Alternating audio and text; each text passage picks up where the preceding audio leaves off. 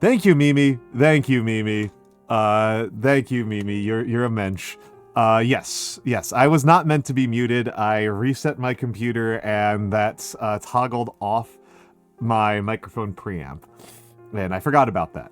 The microphone preamp is important, and without it, my microphone is not audible. But thank you. Yes, sorry. I'm going to be playing Nova Roma today because I was, Hooded Horse, the publisher of several games that I like, including both Whiskerwood and Timberborn, gave me a Steam key to Nova Roma. And today was the end of their embargo on social media of, it is the 24th, right? Oh my god, I need to double check this. I'm now... Embargo for review coverage is March 24th at 10 a.m. Oh wait, hold on. I can do streams anyway. You are allowed to immediately create gameplay coverage. Okay. There we go. I was briefly like, oh my god, this is the first time I've done something with this company, and are they going to be instantly mad at me because I got a date wrong? No, today is the 24th. I am allowed to stream this. This is fine. If not, I would just go over to Timberborn. Or Handcam. I had options today. But yes, they gave me a Steam key, and so I felt like it was good to do this, right? I felt like this was a smart thing for me to do. Reward them, right, for rewarding me. So we're going to be playing Nova Roma.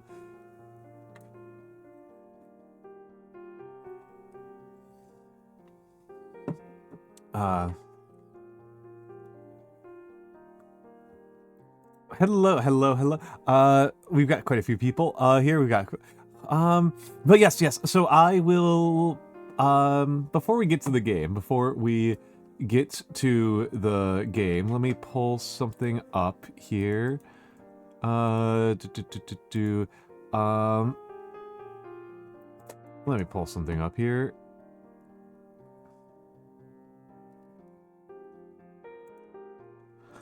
Where is it? Where did I put it? I'm actually going to make some revisions while I'm talking to you guys. But how is everyone doing?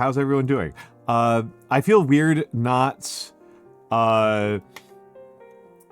doing I feel weird not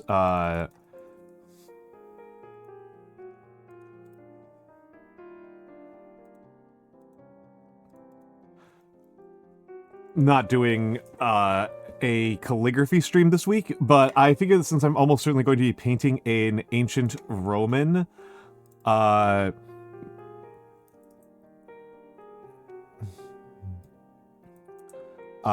Thursday, I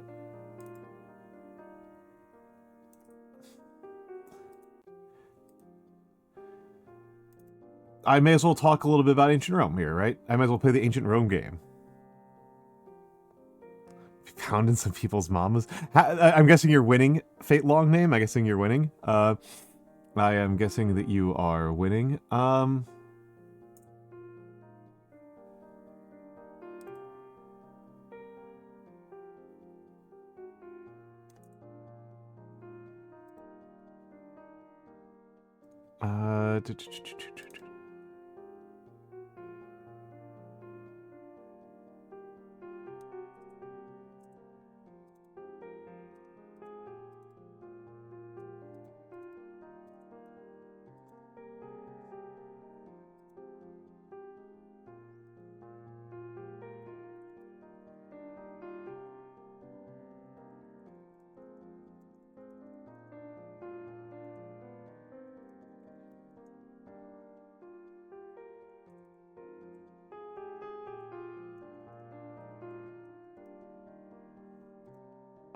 It's turned 90 on D-Day, still haven't died yet, so yes.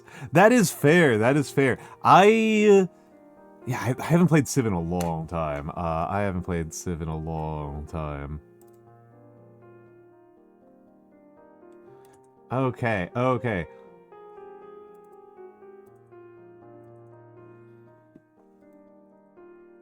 Okay.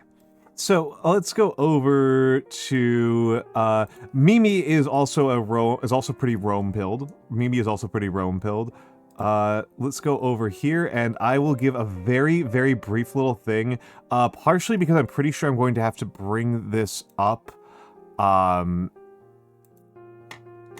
several times over the course of the stream. So I may as well have it written down, right? Where is it? Oh, that's what's going on there. Okay, okay. So guys, this feels like one of those. There's this meme, right? There's this meme that ancient Rome and ancient Greece are basically culturally the same, right? That Rome doesn't have a distinct culture. That Romans are just kind of Greeks with better swords. And this is this does not accord with the historical evidence. This does not really feel right to me. Also, let me get in hellos. Let me get in hellos before we get on here. Let me get in hellos. Let me roll back here. Hello, Seriebot. Hello, me. Hello, Akshi. Goodbye, Akshi. Hello, Galaxy Wolf Star. Hello, Paper Clippa. Hello, Wasteland Mad God. I thought it was a really good title. I like this title a lot. Hello, Colebounds. Hello, Sparkly Anarchy. Hello, Theo. Hello, Rexy Raibu. Rexy Raibu, thank you for telling me about your ads. Hello, Sora Luna. Hello, Madra Mimi. And also, Madra Mimi, thank you for telling me I was muted. It's always appreciated. I said hello to Rexy Raibu, I think. Hello, Sabork. Hello, Gringotts Underwriter. Hello, Itsy Bitsy Bones. Hello, Fate Long Name. And hello, Paper Clippa. And of course, hello to all of the lurkers and the VOD watchers. Thank you all for being here. Thank you. Oh, and hello, Pepper Pepper. Thank you all for being here. This is very much a viewer-supported stream. I do not want to be streaming to an empty room. I want to be reaching people and connecting to them, and that requires that you guys be here, even if you are just sleepy. Even if you are just sleepy.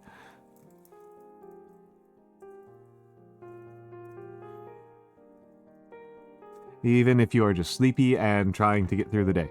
But yes. This is just a very simple little thing to just go over some things that I think might come up a little bit during today's stream, because I get a little bit annoyed about this. The first thing I want to highlight, because when I mentioned it on the Discord, but I may as well tell you. So Nova Roma is another survival city builder, like Timberborn or like Whiskerwood or like Tropico. Its gimmick, the thing that kind of makes it stand out and is unusual about it, is that the gods are real. That is a significant part of the gimmick of it. The gods are real. Jupiter and Ceres and Neptune are real, and they will fuck you up or help you out, depending on how you treat them. But yes, they are there. They are actual things that are in the mechanics. They will talk to you. They are members of your community. Okay? So knowing some things about the Greek and Roman gods, I think most of us know quite a bit about ancient Greek gods just by osmosis, but the differences between Greek and Roman gods tends to be very obfuscated. Hello, Matthew Reisiker. And this isn't for nothing. This isn't for nothing. For example, Ceres, as far as I know, doesn't really exist in any form other than just kind of Roman Demeter. Like she's worshipped, and the worship is probably somewhat different, but like as a personality, she is basically the same personality, and as like her stories are basically the same. Some of them, however, are quite different, and the biggest difference is that the Greek gods tend to be impulsive, violent psychopaths, and the Roman gods are a lot more like, measured. I'm not saying that they're necessarily, like, good guys by any stretch of the imagination, but certainly not by my values. But they're just generally more chill and reasonable. Like, they expect their due. They aren't quite as capricious, or, like, just kind of insane babies, like the Greek gods are. And the strongest example is Ares versus Mars. Okay, so Ares is one of those Greek gods that you're probably familiar with. He's the Greek god of warfare, and a lot of times people will kind of, as they learn ancient Greek mythology, will look at Ares and be like, why do we care about this guy? Because the way that Ares shows up in our records is that he's generally just getting his ass kicked. That's like kind of the default status for Ares, is that he shows up and gets his ass absolutely handed to him, largely by Athena. And then you wonder, like, why aren't people just worshiping Athena? And the answer to this is oftentimes that a huge percentage of all of our knowledge of ancient Greece that has come down to us is specifically from Athens. And Athens absolutely does worship Athena at the expense of Ares. Like, that is a thing. Other Greek city-states had different ideas. Yeah. Ares is the god of butchery, whereas Athena is strategy, right? Whereas Mars is totally different. Mars is very different. Next you can tell me Andalusian and Ottoman culture are different. Look, a lot of people don't believe this. Even classical history memes for Hellenistic teens, a pretty good Twitter account propagates this idea that Romans don't really have their own thing. Yes, Madramimi has exactly it. The Romans are super legalistic about their religion. Roman religion is super legalistic. Roman prayers are extremely specific and contractual and include lots of clauses that are like, if this I am sacrificing a pigeon to Mercury so that I may have safe travel on this voyage, and if on this voyage I am unharassed and unharmed through my entire journey and it meets these kinds of standards, then I will sacrifice a sheep on this date, and failing that, a goat on a different date. And if the crop be not forthcoming, I will do this sort of thing. It's crazy. It's so legalistic. Mars is Rome's, like, one of Rome's main gods. The field Martialis is, like, that's where Rome does elections, does major votes. Mars is so important to, like, the Roman sense of civic and governance and sense of pride, that's their main marshalling ground for things like censuses and major voting affairs. He's like a hero. He's like Captain America to the Romans. Zeus is a really big one to me, where Zeus is like such a psycho to me. Whenever I read mythology about Zeus, I'm like, this guy is fucking wild. This is the kind of person who you put in prison, right? Like we invented prison for guys like Zeus. Whereas Jupiter is more like, he's not like nice, but he's like a wise father figure.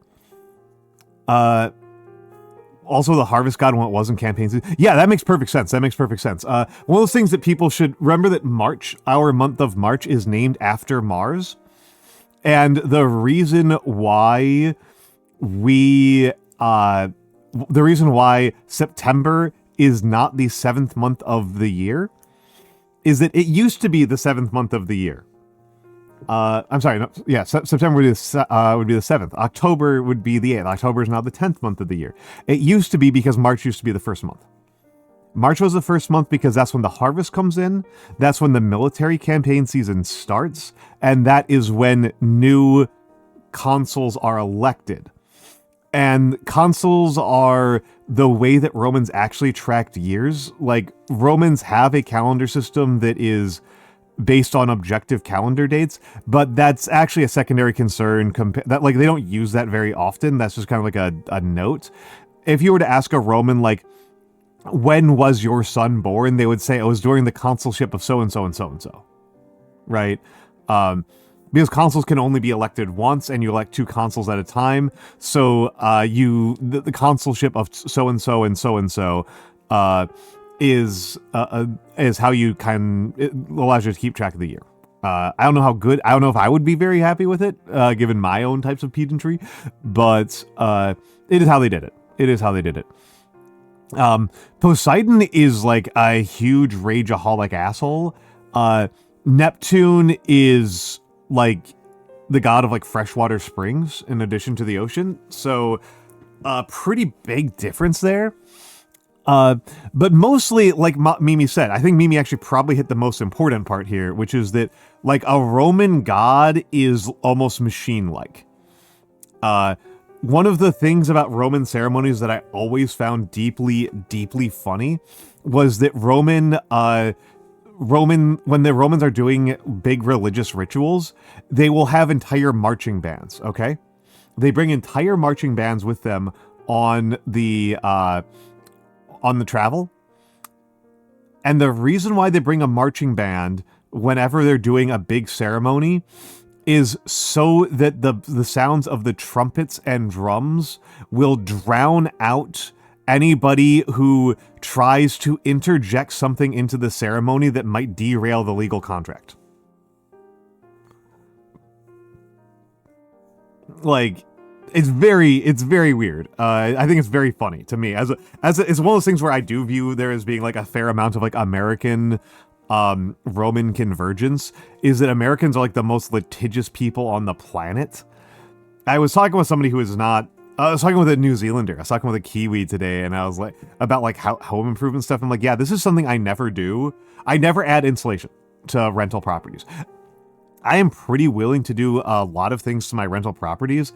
I am never willing to do my own insulation work because, good Lord, that could get me sued if there's a fire. Right, like decades later, I could get sued if there's a fire. It's not worth it. It's not worth it. So I never do insulation on rentals. And that's just because of litigiousness. And this is something I feel like we share in common with the Romans, is the Romans are like super duper legally anal about this stuff. And yeah, like you say, the Greeks are actually a little bit more like the Christian God. Right? The Greek gods are a little bit more like the Christian God, where they're just like, fuck you, fuck this guy in particular, this guy has done something that annoys us, we're going to just absolutely ruin his life. Matthew, I would say, first of all, aren't you Chinese? Second of all, I would say it depends quite a bit on the era and the time period and the like subdivision of the religion. One of my favorite little pieces of Chinese archaeology is that quite a few people in China were buried with legal documents in order to assist themselves in continuing to prosecute lawsuits into the afterlife. I always found this really funny. I always found this to be an incredibly funny cultural practice. The ghost lawsuits, right? The ghost that sues you and the ghost that you can sue. I think is deeply, deeply funny. Yeah. I think it depends a bit. It's so damn funny. It rules. I love it. I love it. But this is going to largely come up because like the gods are going to be in this game, and I only played enough of it to do a tech test. Hello, Turi. I only played enough of Nova Roma to do a little tech test. And what I found was that I cannot run VTube Studio and Nova Roma on the same PC. My PC is not strong enough for that. Low poly graphics can go pretty hog wild. I think they're doing a lot of physics simulation that I think is less optimized than the one in Timberborn.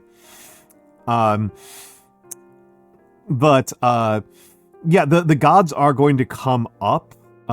No, we're going to be playing Nova Roma. We're going to be playing Nova Roma, which is actually more PC demanding than Timberborn, despite being considerably lower poly. Turi, I started a new save of Timberborn on stream yesterday, and with the objective being, I was playing on normal, and the objective was to automate my colony to the extent that no beavers work. Every single job is just done by bots. I would say I'm about a third of the way there.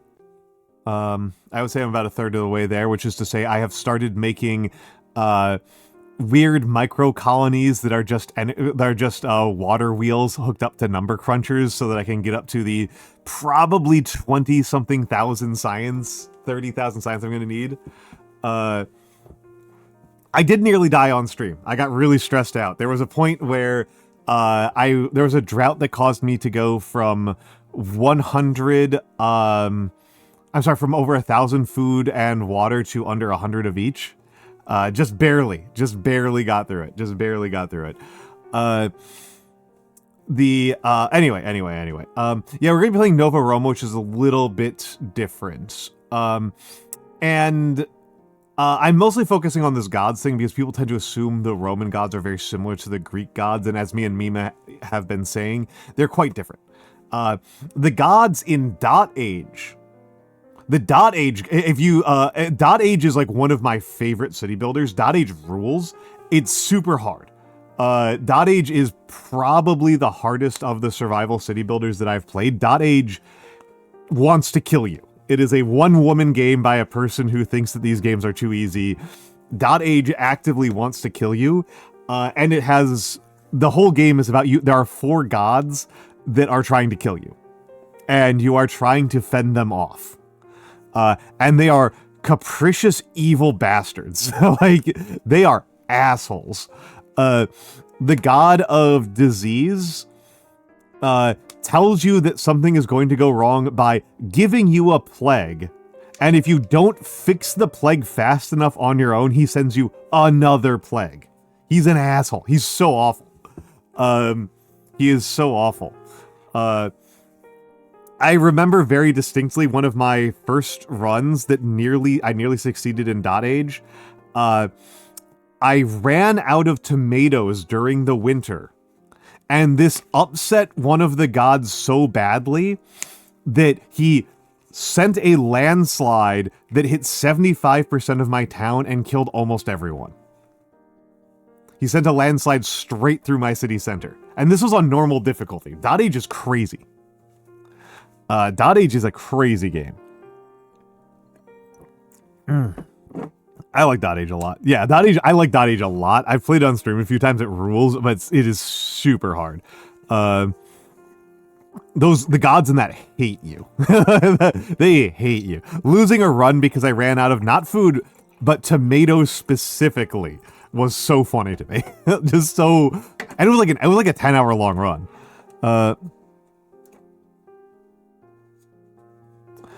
Stories about Zeus are the equivalent of MAGA banner in some of his... Yeah. I'm just gonna talk a little bit about the Greek... some values differences. I had to split this in two. So, the Greeks openly tell us that they don't think that being a soldier is worth training. They just tell us this. Like, that's just a thing that they tell us as a community. In the historical records several times, they're just like, yeah, this shit doesn't work. Right? Using a spear is something that is just intuitive. You don't need to train somebody in how to use a spear and a shield. They just know how to do it by instinct. The only training that hoplites in particular need is like physical fitness. They only need physical fitness. There's no weapon training. There's no unit drilling. They do not do these things. And they tell us openly that they think they're stupid. They do practice drilling for cavalry, and they practice weapon skills. They train on weapon skills for, hello, Tohu Bohu. You'd like to buy a vowel. Which vowel would you like to buy? These guys do not, they do weapons training for archers and javelineers, but for spears, they're just like, everybody knows how to use a spear or a sword. You just automatically know how to do that as a human. I believe Xenophon specifically relates swordsmanship to a wolf using its teeth, is I think his analogy, or a cat using its claws. That's how natural swordsmanship comes to humans. Very different. Very, very interesting. Omega. You want to Omega? Okay. I am probably going to lose. I suspect I'm going to lose. I don't know if it's particularly a big cultural value, but I think it's interesting that the Spartans didn't do it. The Spartans are the ones who specifically tell us they think it doesn't work. The Spartans are the ones who specifically tell us via Xenophon that they think actual weapons training is stupid. The Greeks don't really build fortified camps, and I don't know if you think that's a big deal, but the Greeks did, and I think that's kind of interesting. Whereas Roman fortified camps are still around. The Greeks would kind of fortify their camp, but they would try to like build it up against physical barriers, and then just kind of add like a ditch to make it a little bit more difficult to get into. Whereas the Romans go out into the middle of a field and build an entire goddamn city every single night, which is a huge difference. We are Sabork. We are Sabork. The diplomacy thing is interesting. The most famous image of the most famous instance of ancient, we're just talking about some cultural differences between Greek and Rome. The most famous piece of ancient Greek diplomacy is the Melian dialogue, which the Melian dialogue is famous for the phrase, the weak bear what they must, the strong do what they will. I did that backwards. The weak do what they will, the strong do what they will, the weak bear what they must. There we go. Finally got. Took me 3 tries. That's like the really famous, that was the Athenians, our wise, intelligent, philosophical Athenians, telling the Meles, hey, we're just going to kill you because you're in our way. Right? Like, yeah, the strong do what they will, the weak bear what they must. Greek diplomacy, whenever I've seen it, tends to be a lot of just like, fuck you, we're strong, give us what we want. And the Greeks tend to have this is a kind of interesting thing, right? So the Greeks are literally thousands of Greek polis, Greek city-states, and Greeks are citizens of polis, right? They're not citizens of Greece. There is no united Greek legal system or even culture, but, well, I shouldn't say culture, legal system or civics. Different cities all have different, like, civic systems.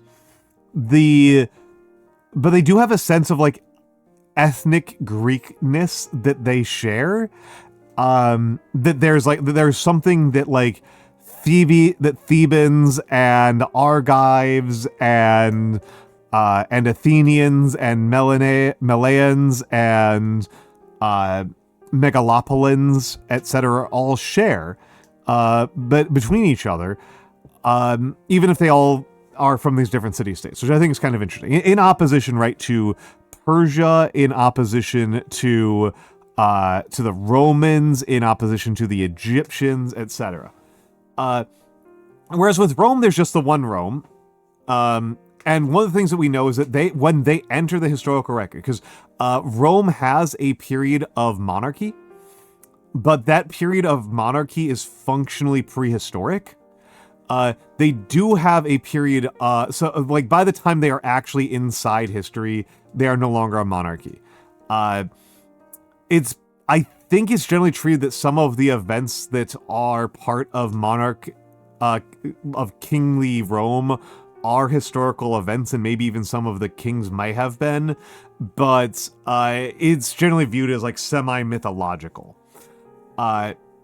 By the time we actually have them in the historical record, they're very openly hostile to monarchy as a concept. They're very anti-monarchy. They tend to view soldiery as this balancing act between virtus and disciplina, which I think is very interesting. Virtus, sometimes people translate it as manliness, but this doesn't... If you translate it as manliness, you're going to get confused a lot of the time. Because there are things that are manly that are not virtus, and there are women that have lots of virtus. So it's not really masculinity or manliness. It's really like ballsiness is, I think, a much better translation for it into modern English. It's less like your ability to like grow chest hair and more your ability to like YOLO.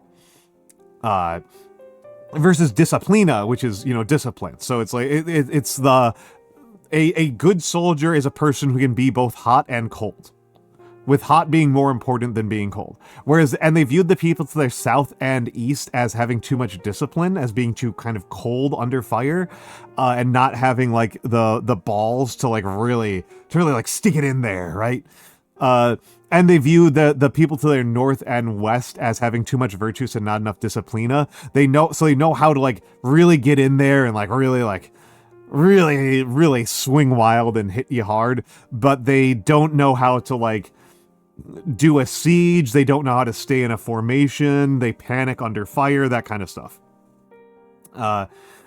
Diplomacy is very different. This is one of those things that's very, very, very different, is that Roman diplomacy is a little bit more recognizable to us. They do a lot of appeals to virtue.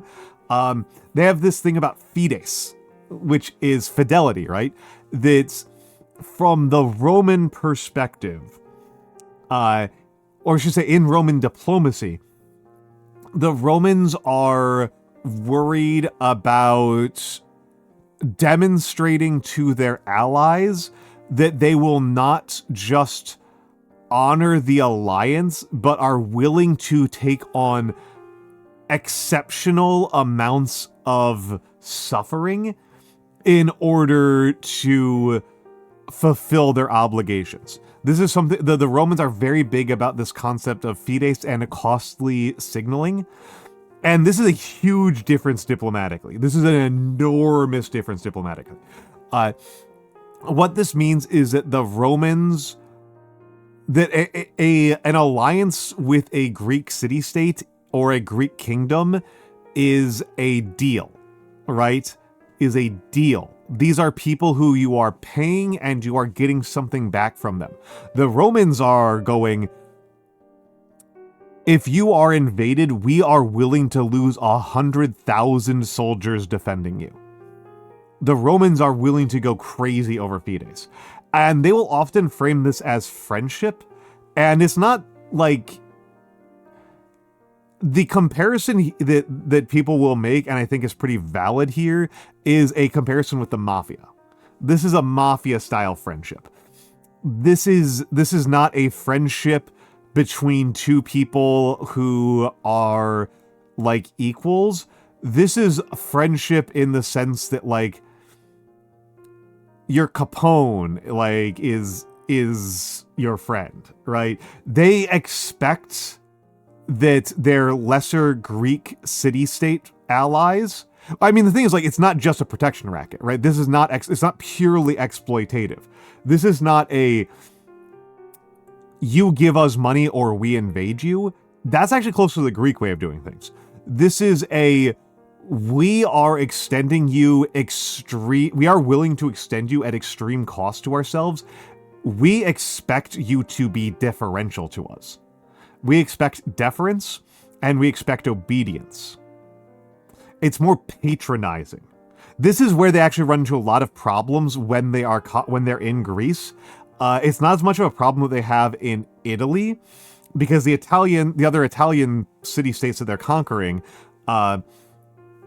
during like the Latin War and the Samnite War and stuff like that, kind of have a similar understanding of this concept of like friendship and obligation. The Greeks, so like the Romans will like side with, so like, okay, here, let's use a slightly more explicit example, okay? There's some sort of war happening in Greece, right? There's some sort of war happening between Greek city-states in Greece, and one of the Greek city-states calls on Rome to assist them, okay? They call on Rome to their aid. They go, hey, Rome, help us out. And the Greeks, they go through this, and the Romans support the Greeks, and they win, right? The Romans and whoever their Greek ally is win. And then the Greeks want to be like, thanks for the help. Bye. And the Romans are like, no. You called us into this war. You only won this war because of us. We expect you to, one, like, show us honor, right? Like symbolically, like, give us some symbolic evidence that you are continuing to be our ally forever. And importantly, and this was particularly a problem for the Greeks, the Romans kind of didn't think you were diplomatically independent once you did that. The Romans were kind of like, and because we're allies, you are expected to consult with us on future wars. You don't get to have your own foreign policy. We are setting the foreign policy here now. Which the Greeks have a very strong idea about, not individual people, but individual city-states having a high degree of autonomy, and the Romans do not give a shit about this. The Romans do not respect this. It's sort of, like a sort of loss of autonomy sort of thing, right? A bit of a loss of autonomy. And again, it's a little bit of like an America and America-Roman convergence, right? That American allies and people who like entreat with the United States does not take kindly to you winning a war and then turning around and using that peacetime to go conquer another one of your neighbors. The US is like, no, you don't get to do that. If you are part of our system now, so that means that you don't get to do wars of conquest against your neighbors because that's bad for our business. And so the Greeks didn't really like this, and it led to a lot of friction in Greek-Roman relationships during the Middle Republic. I think that's interesting. And this is perhaps like, this is the difference where I find them really striking. Being Roman is a legal status. Being Roman is a legal status. It is not an ethnic status.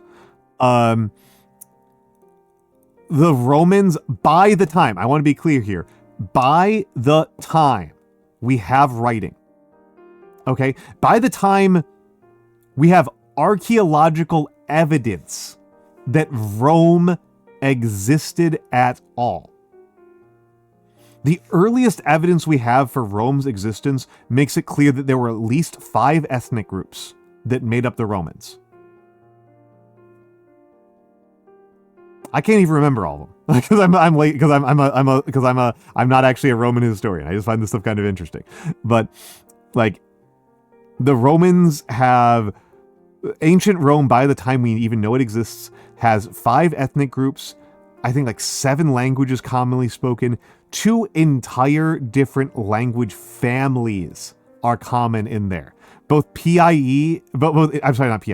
Indo-European and Semitic languages are common in Rome. Like, the Romans never have a concept of Romanness as being at the very least I can remember, you would have Latin, Etruscan, Greek, Etruscan, Greek, Punic would be a bare minimum. I think that there's at least a couple more variations of Latin. There's several more Italic languages other than just Latin and Etruscan. Sabine, Italic. Yeah, Sabine and Italic. Thank you, Wasteland Mad God. Yeah. But yeah, it's 2 language families is the part that I always think is like the more outstanding part, right? Like Not even from the same language family. Indo-European's big. Indo-European's really big. Took 3 semesters of Latin college, you've forgotten all of it. Hell yeah, brother.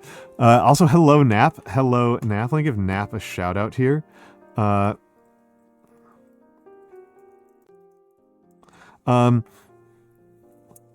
yes. So like the Romans understand it as a legal and cultural practice rather than ethnic heritage. I just keep on trying to drive this home over and over and over again because there's a couple of psychopaths out there on the planet that are trying to convince you that Rome was stable because they had a singular unified ethnic identity, and that the Roman Empire fell apart because they started to allow Germans to consider themselves Roman, which is insanity. Which is absolute insanity. That doesn't make any goddamn sense. It's also hello Sora. Oh wait, I said hello.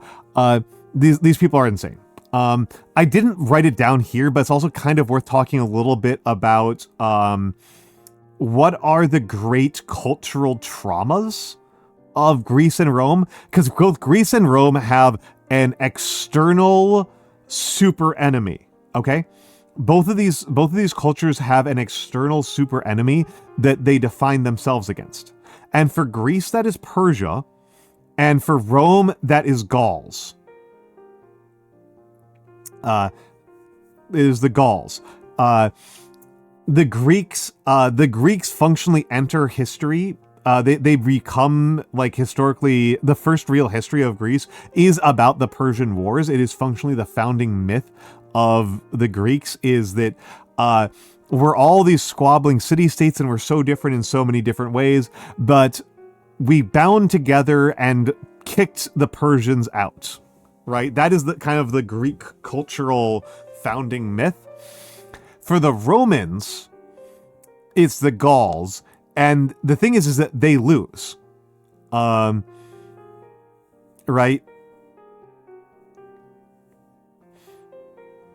Yeah, imagine not how close you're born to the Pomerium. Yeah, you can lose and gain Romanness. Usually they do it by community, but it is... and you can be born Roman, but can be very far. Yes, the culture trauma of the sack of Rome. Exactly, Matthew Reisiger. That's what I'm talking about. Yes. The Gallic Terror. When the Romans talk about a group of people that are totally outside of Romanness, they mean the Gauls. They do not mean Africans. They do not mean Germans. They do not mean Greeks. They do not mean Jews. They are talking about Gauls. They don't even mean Etruscans. They actually like the Etruscans as a rule, even if they killed the shit out of them.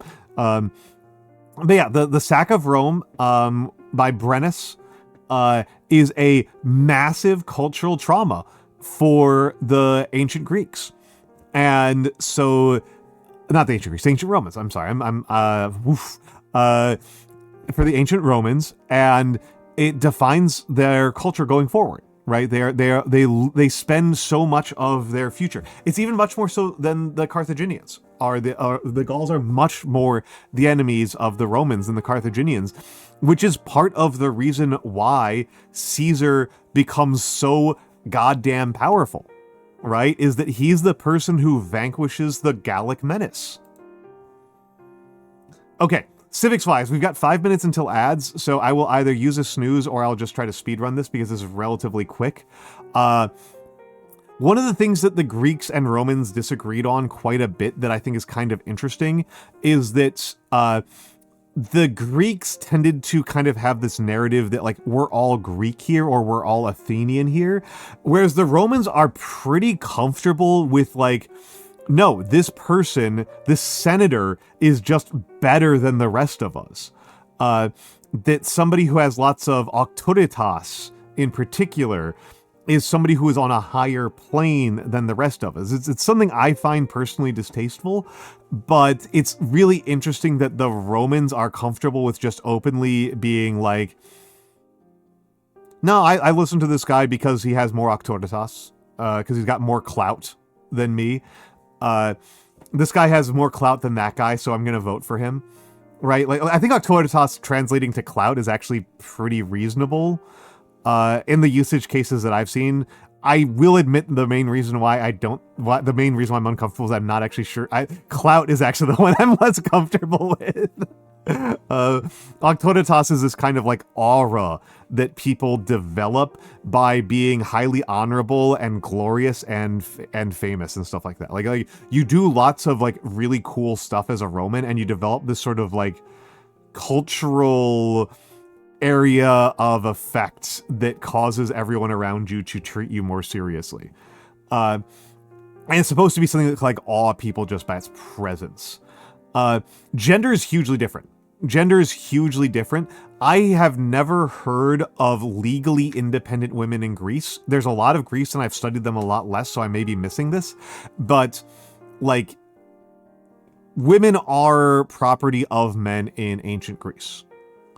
And this is, like, kind of true in Rome, but there is a process that happens over the course of Roman history that is completed by around the crisis of the 3rd century is when we know that it's pretty much complete, where women are just allowed to be head of household.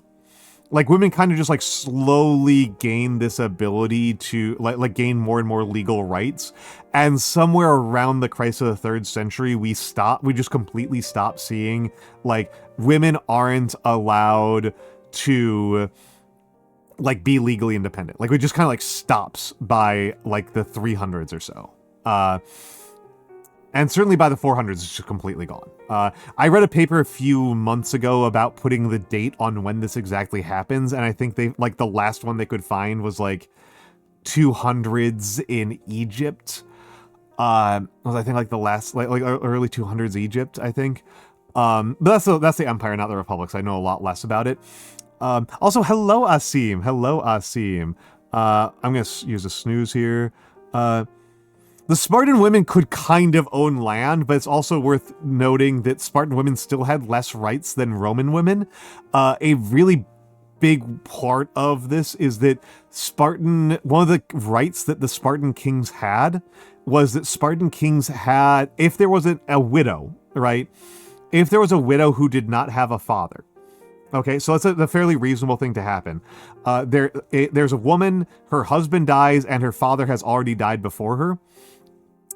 Their marriage can be arranged by the Spartan kings. Not by them, right? Not by them. They are not a head of household. They do not have true legal independence. One of the things that I always find kind of interesting is that Greek marriages tend to be quite young. Like, we're talking like 2 15-year-olds, right? Is a pretty typical Greek marriage, is like 2 15-year-olds. And it would be arranged by the head of households of both the bride and the groom. They have more than Athenian women, but it's just very hard to beat Athenian women for being oppressed. Athenian women are just at another level of being discriminated against. They definitely have less than Roman women. And Roman women have way less than medieval women or like anybody like since then. Like, it's still, the Roman women still have a really terrible deal. Dr_Quacks_, thank you for the follow. Whereas the Roman marriages, they're fairly frequently between a 30-year-old man and a 15-year-old woman. Like, that's pretty common. Not uniformly common. I have seen quite a few marriages that are much closer in age than that. But because a lot of Roman men serve in the military, and they're not allowed to marry until they complete their tour, and the tour is 20 years long, that means there's a lot of men who are not really legally independent until they're like 30, 35, 40 years old. That's actually pretty common. And then they're like, that's functionally like when a man is entering his like actual adulthood. And so yeah, they're marrying women when they're functionally entering their adulthood, which like 15's young for a Roman marriage. Roman women tend to get married a little bit older than Greek women, but we're talking like, I see like 18, 20, 22, as opposed to like 13, 15, 17, kind of thing. It's still quite young. and it's still a pretty big age gap. And genuinely, this is still with us, right? This is still something that we see today. This is a thing that we have inherited from the Romans into the present tense, is this, like, this comfort with men being pretty significantly older than the women that they marry. It is something that people kind of, not everyone agrees on, I would say. I would say that not everyone agrees on that, but I think that overall the culture were relatively comfortable with a lot of, like, 20-year-old woman and 40-year-old man type relationships. A lot of us tend to think it's pretty gross, which I think is fair, but people tend to think it's a lot less weird than, like, 20-year-old man and 40-year-old woman. It's not as common as the Romans, but I think it's still kind of being passed down to us. And again, in a lot of the intervening time, right, marriage ages were often quite a bit closer, and Americans derive their sense of marriage very much from the English, right? Galaxy Wolfstar, I'm glad you got some sleep. I hope you can get some more. That the Romans, I'm sorry, the English, right, in the 16th century actually had an age of marriage that's very similar.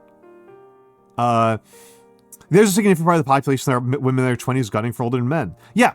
A lot of that has to do with, like, it's kind of downstream of how misogyny is played out in our society. That older men tend to have a lot of stability and wealth that they can offer to women that those women might not be able to achieve by other means, is a lot of what is happening there. Whereas marrying a 20-year-old man is something of a gamble on whether or not his career is going to pan out at all. Anyway, we are going to be gaming. Ads are coming. I've already snoozed them once. When we come back, I will have Nova Roma playing. And we'll be playing a new city builder. So give me a minute. I'm going to stretch so that I don't get costochondritis or deep vein thrombosis. Everyone else should do the same. Enjoy the fan art, and if you don't enjoy the fan art, snitch on the ads.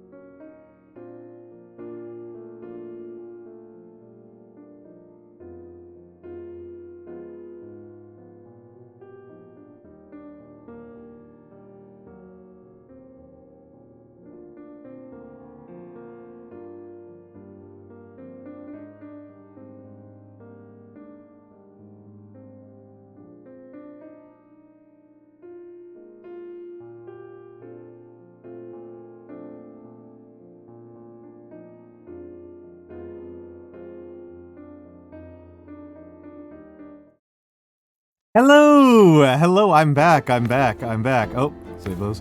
I am back. Hold on a second here. Let me catch up on the ads, on the messages. Been doing research in Greece and Rome for my writing recently. Spoke to brush up a lot. Yeah, I was just trying to give like a really quick overall summary of some cultural differences that I think get glossed over. Because the thing is, like, even though I think I'm more familiar than most people, if you show me like a still drawing of a bunch of Greek and Roman buildings, I will struggle to tell the difference, right? It will not be obvious to me that I'm looking at one or the other. But if I read a letter between two Greek guys, or like if I read like a letter of philosophy thing by like a Greek or a Roman, I can usually tell pretty fast. I feel like they're very different. And of course, if I see a military deployment, I can tell instantly. They're using very different kits. Me in my 30s liking older men, but yeah, age gaps are more noticeable lately. I mean, part of it, Itsy Bitsy Bones, is also as you get older, you notice age gaps more because it's more acceptable. Once you're over like 25, it really opens up a lot. I personally don't think I would go younger than like 30, but even that's like a considerably bigger, that's like a pretty big gap. Whereas like, you know, when you're 19 years old, like, you know, when I was 19 years old, there was no way I was dating like a 15-year-old. That'd be crazy. Kitty Cat Nomad, yes, that also happens, and it's a little, I think those guys are weird. I'm not gonna lie. I think those are strange gentlemen. I don't know what to say about that one. But that said, it does, like I said, like the older you get, the wider the range gets in general. There is definitely a tendency where men's widening tends to just be the ceiling goes up and the floor stays the same no matter how old they get. And for women, it tends to be that it opens up, but in both directions, which I think is kind of interesting. Well, like the floor moves up, but slowly. So the entire age range widens, but like they do women are more likely to be like, I'm not going to date a 22-year-old. I would not want to date a 22-year-old, but I think I don't think that is the dominant or certainly not uniform perspective among men. Let me keep going on here. Okay, some ads. The ads. Itsy Bitsy Bones got Philips, razors, okay, a bank, a PlayStation, gambling, of course, a dishwasher ad, Red Bull, and TurboTax. 'Tis the season for TurboTax.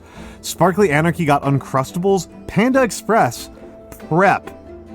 Hold on, wait, what? Like the drug, Prep?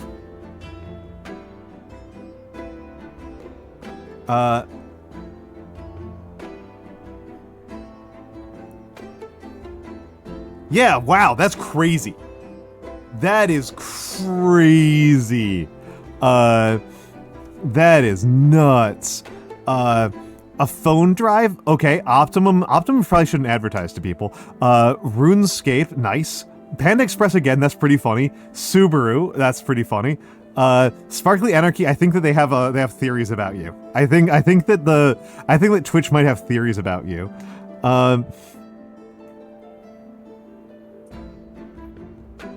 I actually never played RuneScape. Sora Loon got Pringles, Air Fryer, eBay, Samsung, the Australian Navy, and Turbo. That's weird. They're going crazy over here. The fact that Dionysus' conquest of India actually became more prevalent in Roman time. That's interesting. That's really interesting. Yeah, the Tohu, I understand. I kind of like that rule. It's a simple one. I think it's pretty easy to keep track of. You know, at 33, the bottom of that is starting to get kind of questionable in my brain, though. So 33 would be 33 divided by 2 would be 16 and a half plus 7, 23. Yeah, when I was 33, I don't know that I want to date a 23-year-old. That'd be weird. Might be because I'm already having G. Having health issues of my own. Okay. For a second I thought you were going to say having gray hair. I'm like,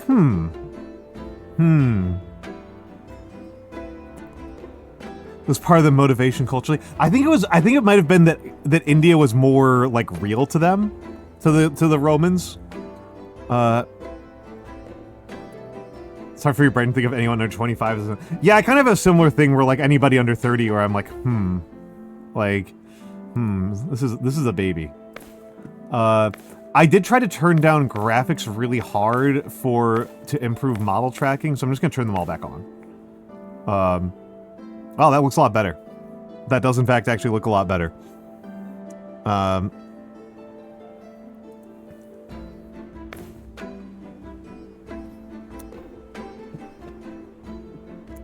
Rome has fallen into corruption, decay, and chaos. Self-inflicted mortal wounds. Asim, it came out today. I don't even think it's actually out. This is, no, it's out on the 26th. It is out on the 26th. I might put that in the title. Also, hold on, I need to edit the stream info.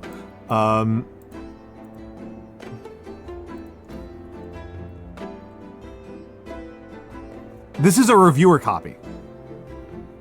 This is a reviewer copy, yeah. There's actually another Roman city builder that's new called Pompeii. The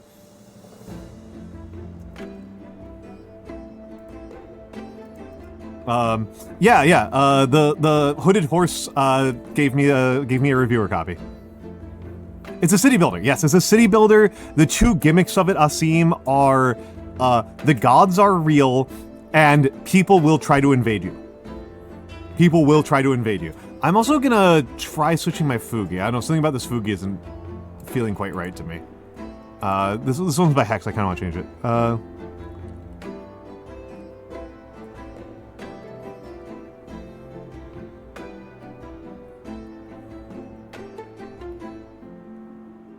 Oh, these are the same people make Kingdom and Castles. I like Kingdom and Castles. I did feel like it was held back pretty brutally. I'm a little bit zoomed in there. Hold on a second here. Hold on a second here.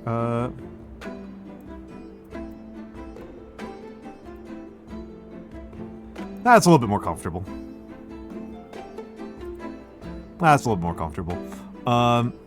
Yeah, Kingdom and Castles I like quite a bit. So if I've played Kingdom and Castles, maybe they'll make this a little bit easier for me. I like Kingdom and Castles. Terrible community, unfortunately.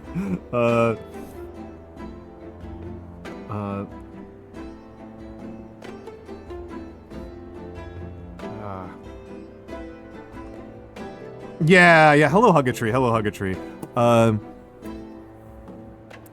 Yeah, the Kingdom and Castles fan community, like half of their mods are like putting swastikas in the game.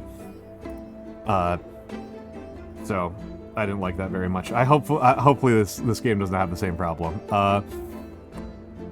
I will say, so we're off. So Rome has fallen into corruption, decay, and chaos, self-inflicted mortal wounds.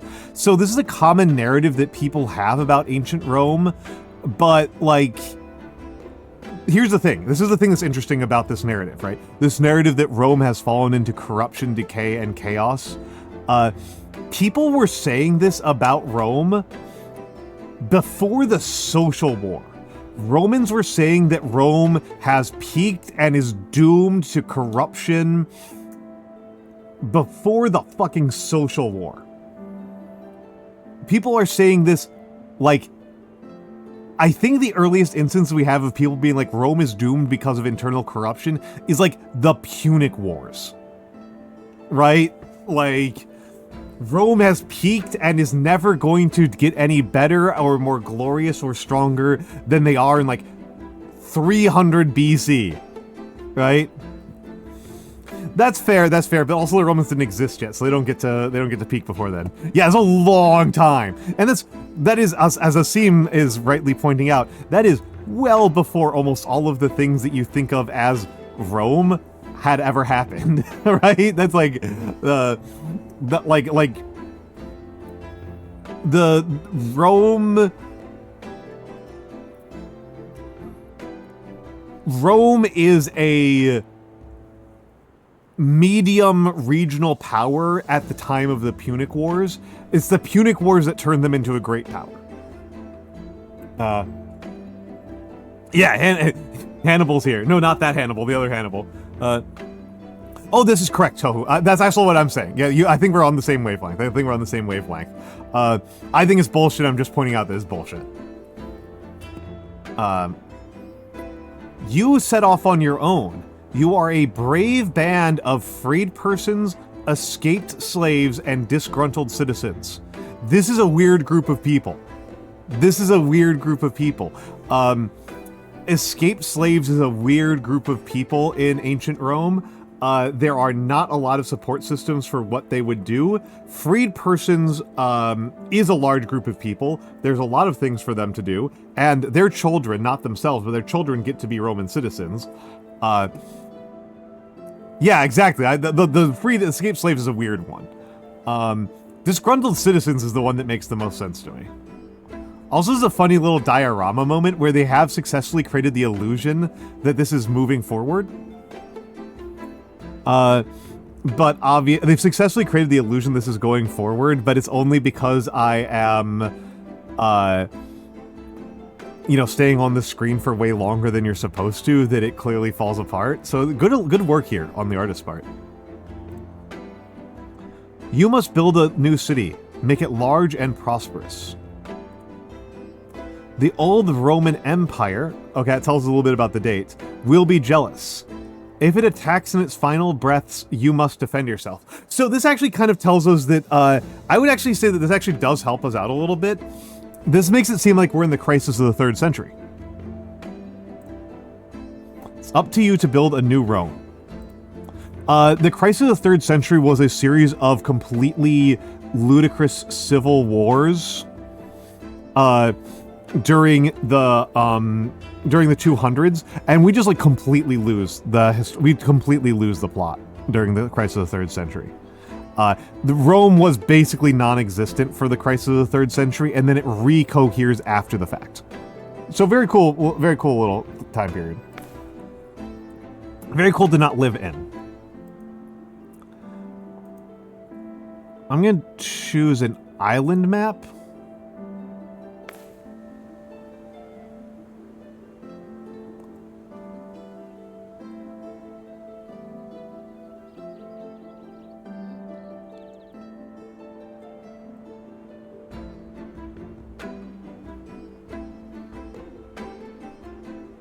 Interesting. Yeah, it's also interesting to play this after having played a bunch of Timberborn, where the maps are very bespoke, and the differences between them are very intentional.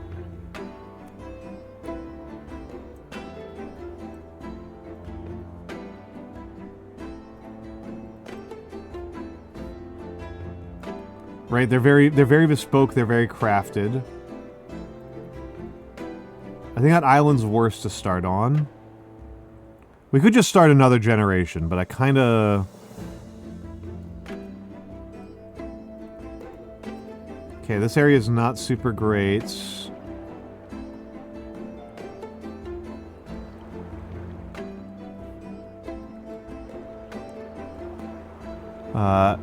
Roma...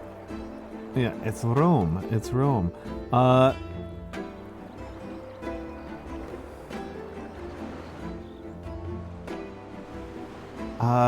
They tell us to start near stone, running water, and, I think I might, and stone, running water, and trees is what they recommend. So I'm gonna start up here.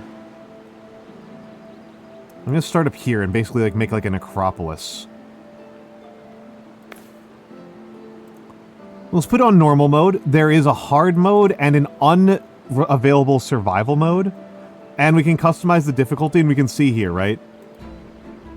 I'm gonna turn this on balanced. I like fighting. Everything on medium and balanced. Let's go. I like New Pompeii. So we have to start off by... That's barren. Up here is fertile, so there is some farmland not too far away. I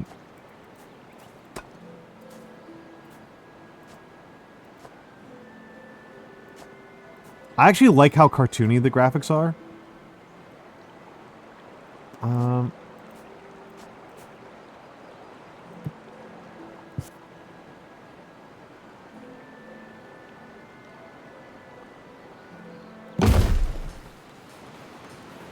Black hole son or pulsar daughter. Yeah, that's funny, Theo. That's funny. I like that. Okay. So this is what I've learned so far, is that you need to start with roads. Oh, we do start with bridges. Okay. That's good. That's good. So, need to start with that, and we need to set some people to clearing. To clearing some land to give us some free resources. Some easy resources. And I'm gonna build a house right there.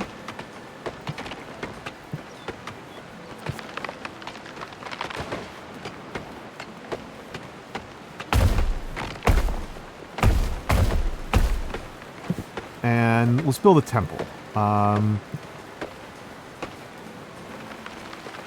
Okay, I need more stone. I need more stone. Your citizens gather resources pretty fast in this compared to other games that I've been playing on here. Yeah,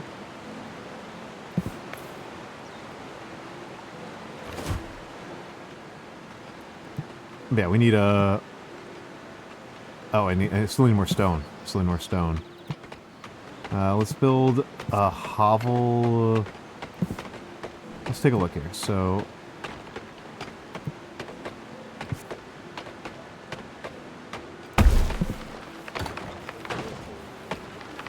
And... we need a small temple. Small temple.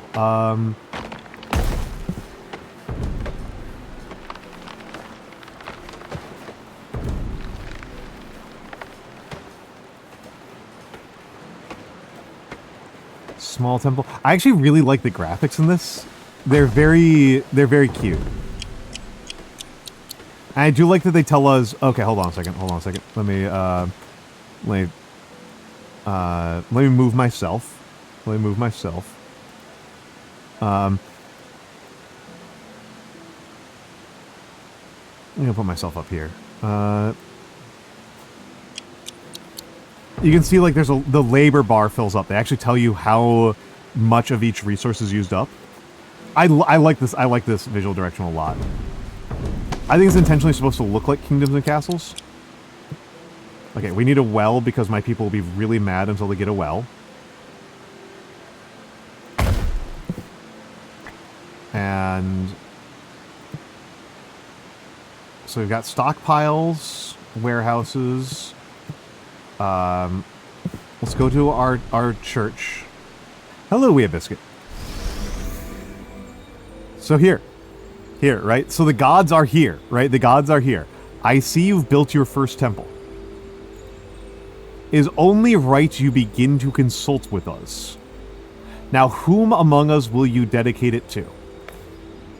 So the options that we start with are Mars. Mars makes towers stronger. Ceres, who improves harvest, who improves agriculture. Jupiter, who improves happiness.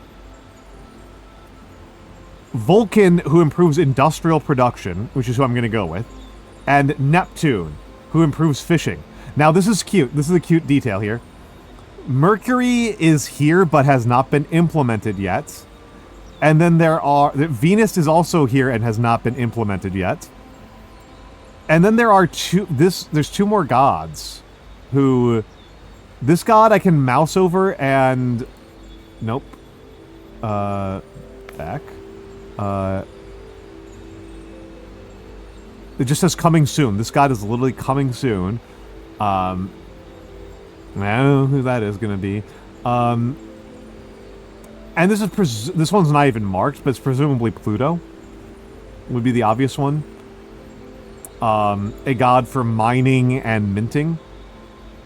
Juno Moneta, by the way, was the actual god of minting. So we're gonna take Polter as our first god. Download your god. Hello. Well, it would be one of them might. So one's Venus. Yeah, the other woman might be oh my god. What do they call? What's the Roman one? It's Diana, right? Or something else? Is it not Diana? Okay, so we got 2 favor. Work hard, and we won't have any trouble. Minerva, there we go. Thank you. It's Minerva. I was like, that isn't right. Okay, so I get divine favor for making an offering of 3 wood of 20 wood. I'm gonna hang on to that because I could use the wood for now, and I just want to show you what you use that for. This is the tech tree. The tech tree, you unlock the tech tree by spending divine favor. It's very you do not have researchers, you have gods, which I actually like. I actually like this quite a bit. This is how I learned about like the role of like Chinese gods in particular. But you know, very much you think about Prometheus bringing us fire. Shen Nong inventing farming. Enki inventing not Enki, and I'm thinking of Enki. I'm thinking of God, what's her name? The one who fucks Enkidu. What's her name? Ishtar. Ishtar inventing civilization, right? Tot inventing writing. I like it, right? Like, these inventions were made by the gods. I am going to unlock a forester first. And I'm going to build a forester when I get more stone. Let me take a look at the tech tree. I want to know... Stone quarry was 3. Shit, I need the stone quarry more than I need that.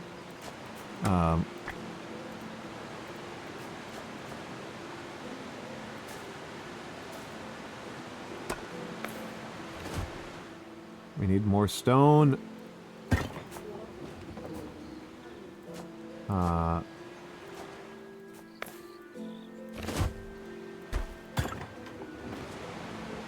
And I'm going to start building some farms.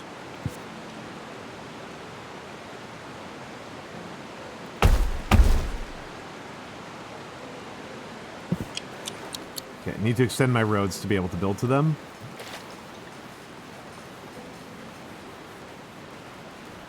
Hello, Jaffe. Hello, Jaffe. Seems like the top of my screen is a bit cut off. You're correct. Good call. Good call. Good call. Let me see what's going on there.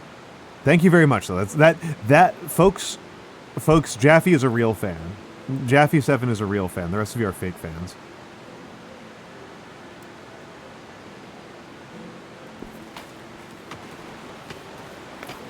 That's weird.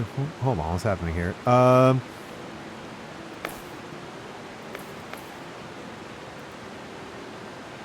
gonna change over to window mode, just to make it, just to see if this somehow helps. No. Don't want that window.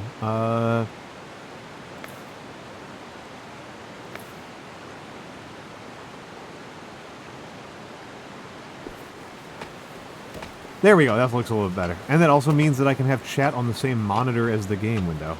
Oh my god, what an improvement.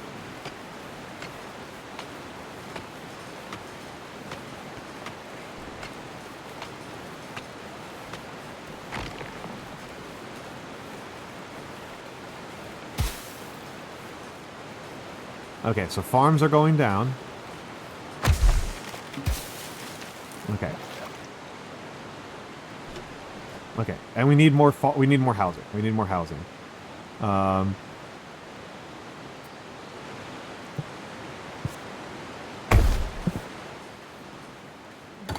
We need more housing, and I'm going to put down a forester.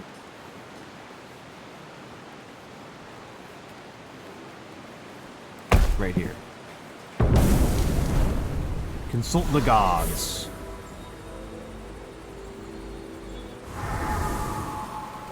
How much divine favor do I have? I have 0.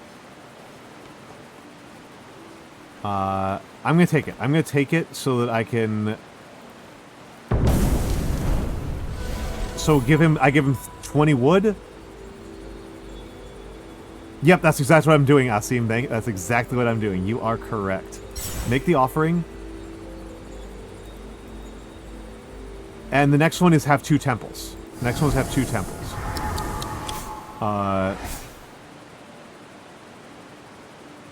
So where is it? Industry.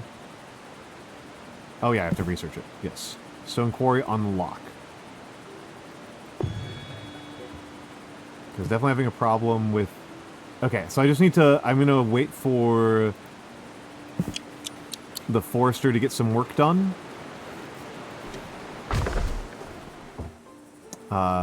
So I now have enough hovels for everybody. Gonna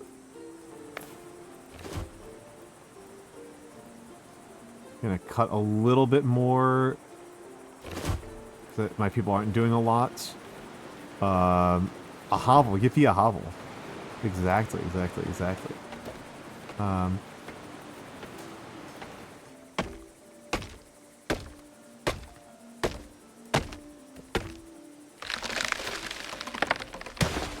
Okay, so as soon as they pick it up, it's in my inventory.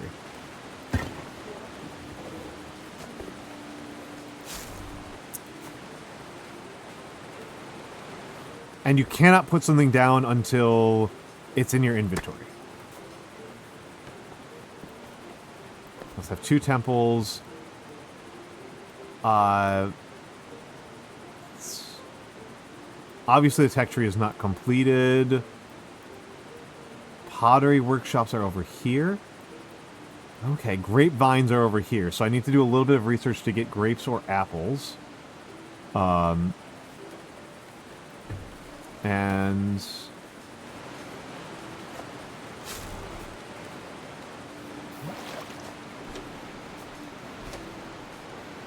Oh, whoops, I can build one now.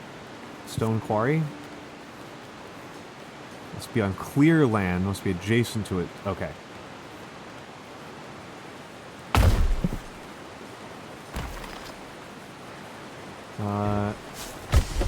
How many people does... So this employs 4 people. This will employ 4 people. Each farm employs 1 person.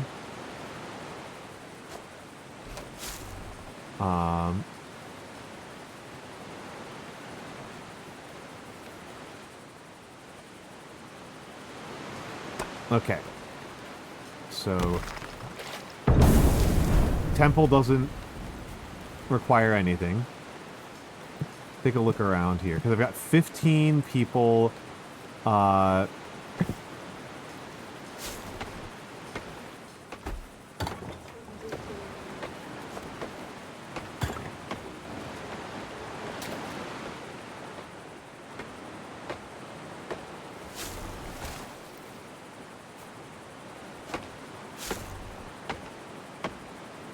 Interesting. Okay, converts forest into 45 wood. This year's yield so far, 4.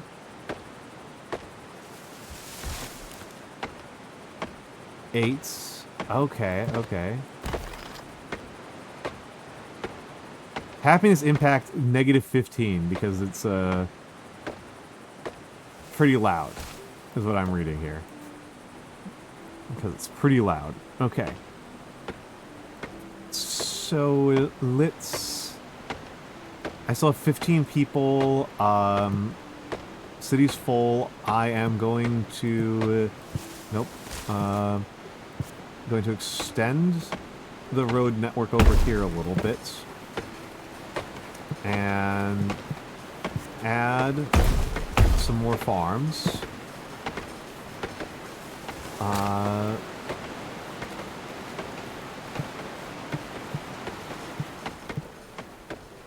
Let's think about what I can unlock in the tech tree, right? So, granary, tax office, grapevines, apple trees, a mason, apartments, a food counter. Must be built inside an apartment building. Fills a tile with food counters. Interesting.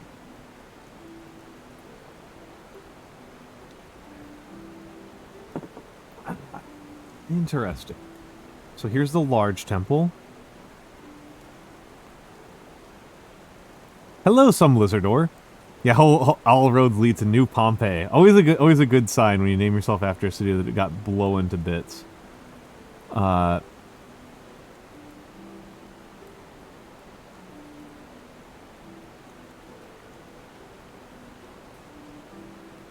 Olives take the trees take 3 years to bear fruit. Whew.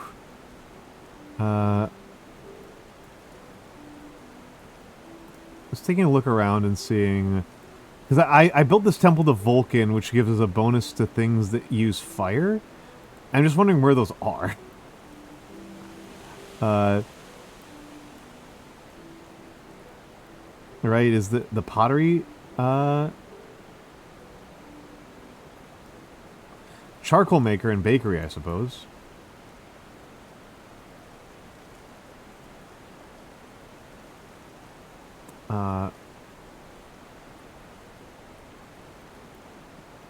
Terrain engineering. I'm ways away from marble.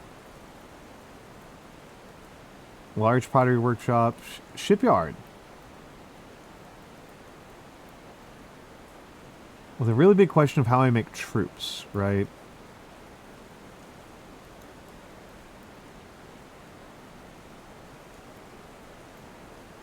Iron mine? Okay, so here's infantry barracks.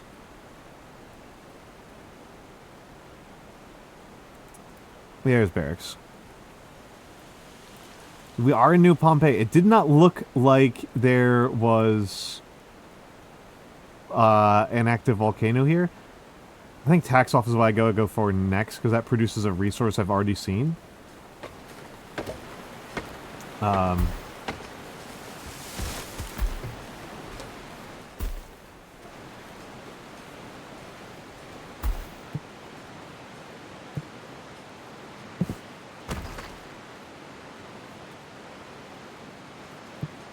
Let's think about this. So,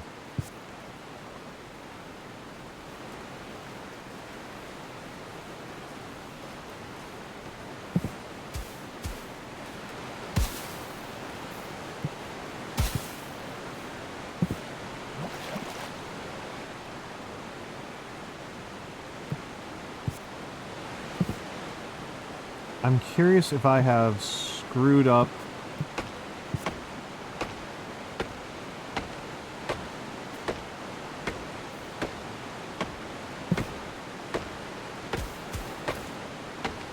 yeah, I might need to relocate some hovels here. Oh, demolish was really easy. They did not check at all.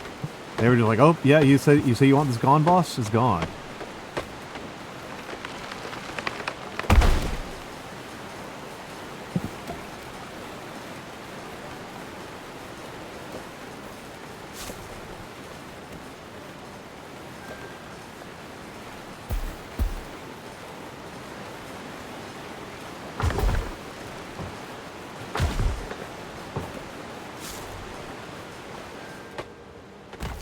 Okay, so these literally do not do anything unless they're fully staffed. That's interesting.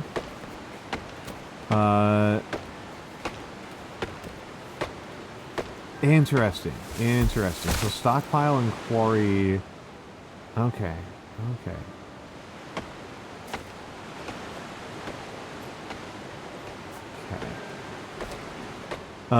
Okay, alright. Have a good night, Tohu. Have a good night.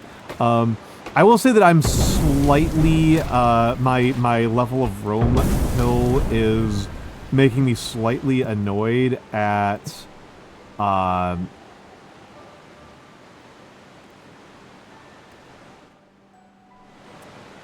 is making me slightly annoyed at the use of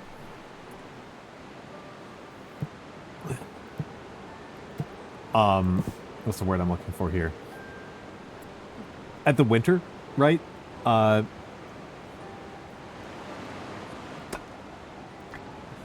that's not how this works, right? Like, that's... Turn the speed up a little bit. The fallow season for ancient Romans and ancient Greeks was the summer, not the winter. There's even the crop that they grew was even generally known as winter wheat. They had winter wheat as one of their main crops. It doesn't snow that much in Italy and Greece. It gets parched and dry in the summer. And if you are familiar with your mythology, the Persephone in ancient Greek mythology doesn't disappear during the winter. Persephone and Demeter, it's the summer. Persephone and Demeter's festivals are timed with the changing of summer, not the changing of winter. I'm being a pedantic little shit here, but it does bug me. New group of immigrants have set sail and are headed our way. Cool. There they are.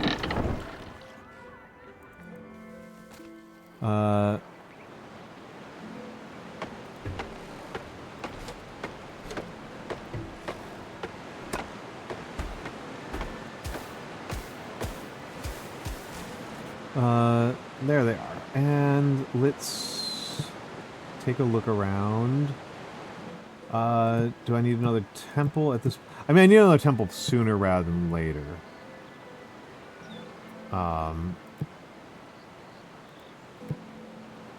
What?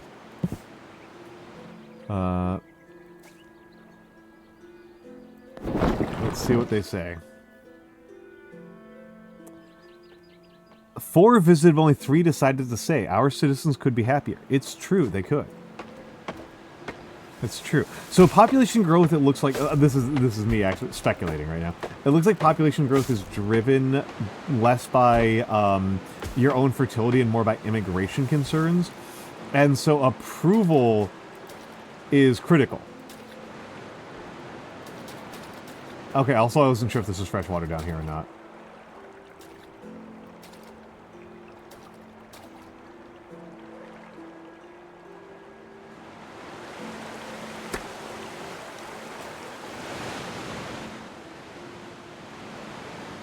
Five visited, only 2 decide to stay. Our city is full. We need more homes. I didn't think that there's 2 on the way.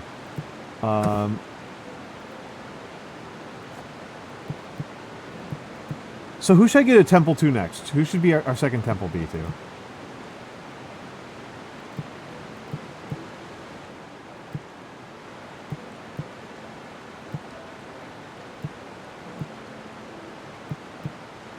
Let's take a look at our...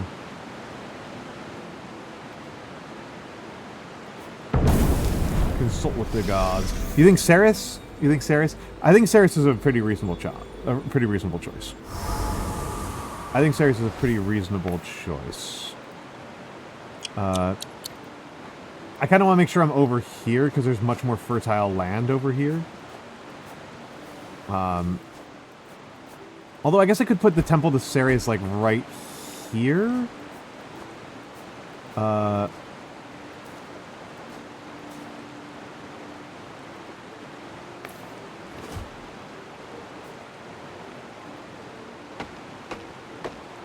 But I think Ceres is a pretty good idea. I'm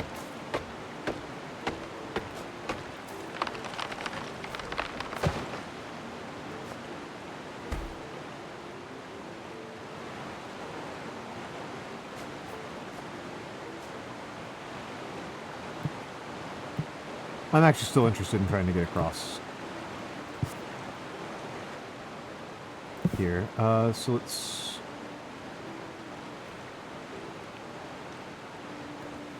I'm going to try something out. Residential, no, infrastructure. Roads. And then... Oh, bridge can't start or end in water. Okay, okay.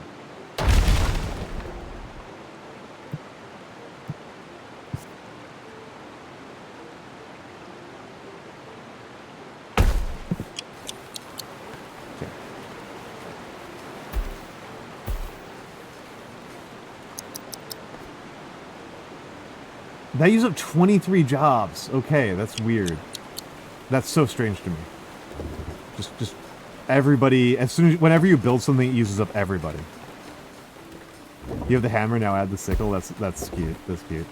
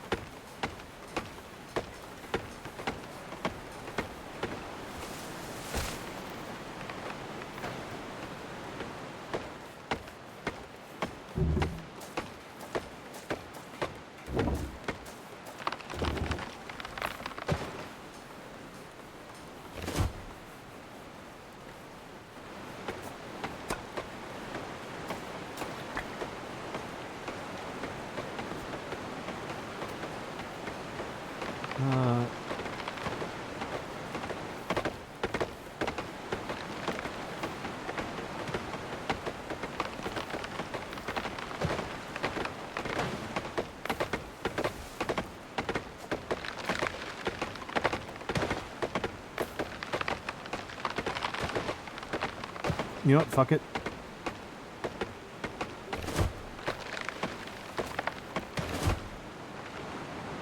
Oh, it's already winter again. Health, fair, lack of diet variety is holding me back pretty bad.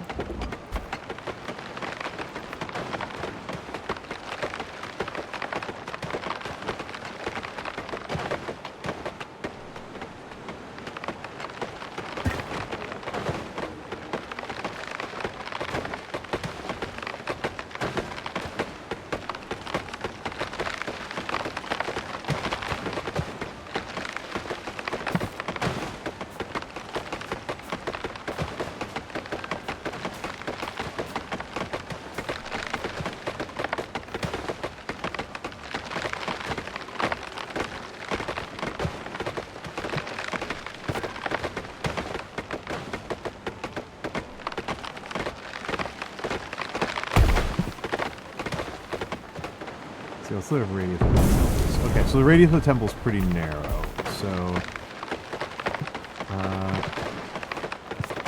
looks like it's the same radius as a well, so I can use the well as functionally a planning tool. 1, 2, 3. Is it even 1, 2, 3 or is it 1, 2? 2, 3. It's 3. Okay, so a well I can use as a planning tool. A well I can use as a planning tool.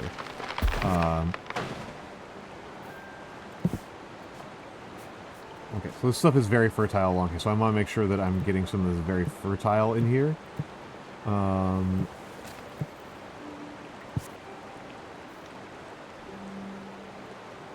1, 2, 3. Yep, perfect. Now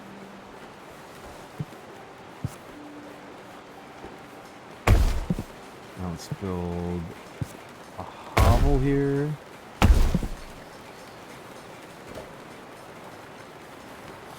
Okay. Okay, springtime is here. We have a shitload of wood. I am wondering if this is a game, like, maybe it's like the timberborn in me is just like, oh, I need to sustain, I need to, like, do everything sustainably. Right? I can't just, like, I need to, like, have a sustainable forester really early. The 217 wood is so much. That might have been enough wood that I can just, like, make a leap across the like across a lot of the land and just clear an enormous amount of land. Complete. Okay, I just have to have 2 temples. They didn't have to say who they were to. But I think a granary or a tax office is the way to go.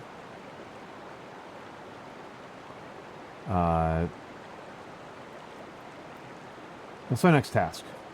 2 charcoal makers for Vulcan. Let's consult with her. She's gonna be Ceres. This is gonna be Ceres.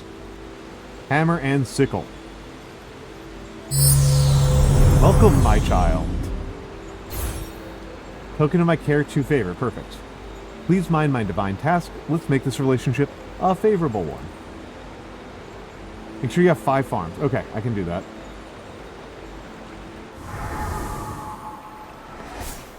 I'm gonna take the granary. I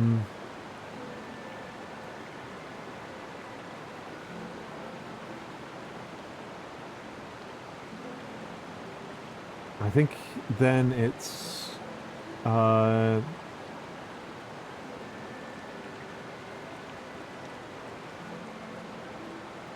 put down. Should I go for apples or grapes first?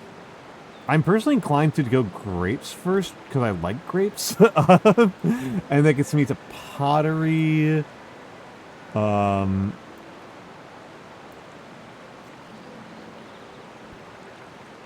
need to unlock charcoal maker. Period. So let's do grape. Charcoal makers need more stone than I have.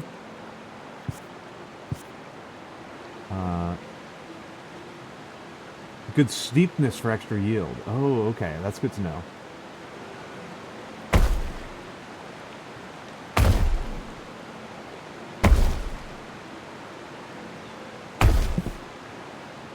Hello, Kitty Cat Nomad. Yeah, no, I mean, the ancient Greek, the Greek and Roman, the Mediterranean crop complex, as they say, is wine. Is grapes, which includes wine. It's grapes, olives, wheat, and pulses, like lentils and beans. And so let's see. I might need another quarry.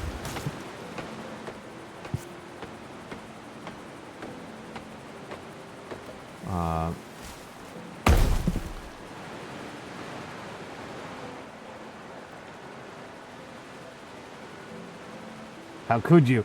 It feels very different from timberborn, where like massive deforestation is like enough wood to last you like 5 seconds. All right, we need a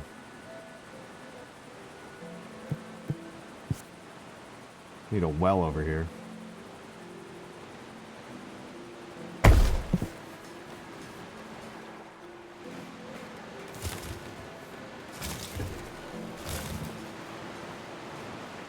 Oh, the grapevines don't count as farms. That's interesting.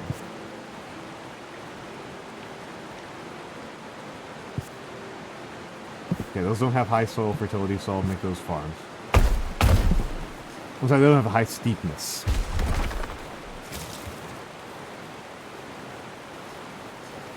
+1 bonus yield from fertile soil, +1 bonus yield from sloped ground. Excellent.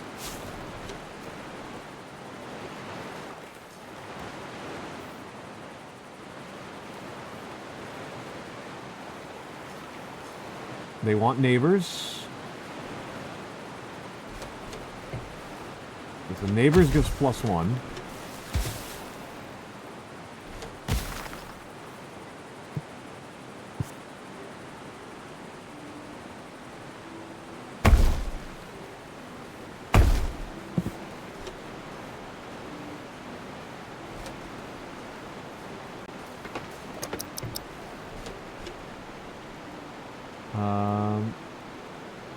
I'm actually going to demolish that one.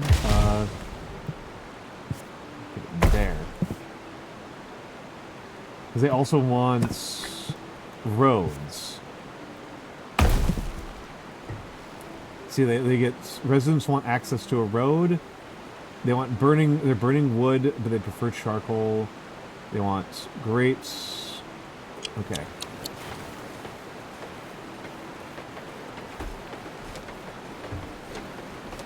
So road gets +3. That's a pretty cheap ask. That's a pretty cheap ask.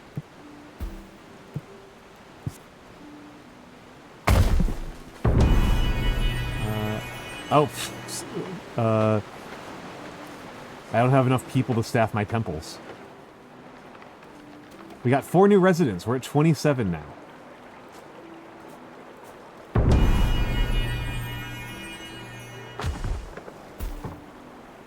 Complete the one to Ceres.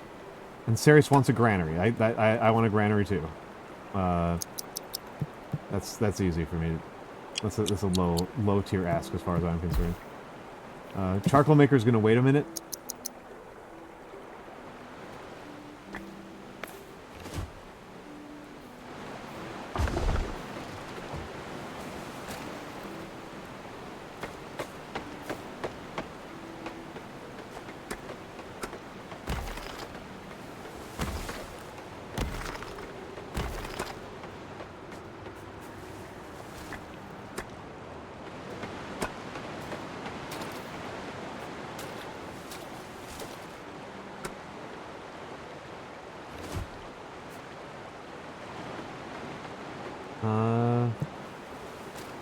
Small granary.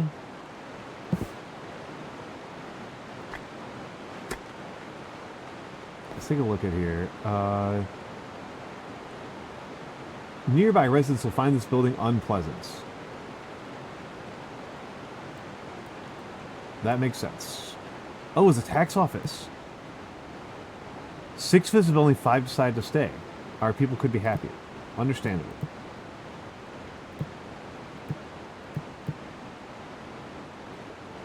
Where is...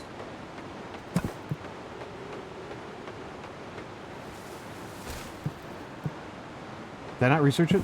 Did I just keep on thinking I've researched it and I just haven't? Okay. I keep on thinking I've researched it and I haven't, is what is happening here. Tax office. Requires stone. Stone is being a perpetual pain in my neck. Jobs. I'm going to put stone. And I'm gonna drop wheat farmers to the bottom, below quarry workers. Because I am struggling with getting enough.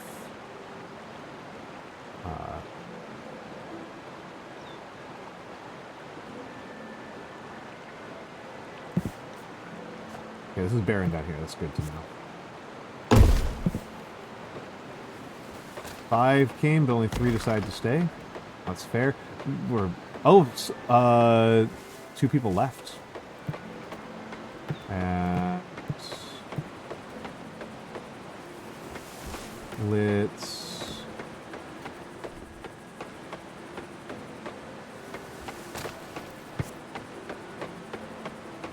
put a stockpile over here.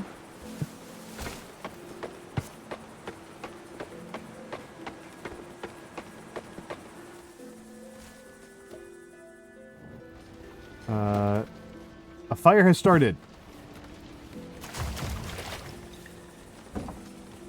Dang. I didn't even finish building that.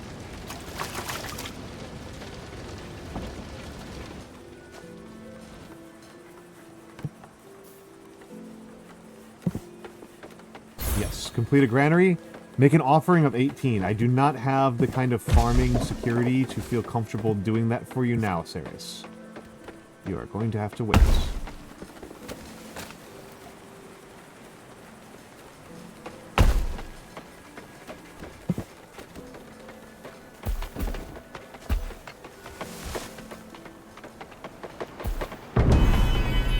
Consult the gods.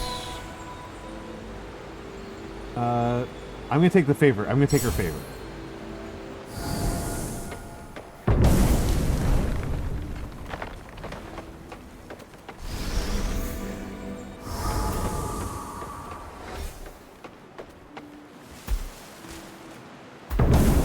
Okay, I definitely... So I need to put the fire-based industries in here, the 2 charcoals in here.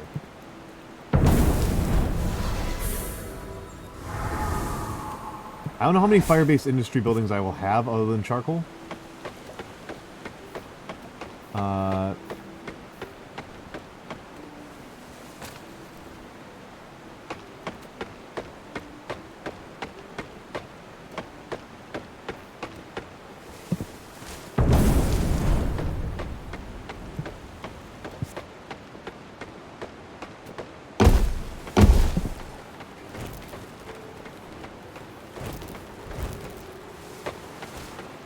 These poor bastards are just living the most annoying lives right now.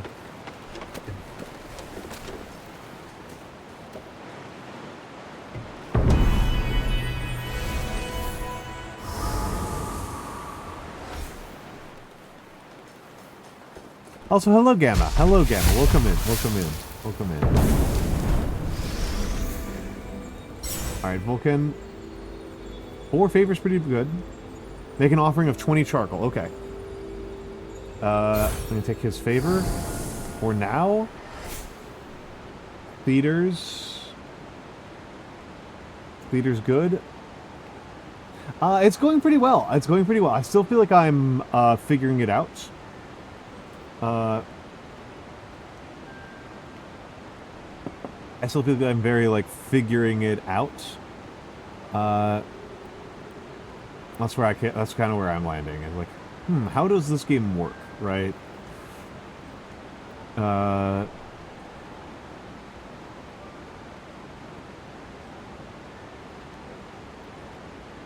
That's where I feel like I am at. Is how a game works.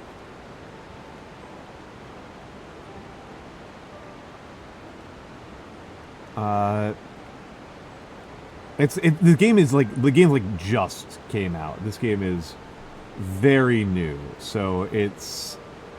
I feel like I've got a lot of learning to do with it.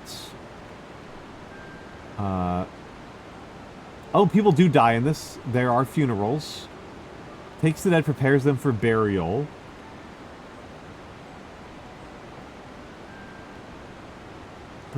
Cemeteries are preferred by wealthier citizens.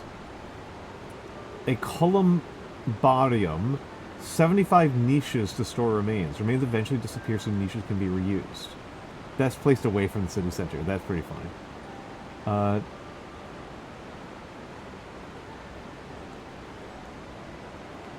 Okay, I am right around a watery area, so I don't need that one for the moment. Oh, that's pretty cool. That's pretty cool. I will want that sooner or later.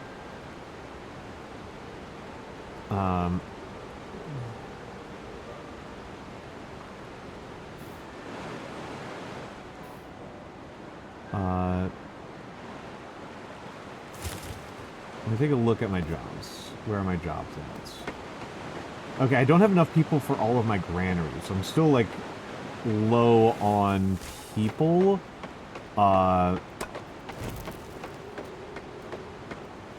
No wood is available at this building. Interesting.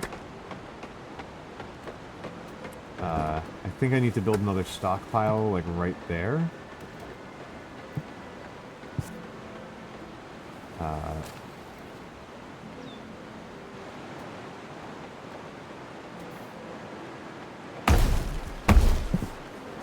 And a industry, a small stockpile right there.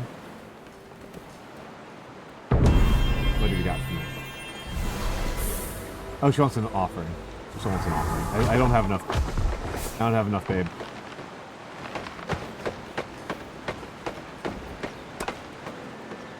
I don't have enough.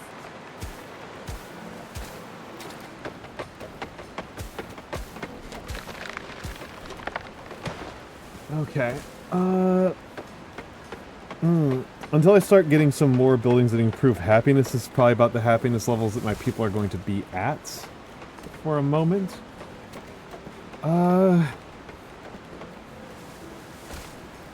He wants an offering of 20 charcoal, which I can handle. I can handle when that comes up. Okay, charcoal adds 3 happiness over 2 happiness over wood. That's good. Producing per year 31, consuming per year 18. Okay.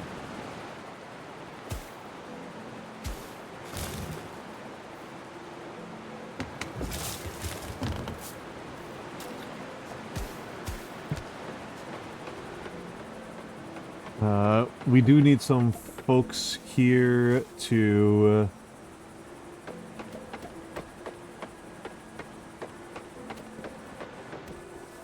6 new residents, okay.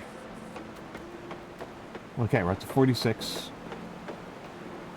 We are using up wood at a pretty good clip, but I think I expected that.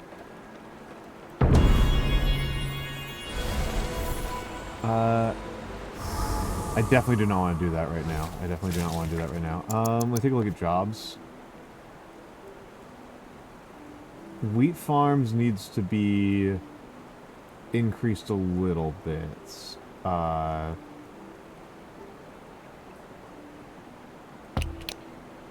gonna put stockpile workers at the bottom. I'm actually gonna put granny workers at the bottom. I'm sorry, charcoal workers at the bottom. Because I am not too worried about us, like, actually, like, literally running out of...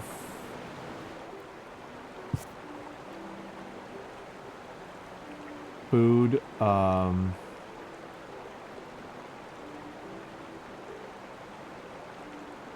sorry, out of fuel. I am worried about us running out of fuel.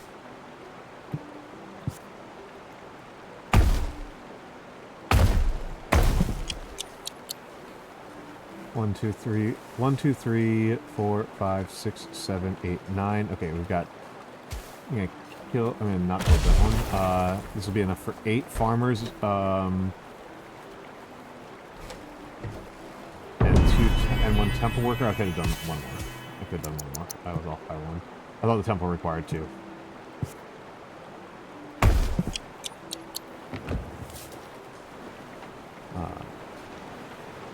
Okay. I think I have a bad farming ratio. I think my people are going to starve. I think I don't understand the farm. I don't think I don't understand the farming mechanics of this game.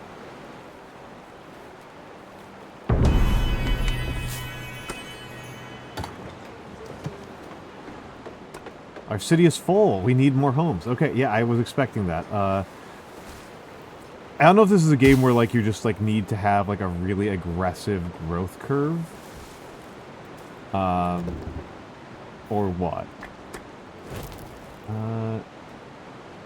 Like, it might not be... It might be a game where you just need to have... We're expecting me to have, like, a really aggressive growth curve.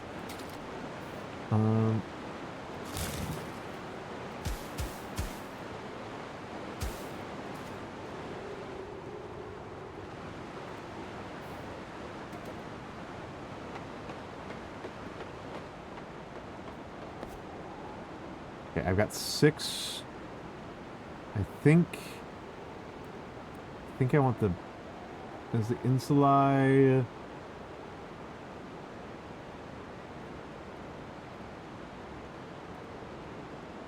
Wait, no, I want to build the tax man. This is the densest part of the city, so let's build a tax man here.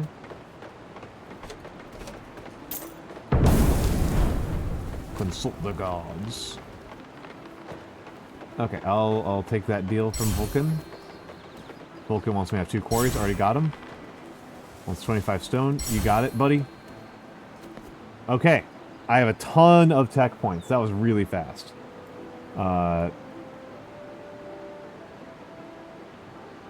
Kind of want the stone road.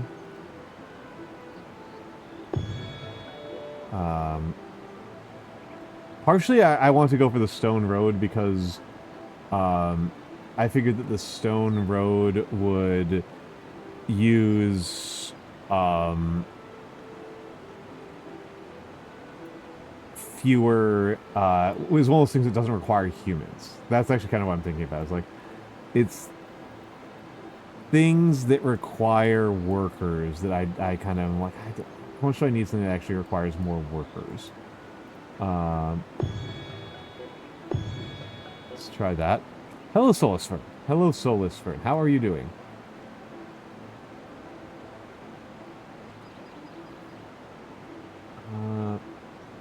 Interesting. Dams, spillways, fountains. So the bath reservoir is required for the cold pool, but it's not connected. So that's like a little bit of a graphical glitch right there. It's a minor graphical glitch.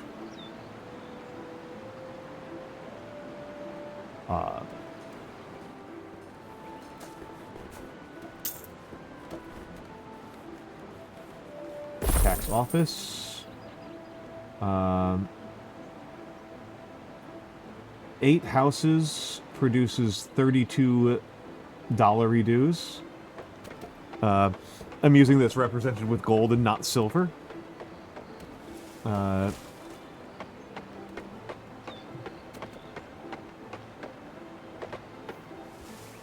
Estimated revenue per year, 32. Okay. Okay.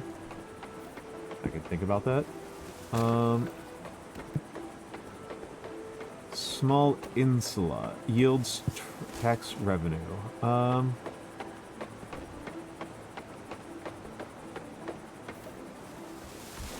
curious about this. Wait, hold on. No, don't do that. Don't do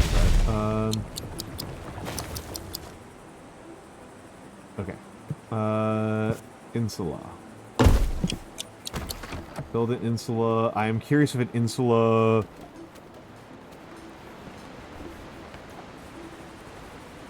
I think they're more efficient. The insula apparently produces taxes on its own.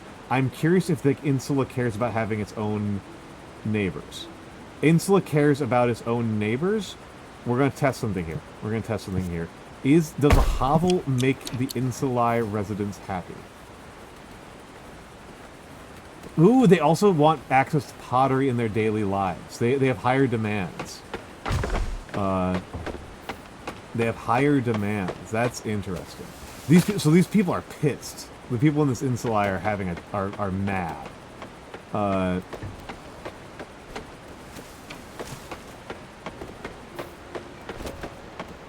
Okay, so a hovel doesn't count from their perspective. A hovel doesn't count from their perspective. That's fun. A hovel doesn't count from their perspective.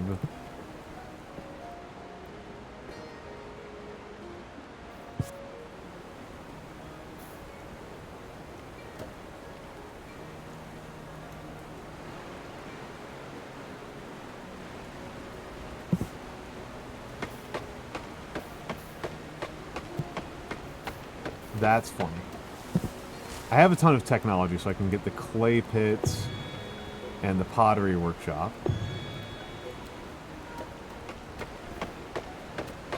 Thank you, Romar. Thank you, Romar. I like it. I like it quite a bit. Slap down an insulae. Yep, nobody wants to live with us. That's understandable. That's understandable. We haven't made this world particularly good. Okay.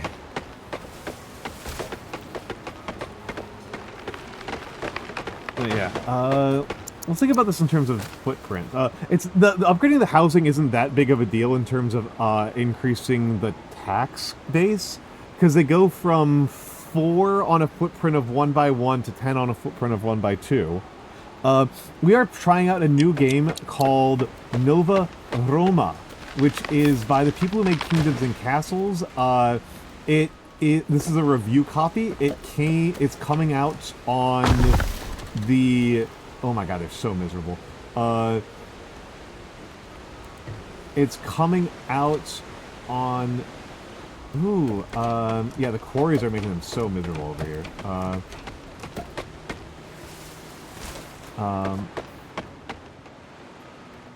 And I think this land over here is largely barren. Yeah, so I'm gonna build some clay pits over here.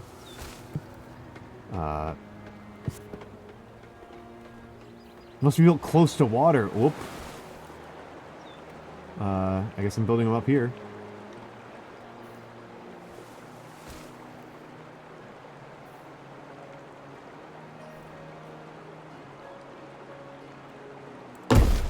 And a potter. So clay pit is 5 workers and a potter is 5 workers. And a hovel is 5 residents.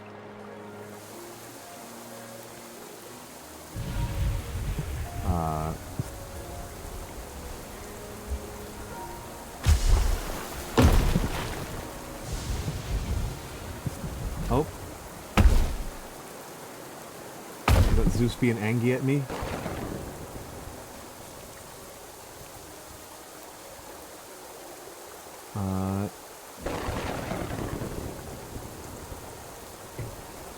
Oh, yeah, there's a well over here.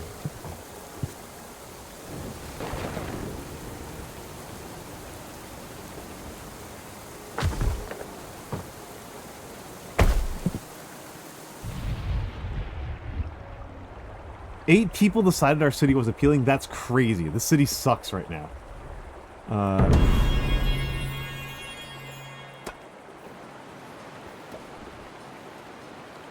Oh, rubble from a farm. Rebuild it. I'm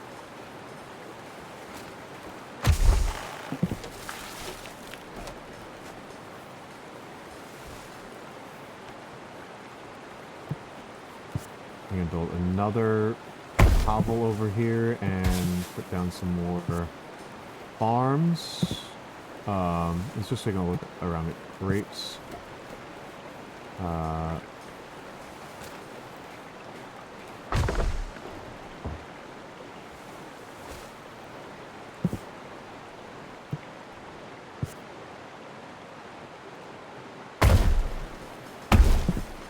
just do that.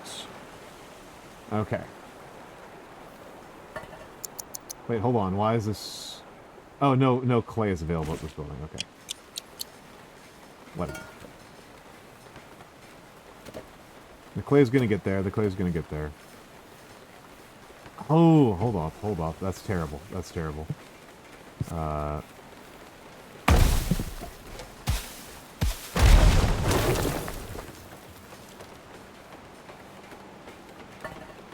Yeah, this thing needs... This function needs road access.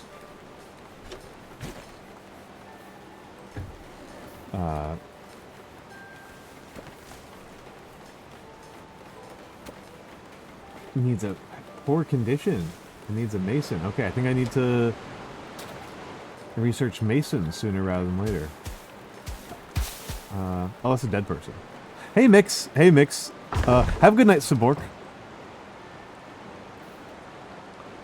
Mix UAV. It's going pretty good. You also think the clay pit is rotated the wrong way? Maybe. I'd be kind of annoyed about that. It does look like it's rotated the wrong way. Let's take a look at what happens to the workers. You are correct. You are correct. You are correct. I'm just going to rebuild that, because otherwise I'm going to go insane. Thank you. Thank you for that. There we go. There we go. Yeah, the entrance is in the back. Yep. Okay. Now we're getting some pottery. I feel like I haven't hit... I've hit, like, one part of the gimmick of the game, but not, like, the big gimmick of the game. Which is the warfare element of it. I have hit the minor gimmick of the game, which is the gods. I have to appease the gods.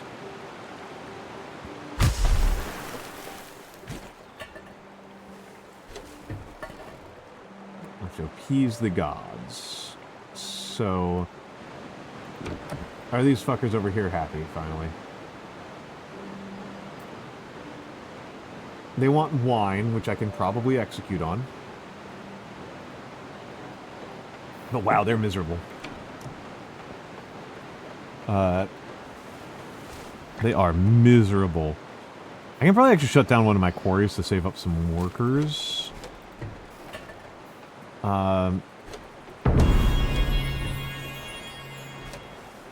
Yeah, these fuckers over here are really dragging up my, my happiness.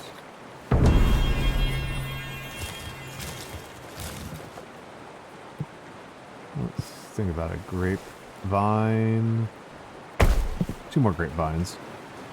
Yeah, I stay on 260 stone now anyway. Let me take a look at my jobs. Let's see where I'm lacking. Oh, charcoal. Charcoal's lacking. So yeah, I'll close that one.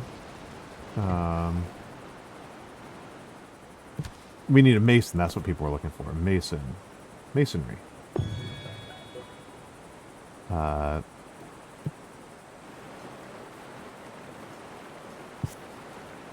Okay, the mason's got a pretty generous spread. 9 visit, only 6 decide to stay. That's understandable. That's understandable. It's not actually very nice over here. City is full again.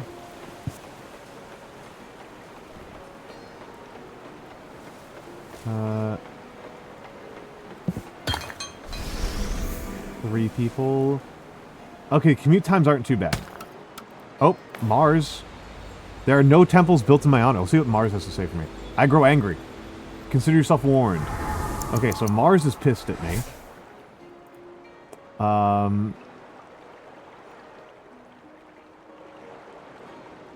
Mars is pissed at me. I guess I'm making him a temple. How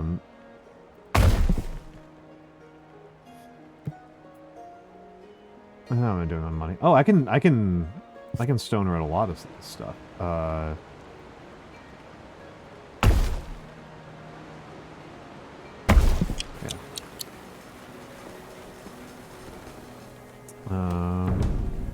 Yeah, I guess we make one for Mars. Which I was just psychic against giant robot as a bomb. That is kind of, yeah, that's kind of how they've made the gods seem. Consult the gods. Yeah. Where's Mars? Hold on a second. Let me take a look here. Oh, it doesn't actually tell me that he's displeased here. You could have victory without me? It's good you reconsidered.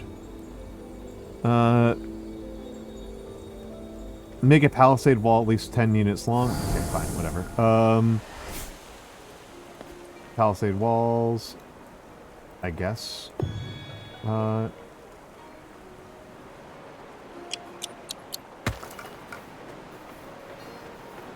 think that's less important to me than getting a winery running.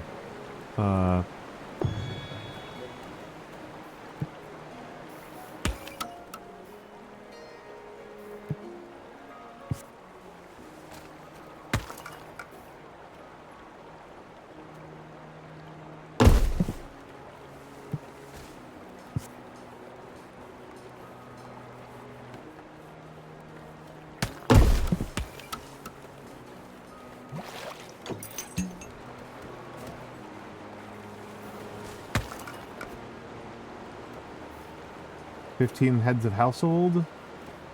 Yeah, I gotta move the charcoal up a little bit. Charcoal, I'm putting charcoal above quarry.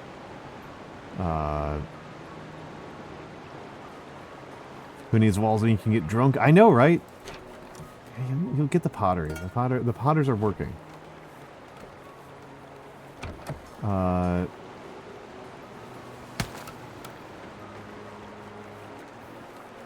Yeah, you're not getting your neighbors for a minute.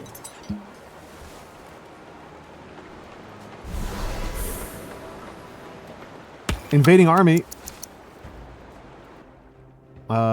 Oof. Okay, invading army is on the way. Let's see. Okay, now I guess I gotta freak out. Now I guess it's time to freak out. Oh crap. I am out of technology. Vulcan, bail me out.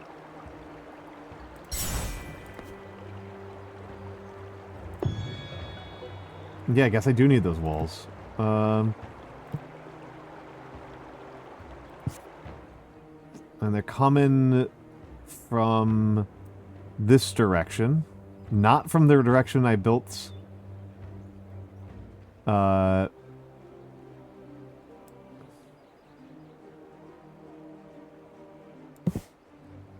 from the direction I built, right? Okay, hold on. So it's an infrastructure, military.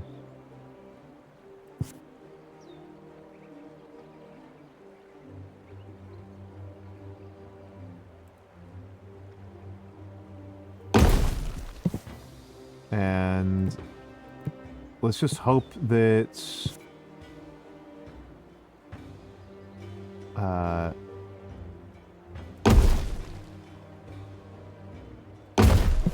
two guard towers like that is enough.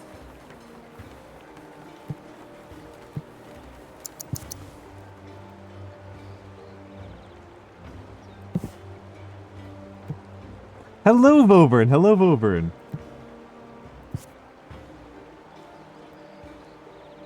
How are you doing, my friend? Okay, now I'm out of wood.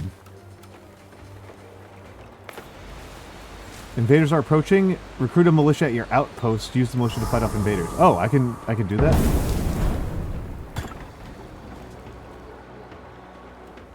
Costs 32 people.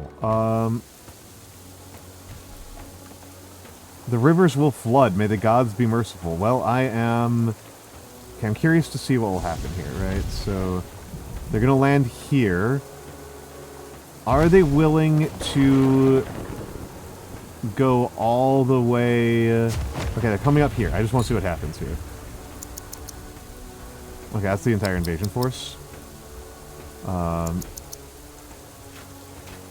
Let's see. So they're getting shot at.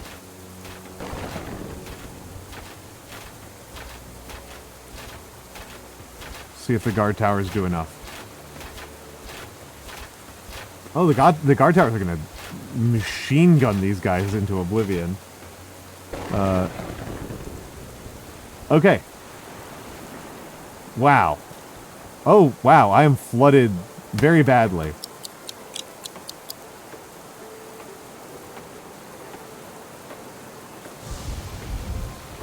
Okay, Vulcan just wants some money. I can give him that in a minute, but let's... There are no temples built in my honor. I grow angry. Consider yourself warned. Thanks, bud. Thanks, bud. Immigrants are coming.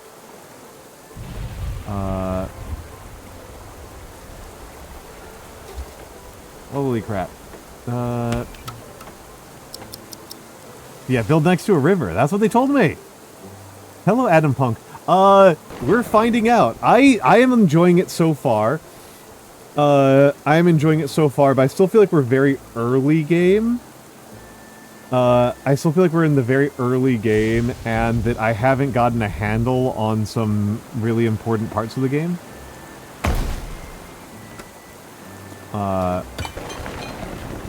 I'm currently having the trouble of, my...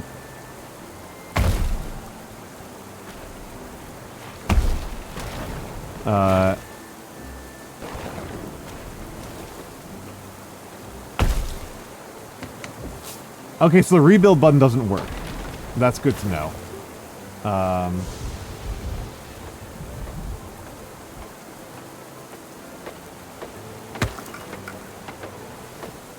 I'm going to test it out again after the flooding clears, but it looks like the rebuild button might not work.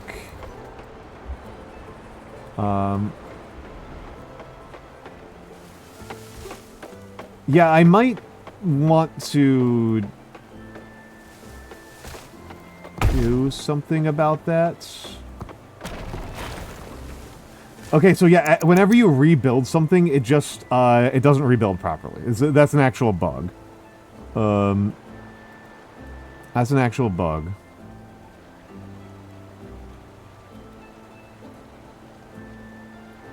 Oh, okay, yeah, they need a forum. 10 citizens' lives are too dull. They need some food counters.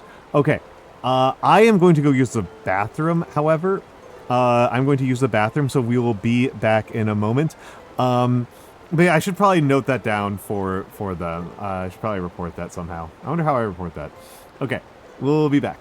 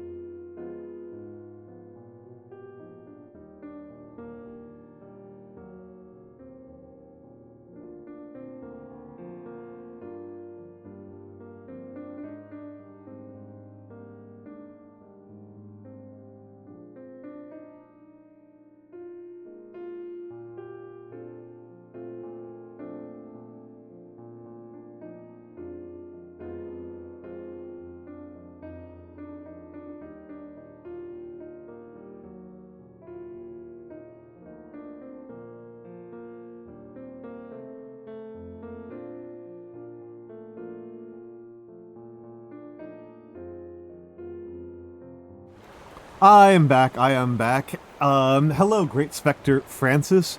Internet keeps kicking out. I am sorry. I am sorry. Okay, so how does this work? Can I just build over? So water supply. Cannot build on water. Okay, that's... Oh, is that what's happening here? It's like you can't build on water. Let's see... Yeah, the dead are not being properly taken care of. How much... Okay, I'm out of research. Mars's is easy. Mars has an easy one for me. Infrastructure, military, palisade wall. It's at least 10 long. 1, 2, 3, 4, 5, 6, 7, 8, 9, 10. Ha! Can't actually do that. I don't have any wood anyway. Okay. Don't have any wood anyway. And hello, Mara. Hello, Mara. You heard Mars. Not Mara. Mars.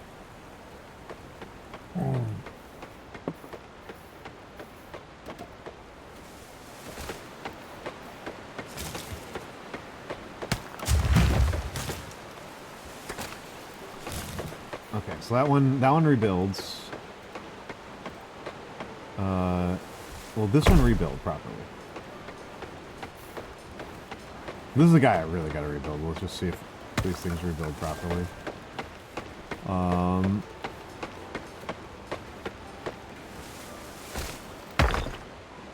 Okay. Okay, so some of these things can rebuild properly. Okay. It was the flooding that was causing a problem. Okay, there's an interaction with the... Okay. Easily deceased are not being shown a respectful burial. Yes, I get that. I get that. But how do I make a graveyard? Do I really have to research like a graveyard? Food counter.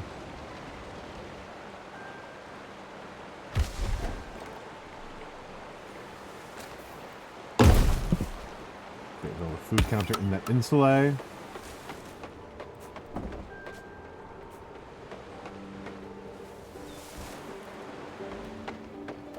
Four visited and 9 stayed. Okay.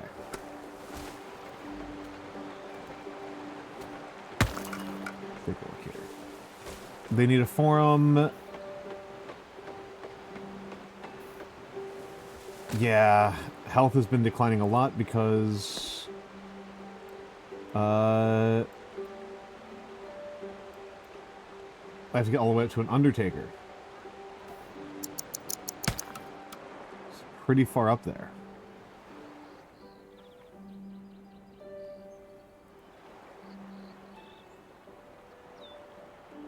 And we need another forester. That's what I'm getting out of this, is that I need another forester. Okay, yeah, Zeus is displeased, and so he's making my life a lot harder.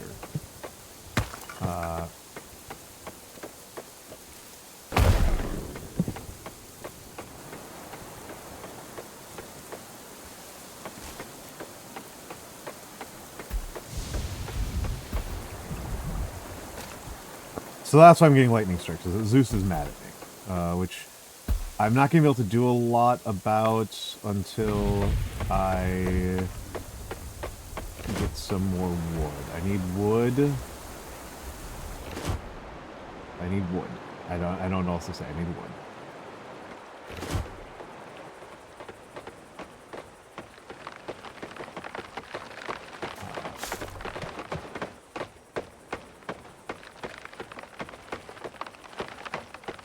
Okay, good. And a...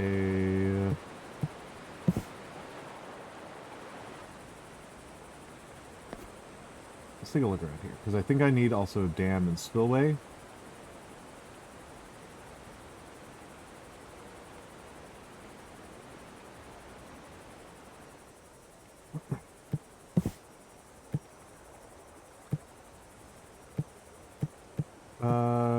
Religiously, I feel like the proper place to put a temple to Zeus, to Jupiter, is basically like as high as possible. But I also know that that's actually, I think that's actually kind of mechanically bad.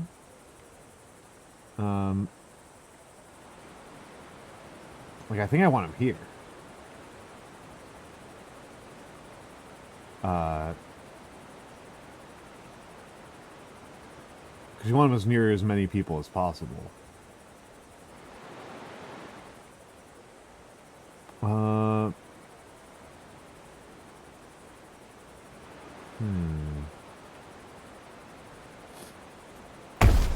Let's put Jupiter there.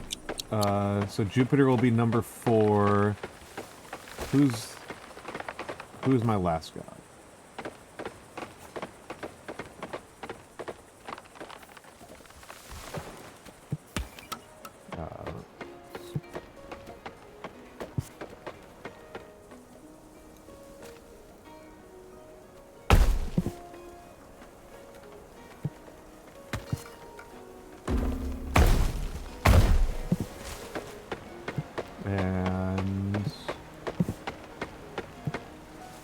Entertainments.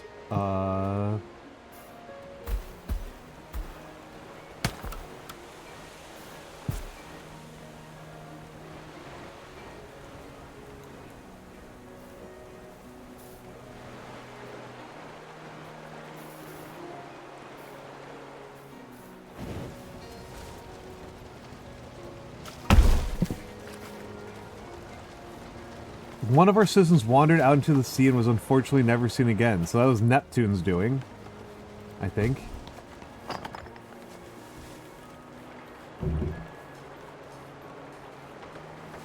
Oh, I'm out of money, so I can't pay my soldier. I can't pay for my guard towers. That's funny. Oh, hey, I actually have enough that I feel comfortable making an offering to Ceres.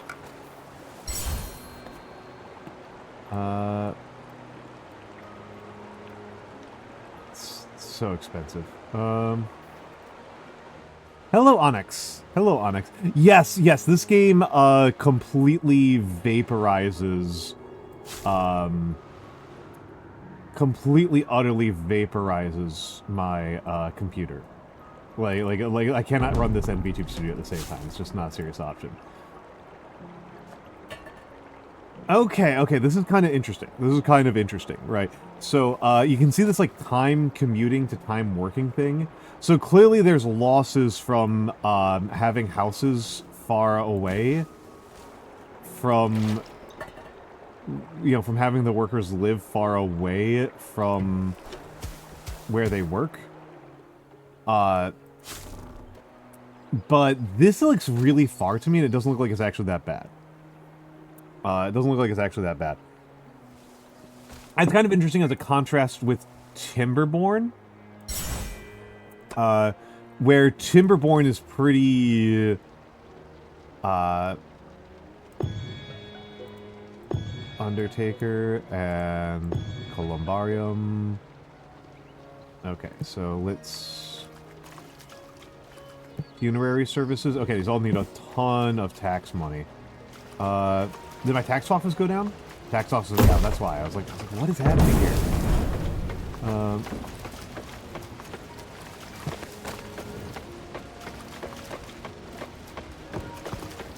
Alright, hold on. Let's consult the gods.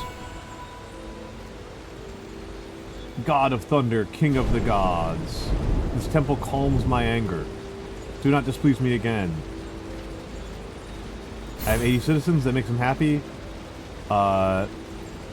And 3 happiness and a 5 power radius. I will take that. I will take that.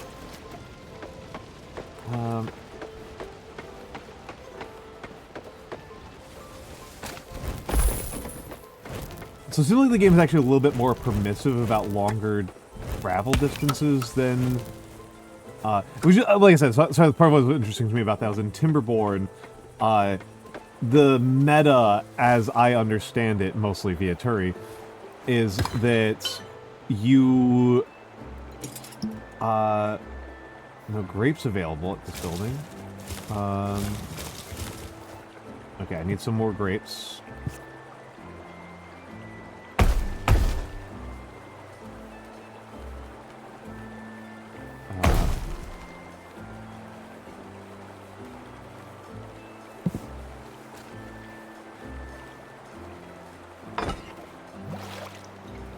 Wonder if I need another insulae. I think I'll build another insulae here.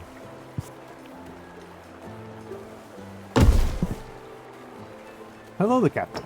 Hello, the captain.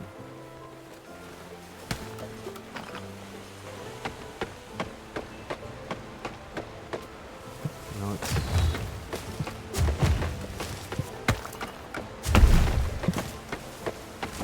a little forum tile here.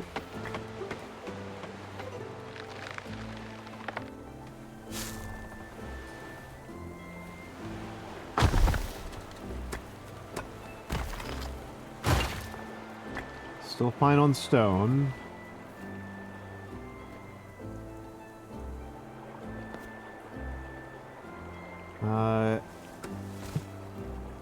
Okay, wealth is catching up. It'll take a minute.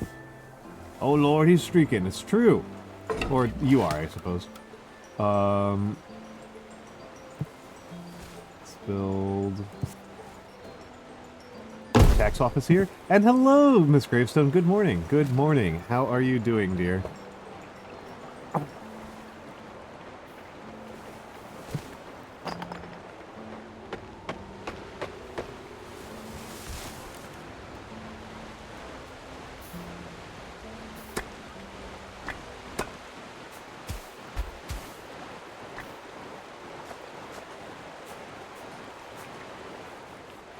Good, how are you? I did get sleep. I did get sleep.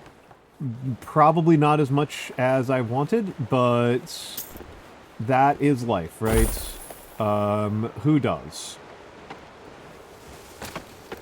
Who does? Okay, so this game has an interesting set of layout issues. During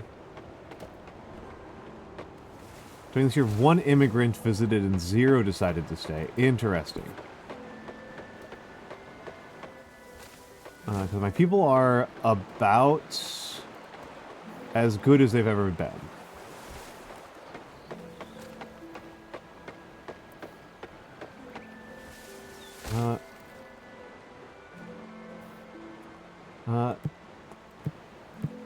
My sleep has actually not been too bad lately.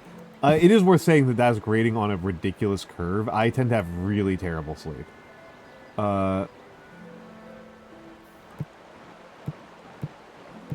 Like when I say that my sleep is fine, that's probably not that impressive.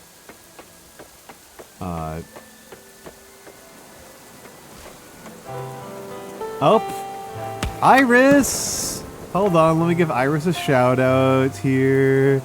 Iris, 67 blood blights have been dropped off here at Iris Vallad.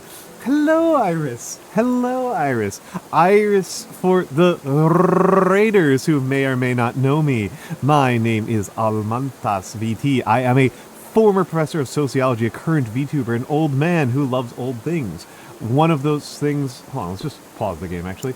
One of those things that I love is ancient Rome and ancient history. And we are playing right now a game that's... just ended its review embargo this morning, Nova Roma. It is a... well, you can see what it's about, right? You can see what it is about.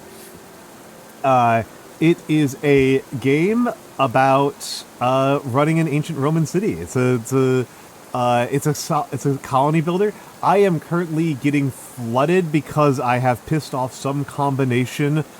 I'm pretty sure Neptune. I'm pretty sure Neptune is mad at me. I'm pretty sure Neptune's mad at me. This is not a joke. This is a literal game mechanic. For my people, Iris is a dear friend. She's a sussy little vampire who absolutely loves the Yakuza series. And she was on my stream a while ago for one of my favorite streams I have ever done, a real top-tier stream. Iris and I discussed the Epic of Gilgamesh on this channel, because Iris is incredibly based and cool, so we discussed the Epic of Gilgamesh. And that is legitimately still one of my favorite streams that I've ever done. So thank you, Iris, for dropping off the blood bites. What were you up to? What were you up to? what did you do, Miss Valad? What did you do? If she went AFK immediately.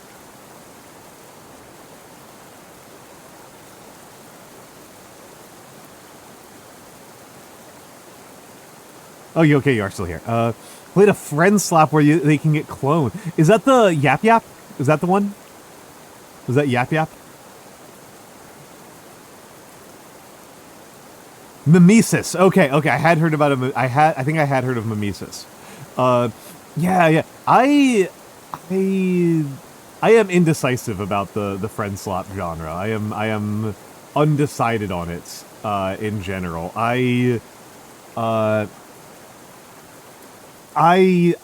didn't get as much out of a lot of them as I think I'm supposed to. I always feel like I'm like letting people down when I'm playing them. Okay, Jupiter and Vulcan just want a ton of money, and Ceres wants a ton of grapes, which is gonna be a minute because I am running hot on those farms. Yap Yap is real fun. Oh,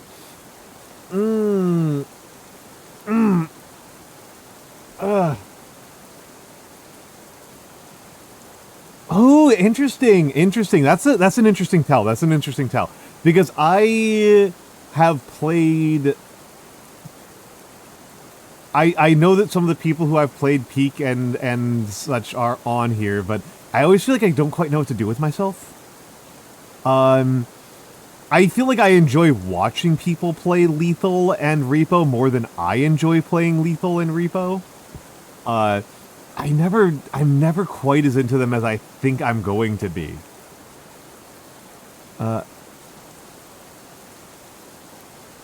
I played Peak, Lethal, Repo. Oh, okay, yeah. I kind of am Adam Punk, and it's... Well, I think in the case of Lethal in particular, Lethal is like a real outstanding one for me on this one. It's just a little bit understimulating.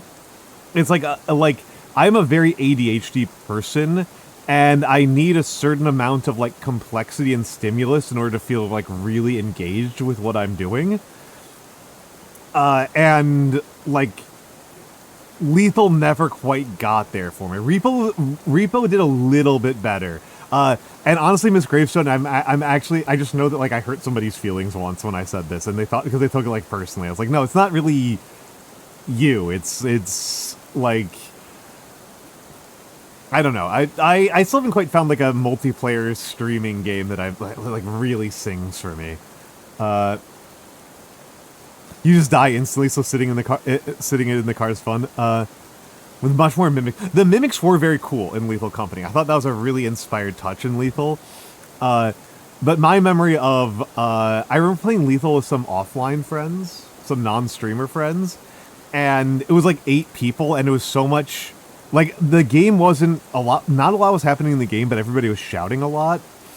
And so I got into this weird, like, overstimulated and understimulated mental space where I just tried to see how fast I could get myself killed and then read a book. And I think, like, at least one person, like, seemed to think that that's what I was doing. And so was, like, trying to, like, figure out how I was dying, and so I was trying to figure out how to die in such a way that the person wouldn't notice.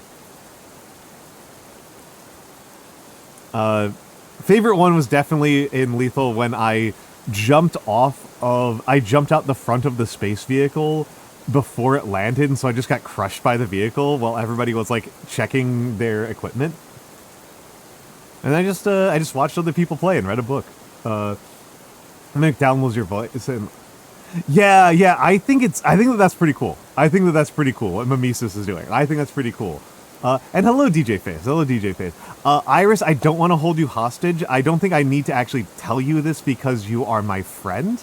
And, you know, you are not a person who happens to be watching. You are a person I am friends with, so I think you understand this. And I also don't think that you are a person who dies of politeness. Yeah, I'm not holding you at gunpoint. I'm not holding Iris at gunpoint or any of the raiders. If a lot of you need to raid and run, please feel free to do so. if you want to stick around, we are playing a, like I said, we are playing a city builder styled on ancient Rome. We are playing a city builder styled on ancient Rome. Miss Gravestone, it is, so like the multiplayer games that I tend to play are Helldivers, and are co-op action games like Helldivers that I love to death, right? I love games like Helldivers to death. I just don't think they suit my streaming qualities very well. But I love Lethal. Not Lethal. I love Helldivers. I love games like Helldivers, and I love Spirit Island, and Infinity. If you can figure out how to apply what I have said to fighting me in Infinity, I will be genuinely really impressed. I will be like really impressed if you can figure out how to make that work. All right. We got to get some funerary services. Oh, we don't make enough money for funerary services. Okay. Okay.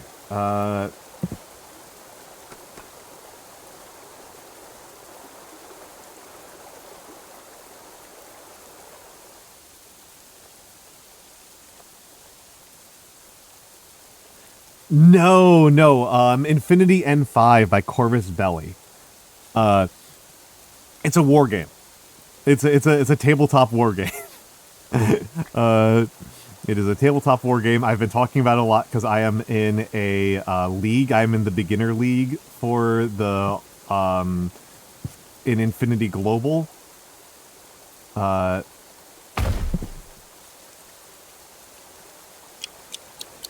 let's put down a well and 2 hovels. 2 hovels is 10 people, if I recall correctly. Because this is driving me nuts here.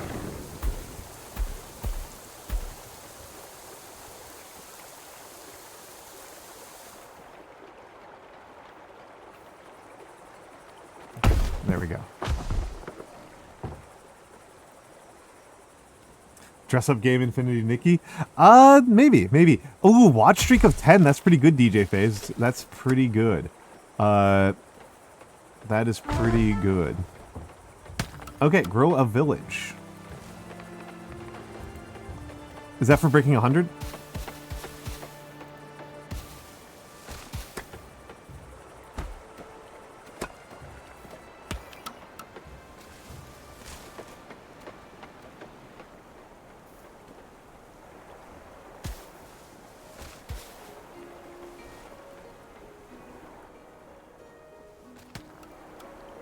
Let me take a look at the gods. Let me consult with the gods, because Neptune's mad at me.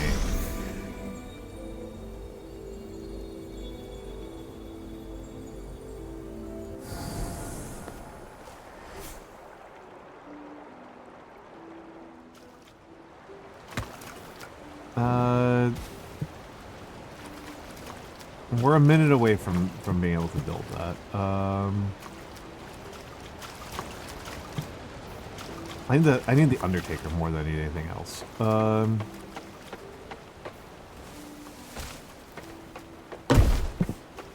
Fire has claimed a hovel. Okay, that's not a big deal.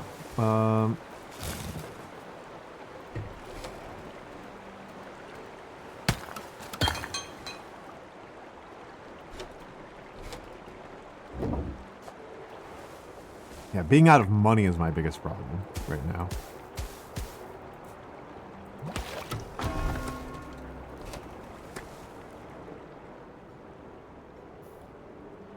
Iris has claimed a hovel. That's pretty funny. That's pretty funny. Yeah, all that good VTuber money, right? All that good VTuber money gets you to afford a hovel.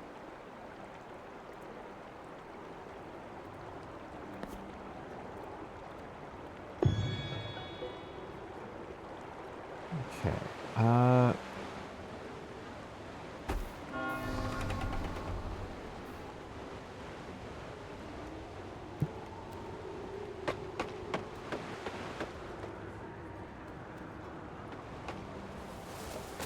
yeah, wait, we're making money, yeah.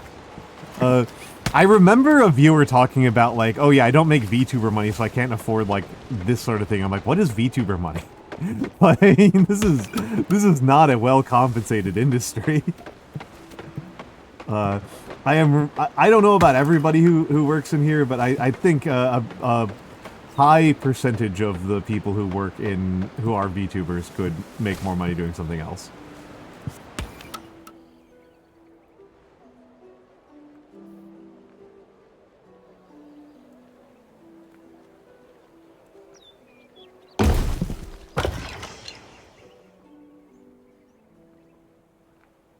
This is true. This is true. Do you even have an OnlyFans, or do you just, is that just something like is that just because Bravest Little Toaster is a total freak?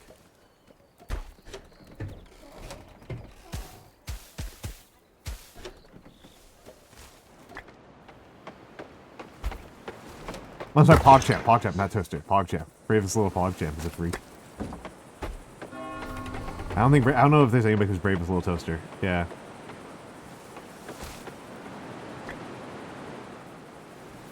Yeah, he's crazy. I keep on thinking, Iris, about the time that you pointed out that you are one of the most, like,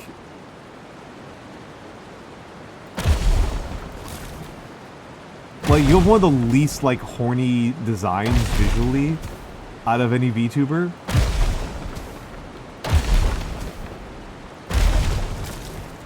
That's a problem I didn't think I'd have to worry about. Yeah, exactly. Like yeah.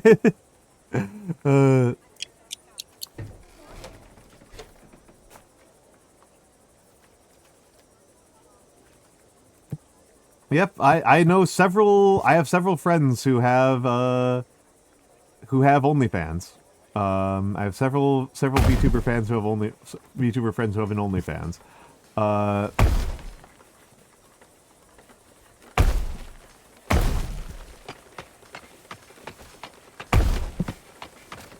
Which is mildly funny insofar as, like,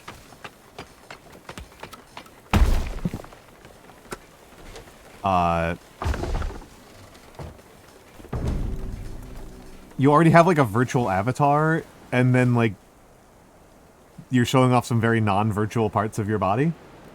I think that's kind of funny.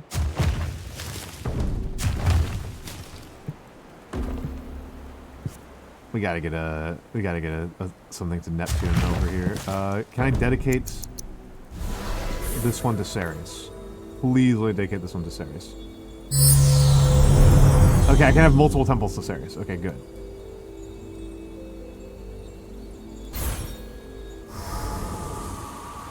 Okay, and then I'm gonna...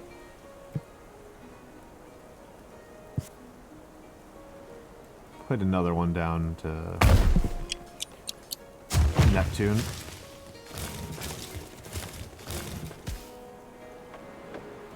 Please, Neptune, calm down.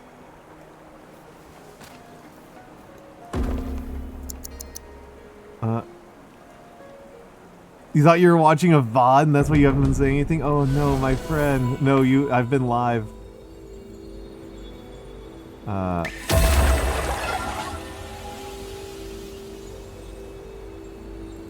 Okay, he needs a fishing hut, which is not happening for a minute.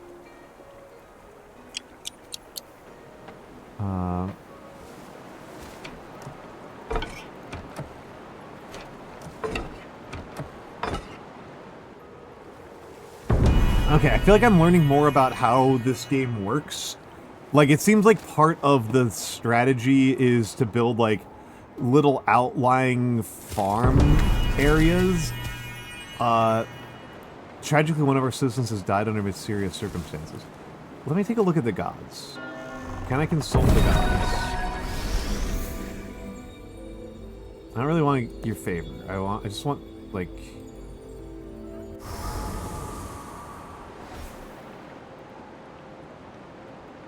a palisade wall, at least 10 units.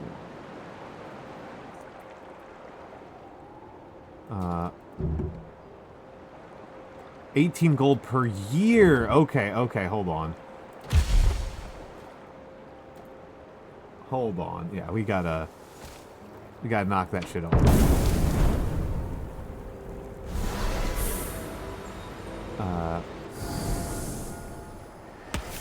18 per year for that guard tower.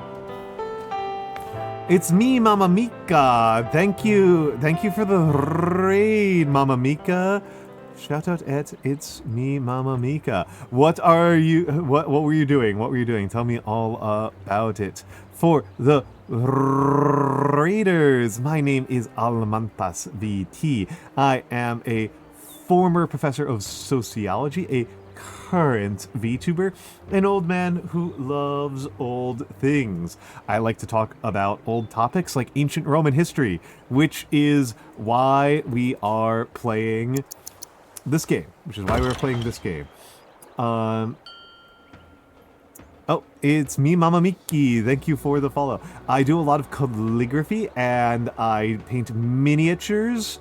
And I am here. I am playing a game that just left review embargo this morning. So I am seeing how it works.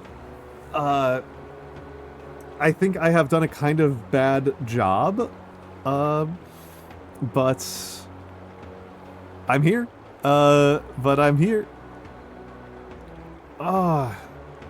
Cracking my back a little bit. But yes, what were you up to? Also, hello Inu Ame, and hello Tokyo X Cat, and hello Scarlet X Succubus. Hello. Yes, also, yeah, on Thursday I'll be painting a Roman miniature. I have a lot of Roman minis to paint. I have many minis to paint. They have 2 ships this time. I'm going to actually raise the militia.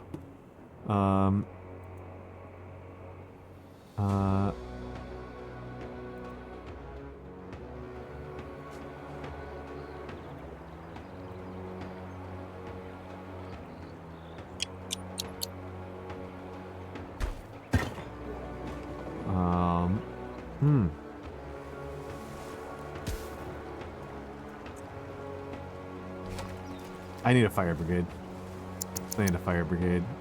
You know what?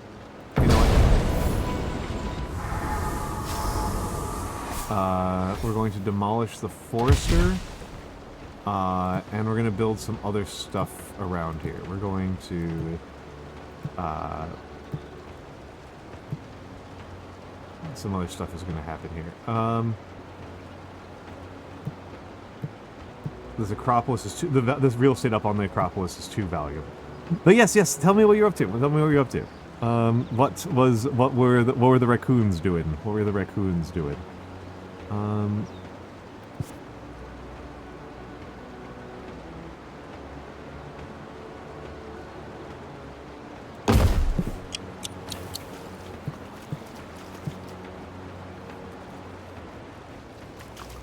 Is it possible to bribe the gods and piss them off? Yes, that is what I've been doing.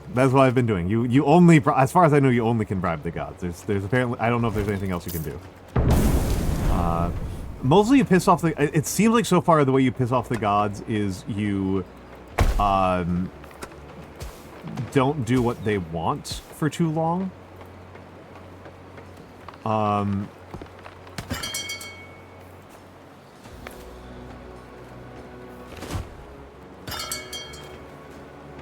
Yeah, you sacrifice to bribe them. I mean, currently Vulcan and Jupiter literally just want me to send money. That's currently where they are at, is that they currently just want me to send money. Okay, so this unit is going up here. Let's recruit the militia. Oh, the militia takes time to recruit. Okay. I might be in trouble.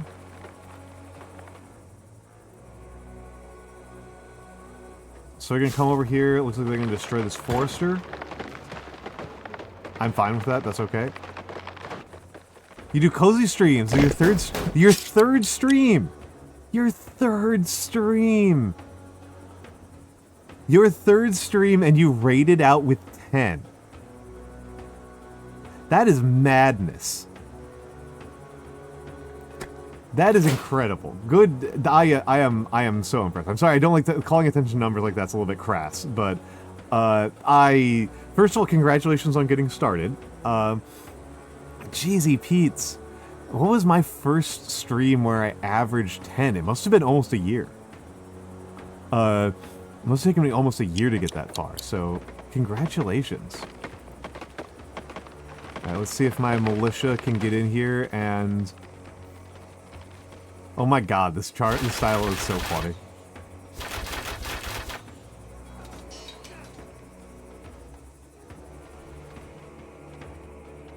If you guys burn down the Temple to Mars, that'll be so funny. Okay, they're attacking the Temple to Mars.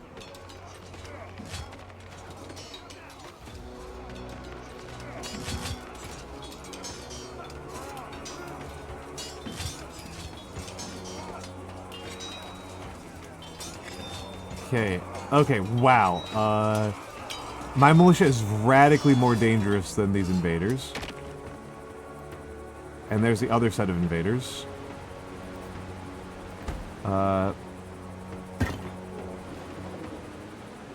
No, governor has been pointed. There's a governor thing. Okay.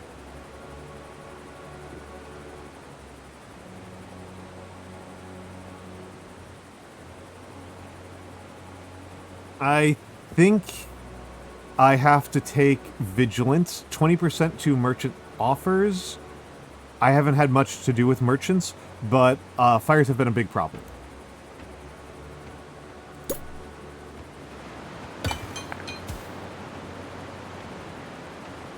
Fires have been a really big problem. I'm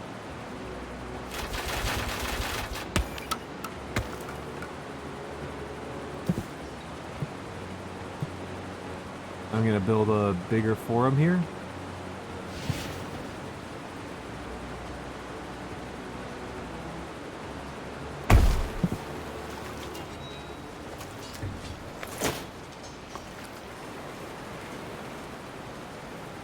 Alright, disband, go home, get to work.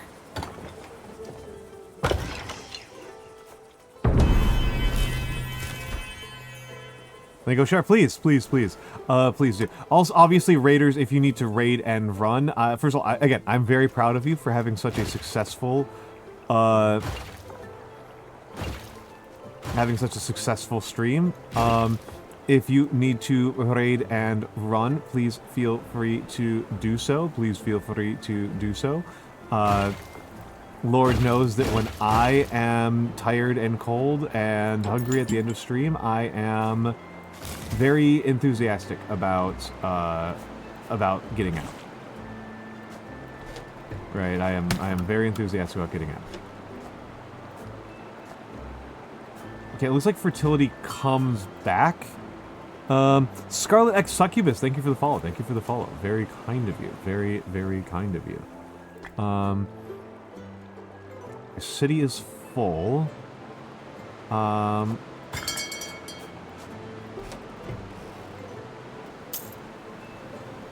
Let's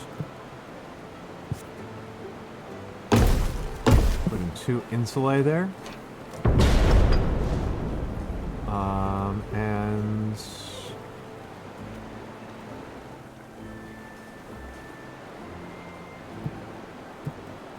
let's take a look at infrastructure.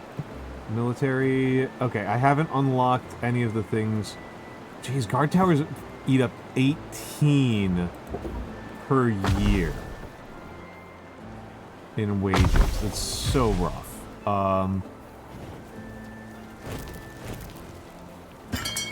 Fire Brigade, the Vigeles are sleeping on the job. I'm paying them 27 a year. Yeah, you need pottery. We'll make pottery. We can make pottery. We can make pottery. No, yeah, obviously it's Mama, it's me, Mama Miki. So I actually really love streaming, and I encourage people to, really encourage people to stream, right? I really encourage people to stream. My big encouragement is that if you are thinking about streaming, you don't need to do as much prep as you think. That's kind of like my big hot take, is like, you don't need to do actually all that much prep, and you should instead focus on just getting out the door and getting things done. That is more valuable than spending a lot of time on prep and getting ready. Just get out there and do it. That's kind of my biggest advice. And so you've already gotten out there and you've already been doing it, right? That's what I say.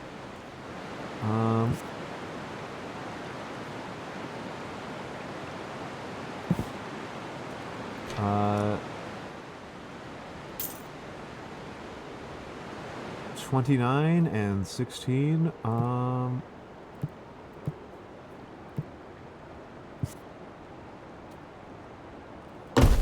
Shop in there. They want a theater. They want a theater. 42 trending towards 51. Okay.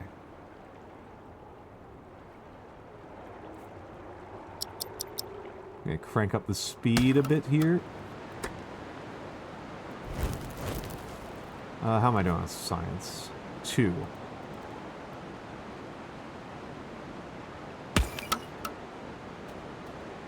Yeah, my big obstacles.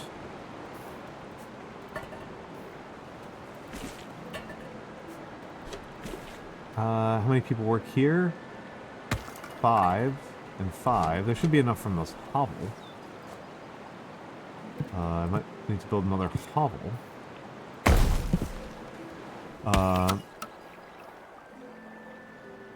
Oh, right, Itsy Bitsy Bones, please, please, please. I do not want people to miss work because they're here hanging out with me. That's intensely silly.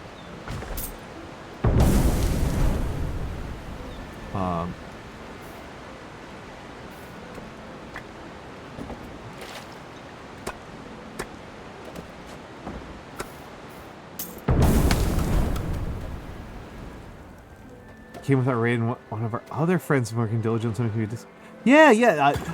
Oh man, it took me so long to make a Discord server. When I first started, I didn't have a Discord server, and a lot of my logic there. I'm gonna shut this thing down. The winery. I need these grapes more than I need wine. My Discord server. I made my Discord server because one of my viewers wanted to share some photos with me, and couldn't because she didn't have a Twitter. So that was how I got started with that. That's how I got my Discord. I'm gonna give this to Vulcan because I'm looking at for Vulcan for guidance on what I should be doing. Where's Iron Mine? I actually really want a dam. A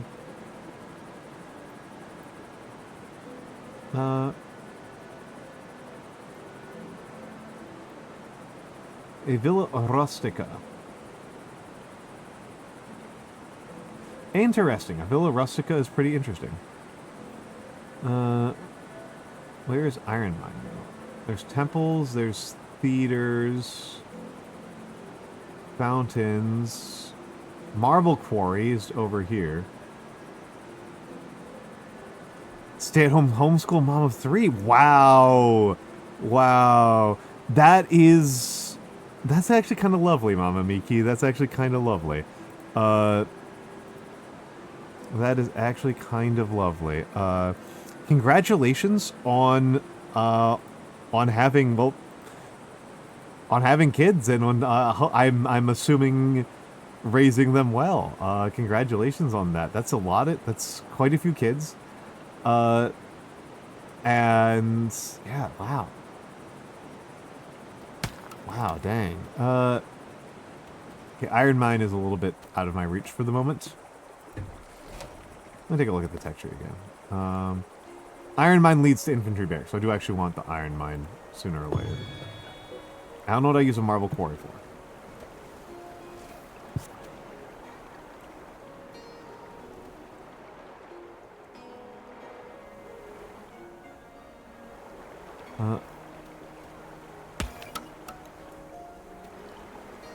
Oh no, yeah, it was. Cannot build on water.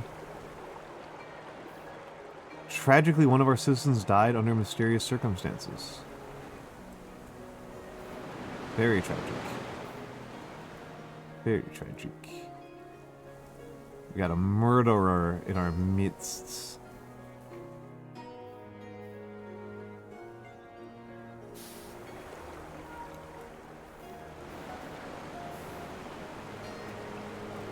Cannot build on water. Okay.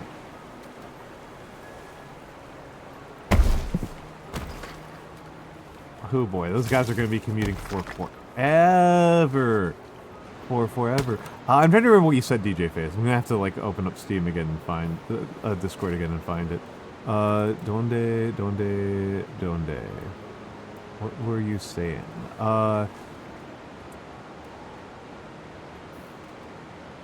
Oh, about the cold steel, about the cold iron and the Fae. Yeah. No. That's good. That's good. I mean, you got me and Wasteland Mad God who are like the old curmudgeons being like, you know. No, but it was good. It was good. That's actually fun. That is in fact fun. That is in fact fun to think about. I just never understood what cold iron was supposed to refer to. Cold roll didn't even occur to me. You guys are going to be commuting for forever. Yeah.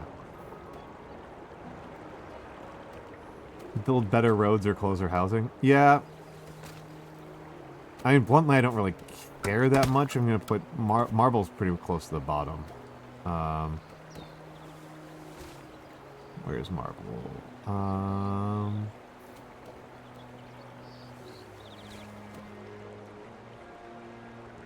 I guess... quarry workers. Oh, whoops.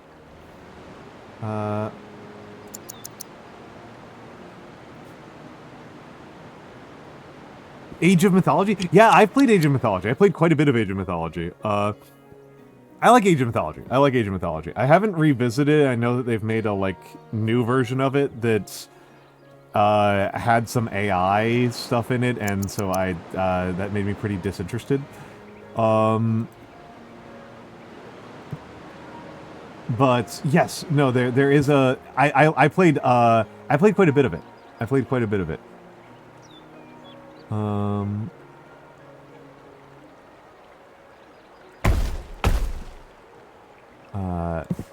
And let's... How much... I'm out of research. I need some more hovels here. And let's... build some road.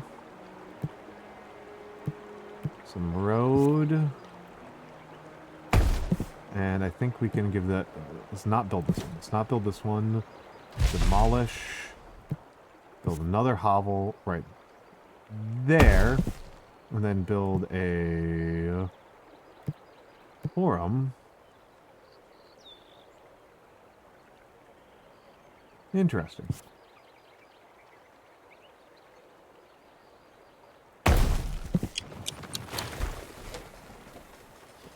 Okay, they're pretty high fire risk down here. Curmudgeon, yeah, we are. But yeah, I played. I remember playing Age of Mythology. I have pretty fond memories of it, and it's something. It did something that I talk about with some frequency. I think is kind of funny, which is that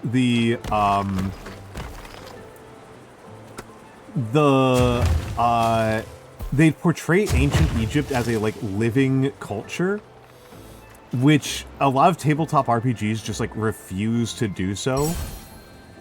Oh, make a form at least 4 tiles large. 135 population. I can deal with that. I can do that.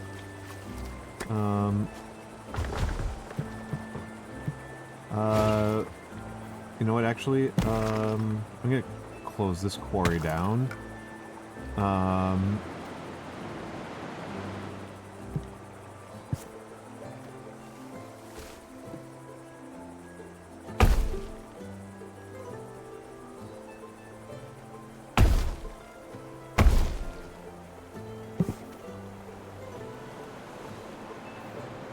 We're definitely having problems with getting grapes off the ground.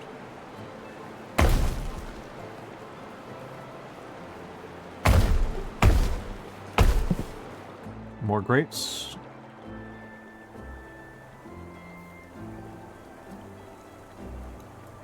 $135 citizens. I will hit that soon. Iron mine. Let's do the iron mine. Oh, there are some things more in here.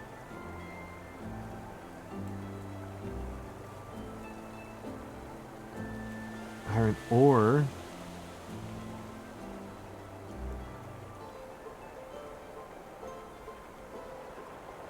Okay, interesting.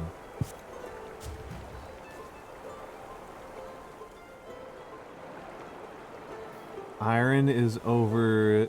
There's some iron over here. And there's some iron over here, and some iron over here. This is probably the more intelligent place to do some iron mining if I can do it, which I can't.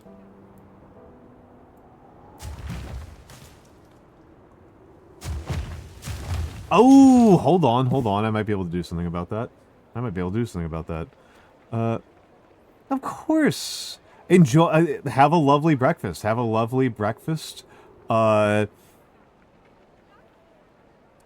Please. No, I appreciate you showing up here. I appreciate you sharing your community with me. And I'm glad that you have started on something that I think is lovely. Actually, we have one bakery. Okay, I got 14 science. I gotta build a dam. I gotta see how this works.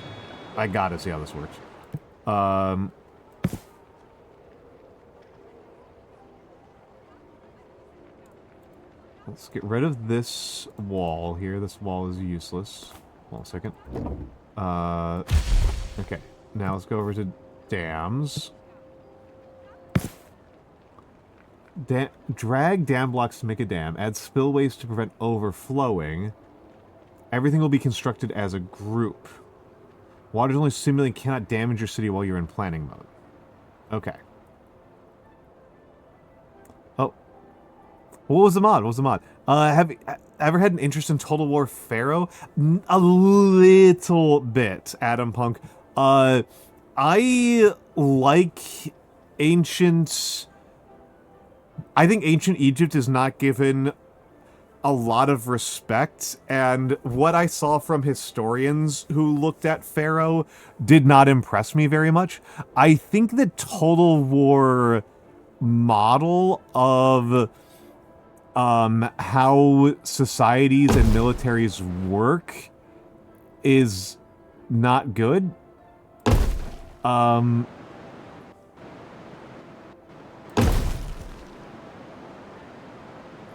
I don't want to be too mean about it, but I think it's a pretty foundational weakness.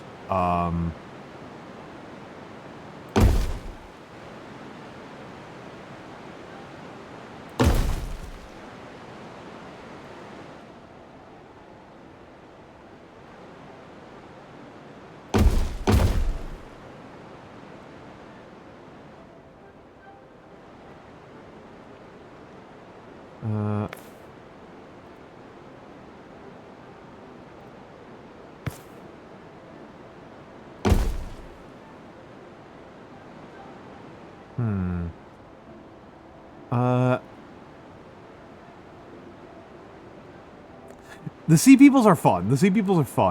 As a hypothesis. For people who aren't familiar with this, the Sea People are... So, the Late Bronze Age collapse was a really, really major event in our history. In our history as a species. I'm now distracted from the game. The Late Bronze Age collapse is... in the... I think this is a bad plan that I'm doing right now, by the way, just kind of an aside. So around 1200, the several major Bronze Age civilizations imploded in very quick order. And it depends a little bit on which one you're looking at to see how it goes down. So, the Mycenaeans completely implode. The Mycenaeans, who became the Greek, ultimately just completely imploded. After the Mycenaeans in the Mycenaeans in Greece completely imploded and ceased to function. The Minoans, who had been really on the back foot for a very long time, dwindled even further down. The Hittites, who are one of the superpowers of the era, completely evaporated.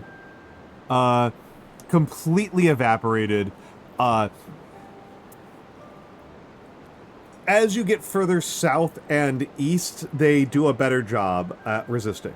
So all the way down into Canaan, that's the modern Palestine, we see a lot of small city-states getting wiped out, but in Egypt, the Ramessids drove off an invasion by a group of 12, a confederacy of 12 tribes that generally goes down in history known as the Sea Peoples. The Sea Peoples, the general hypothesis here is that the Sea Peoples were a migratory, militarized population that... I mean, they killed a bunch of people, right? They were a migratory militarized population. What is most likely to have happened is that I'm stretching my back. Oh, this is a nice thing about being about being on PNG. I can just move the microphone. It's very easy. So there was a hypothesis for a long time. Well, maybe. I mean, Genghis Khan is unusually radically successful in a way that functionally nobody else in the history of the planet has ever been. So anything comparing anybody to him always feels weird. The closest... We've had a couple of people who were Genghis Khan level successful, but it's very few.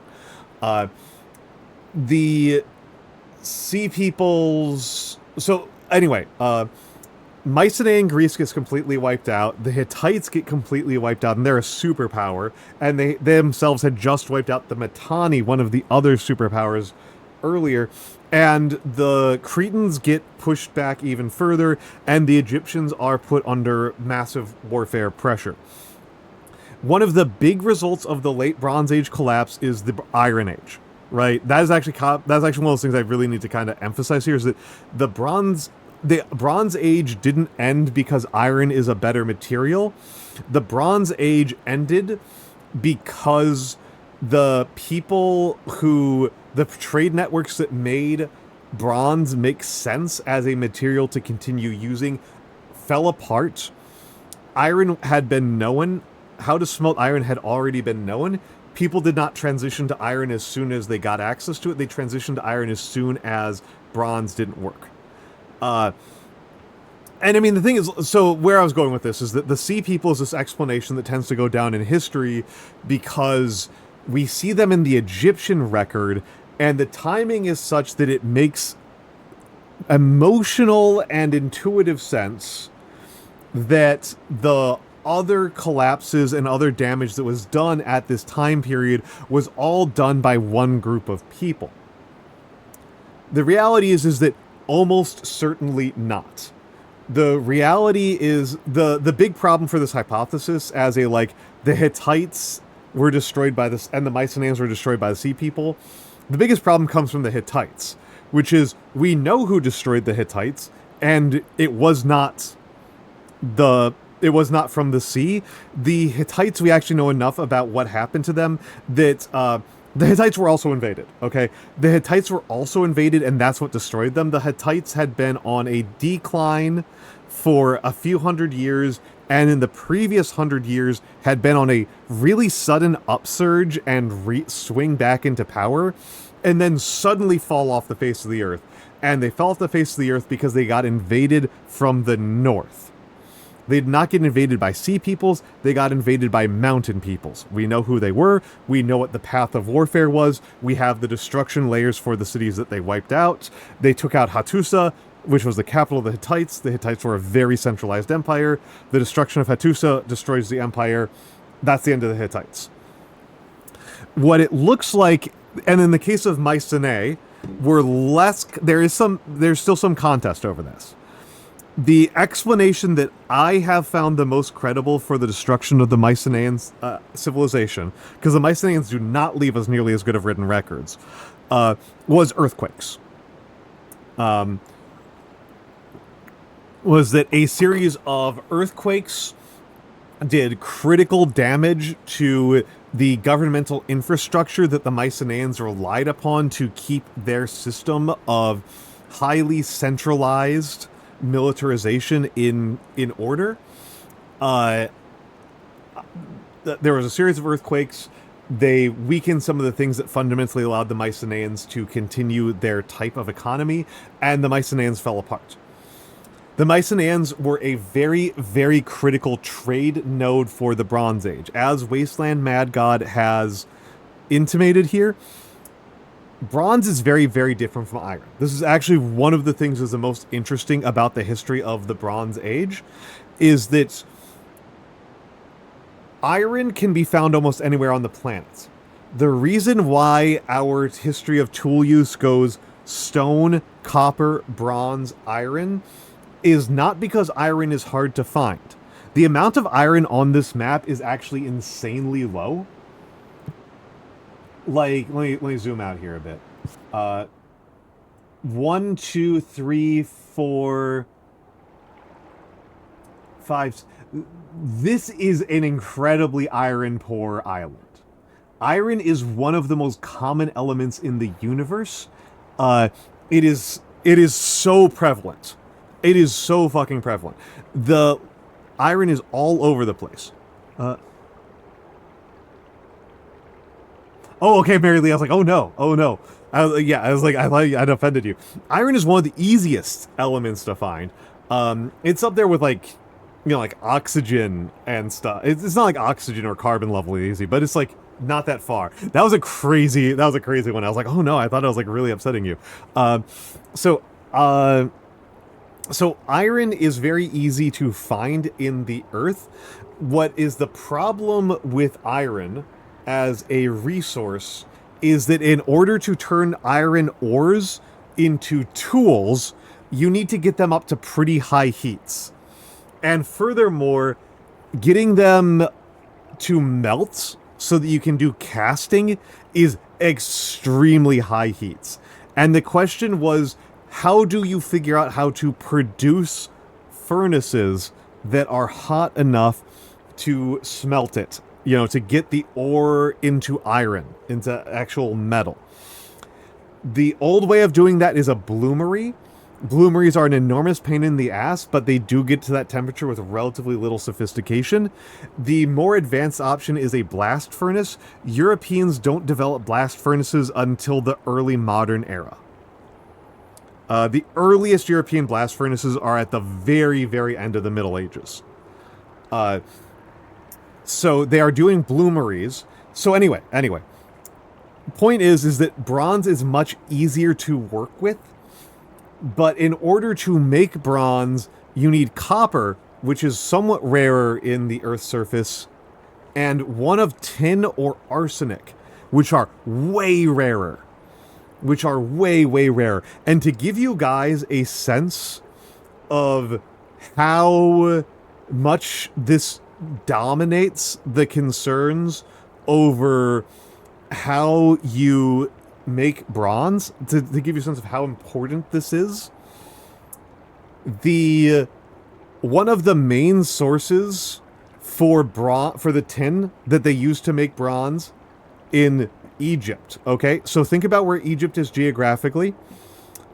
One of the main sources of tin that they used for the Bronze Age for literally thousands of years was Cornwall.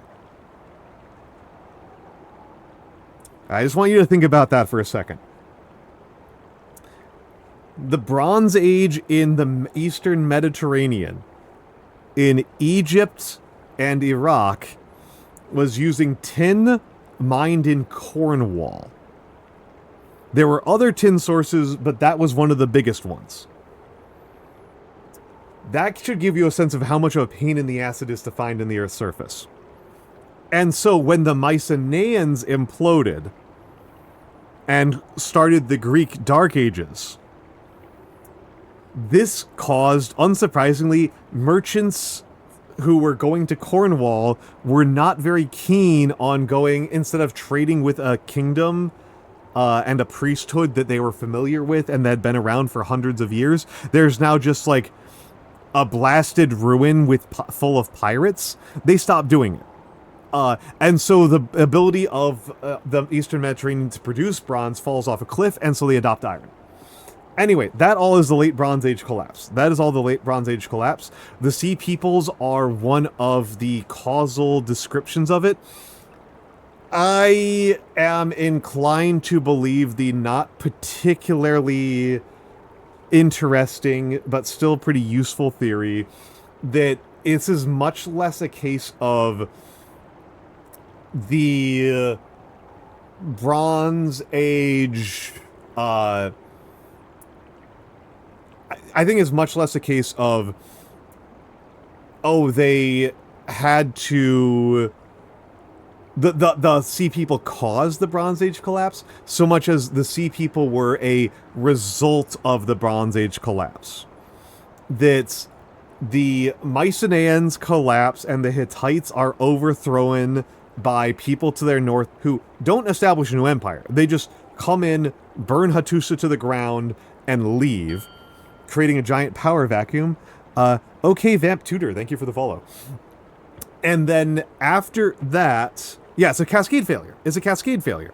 And then as a result of this giant failure of the economic system, a lot of people become refugees.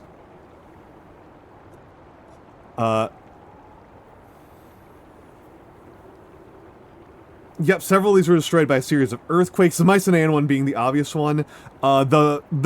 Canaan gets... A lot of the Canaanite cities get burned down in this process. Taking a big stretch. Okay.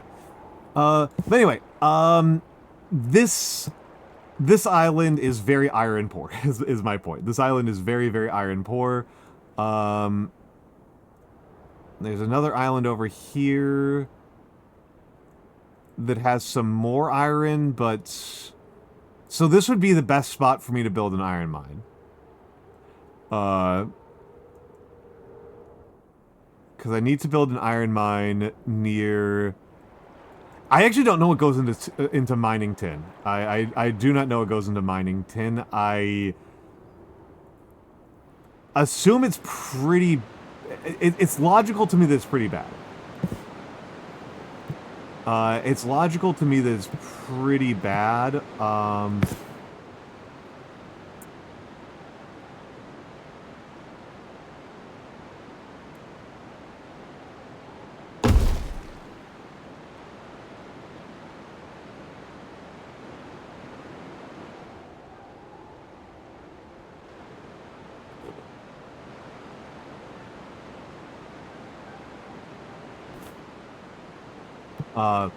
A lot of precious metals are really miserable to mine. Gold is like an absolute nightmare.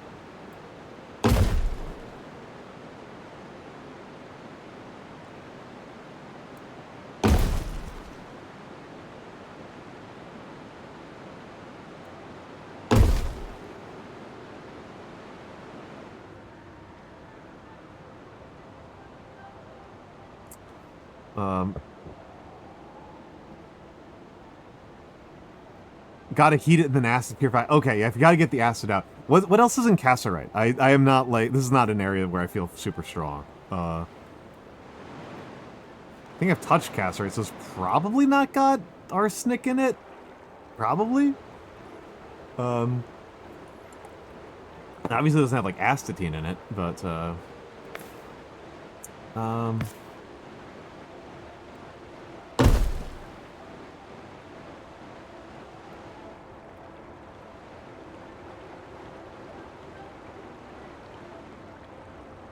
Might actually do this.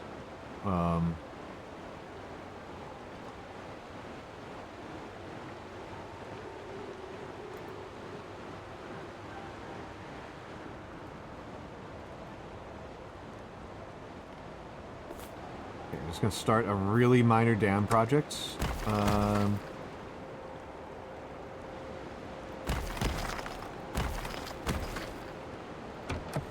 So these guys care about this mine that's inactive. Stone core that's inactive, they do not.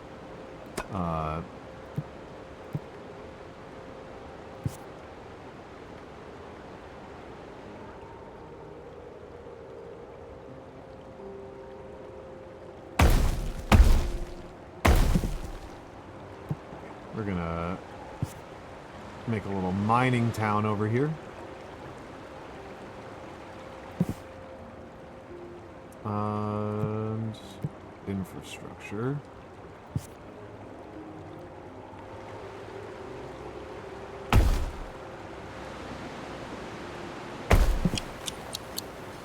Okay, let's just get the stuff building.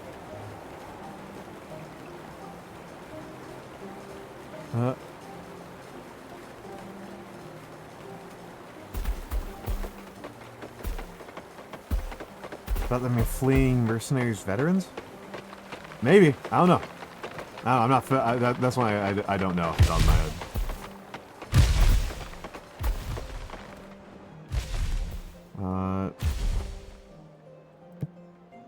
You know what?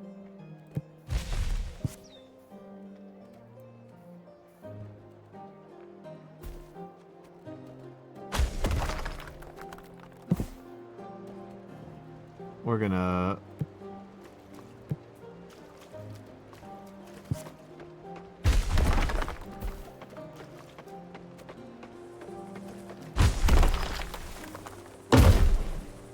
We're gonna make some more palisade walls.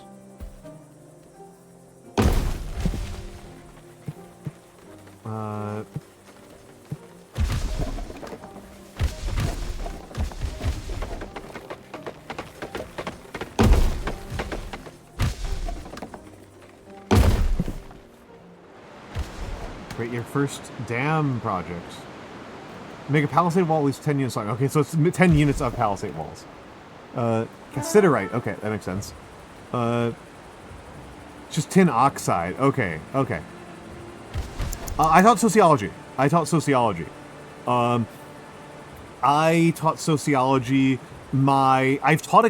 was able to teach a couple of other courses and types of courses over my lifespan. Which I was pretty fortunate to be able to have those skills.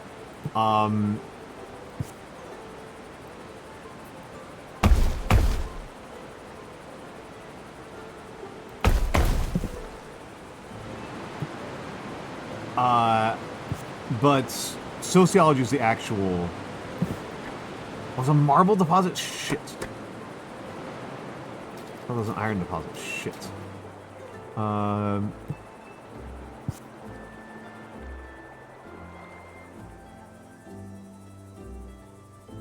Merda.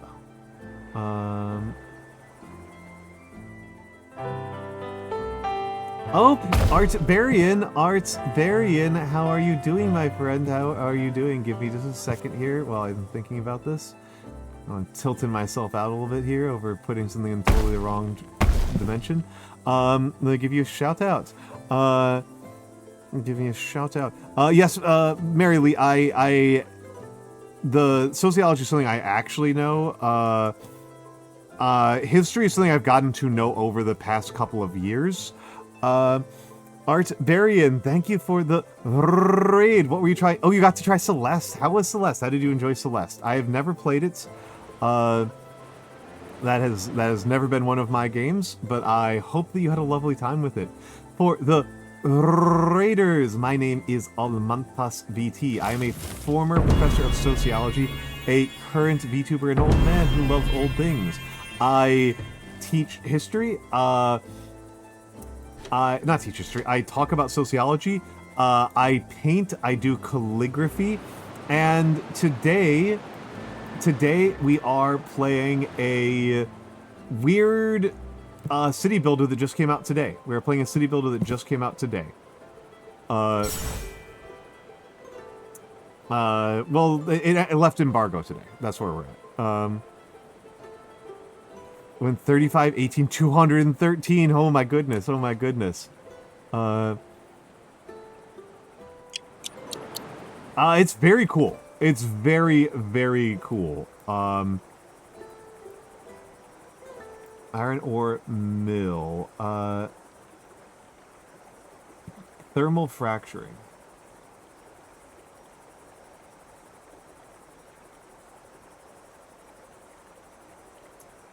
Tempting. Mars just wants a bunch of money. Hoobs la bloobs. Hello. Yeah, the graphics are really cute. Mechanically, it's a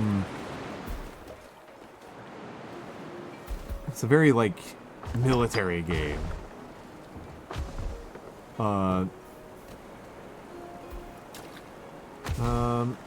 You know what?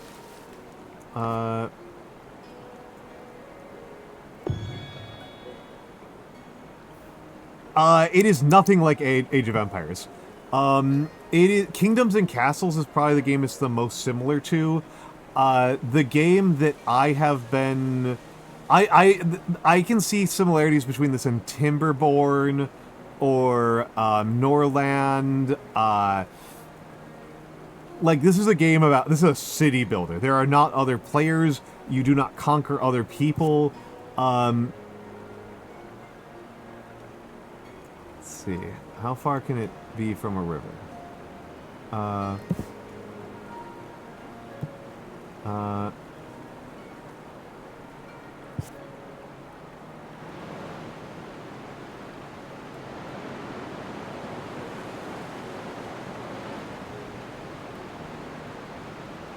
Curious about this. Must be connected to a river.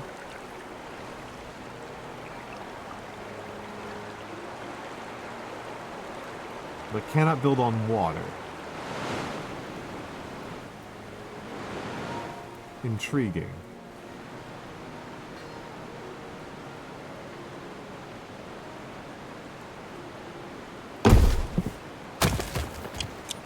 Curious if this will work.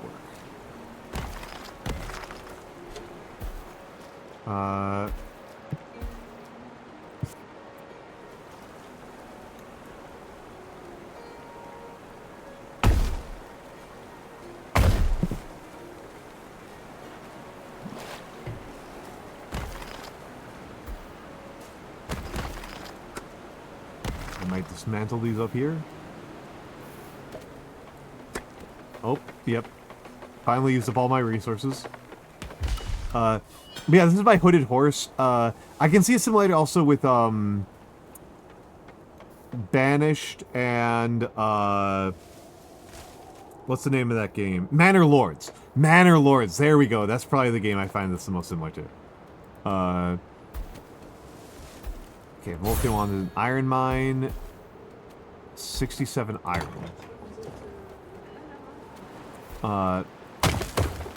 What I find to be a pretty interesting gimmick about this is that we don't have any, like, scientists. Instead of, like, having scientists who do research, we have, a bunch of the gods, come to us and demand things from us, and then if we, do what they ask, they give us bonuses. They give us technology.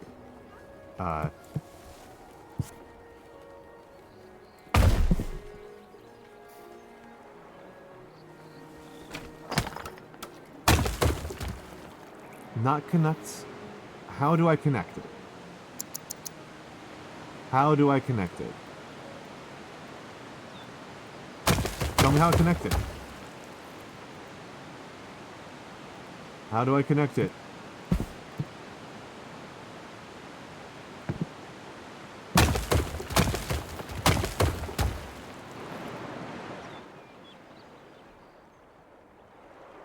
How do I connect it? You little bastards. Whatever, I'm gonna close it down, I guess. Am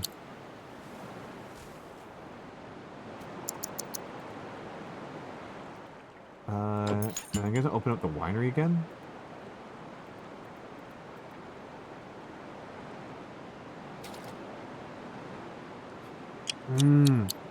So it can't connect to a river, it needs to only connect to an aqueduct. That's actually really annoying.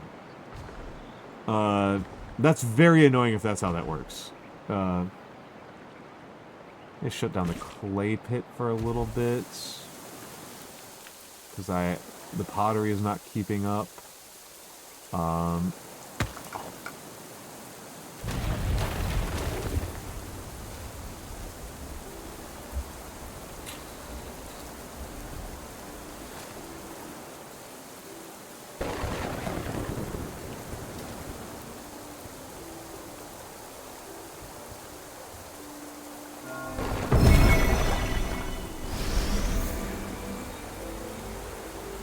Can I tell how mad Neptune is at me? Because he looks pretty mad.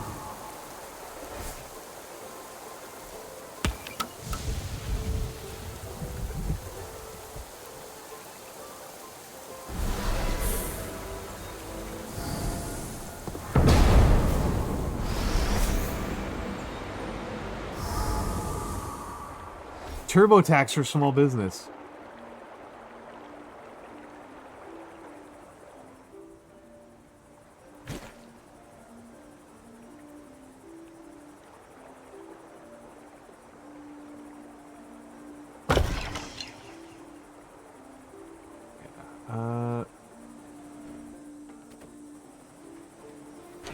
Oh, okay.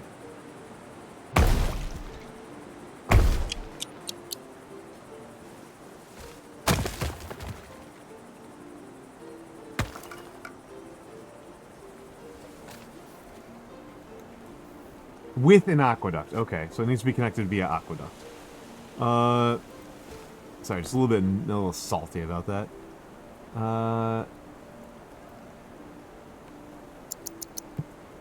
I did research aqueducts.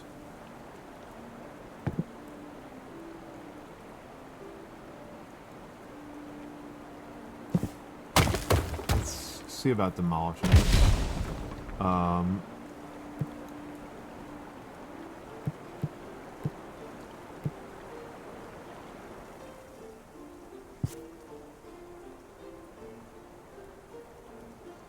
Okay, so that tells me that the heights.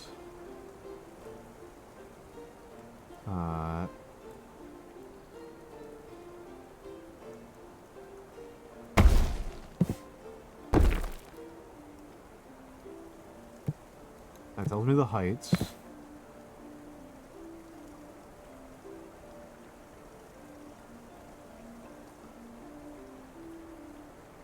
Final segment must connect to,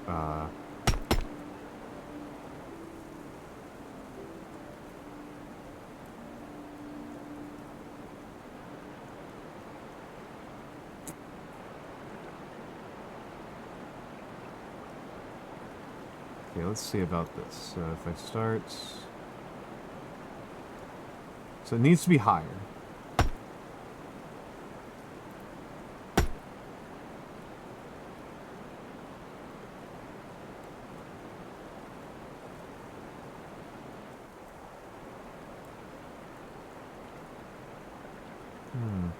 Well, I don't have anywhere near enough stone. Okay, whatever.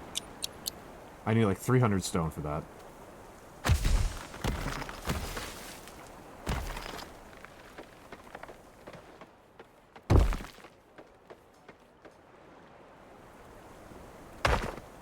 So we got a minute. We got a minute.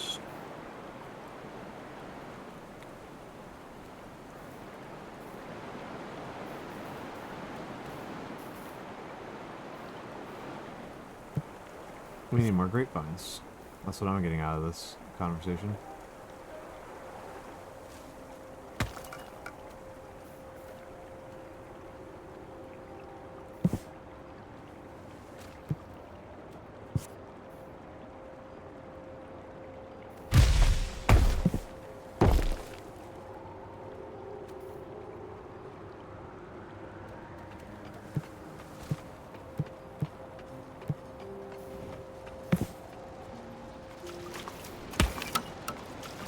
73.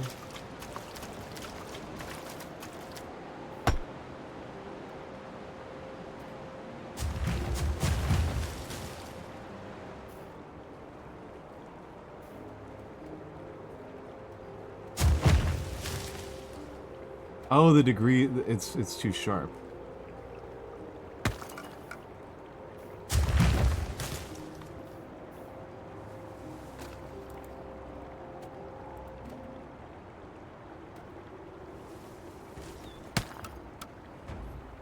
All right, have a good lurk. Have a good lurk. Have a good lurk. Very annoyed at my ad bot. Yeah,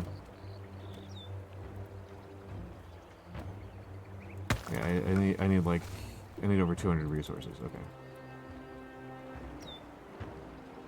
Okay. Okay. I need over 200 stone.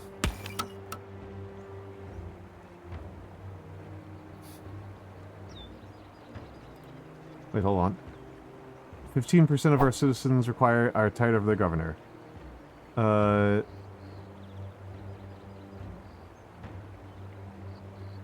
guess I'm going with the same bonuses, but different guy. And we need a theater. So let's research theater. Small theater. And small theater.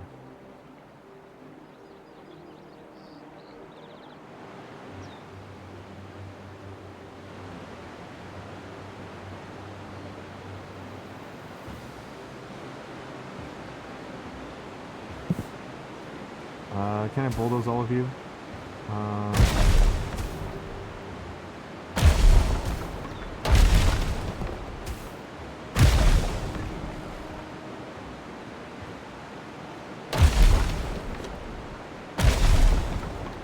And entertainment, a small theater.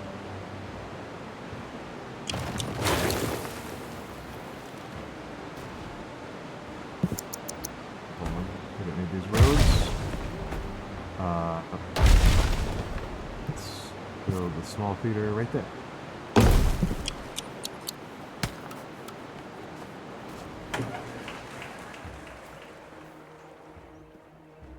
Oh, literally did not realize that there was an invasion going on. We're gonna die.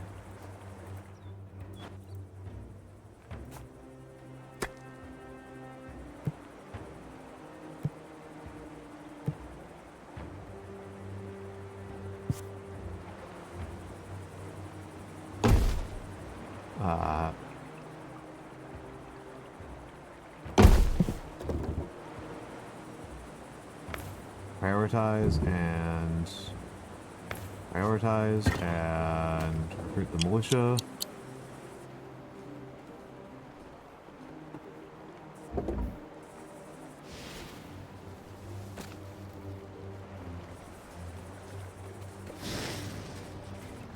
Oh, are they just gonna leave? Oh, they're just leaving. Face my wrath. Okay. I'm curious what he does.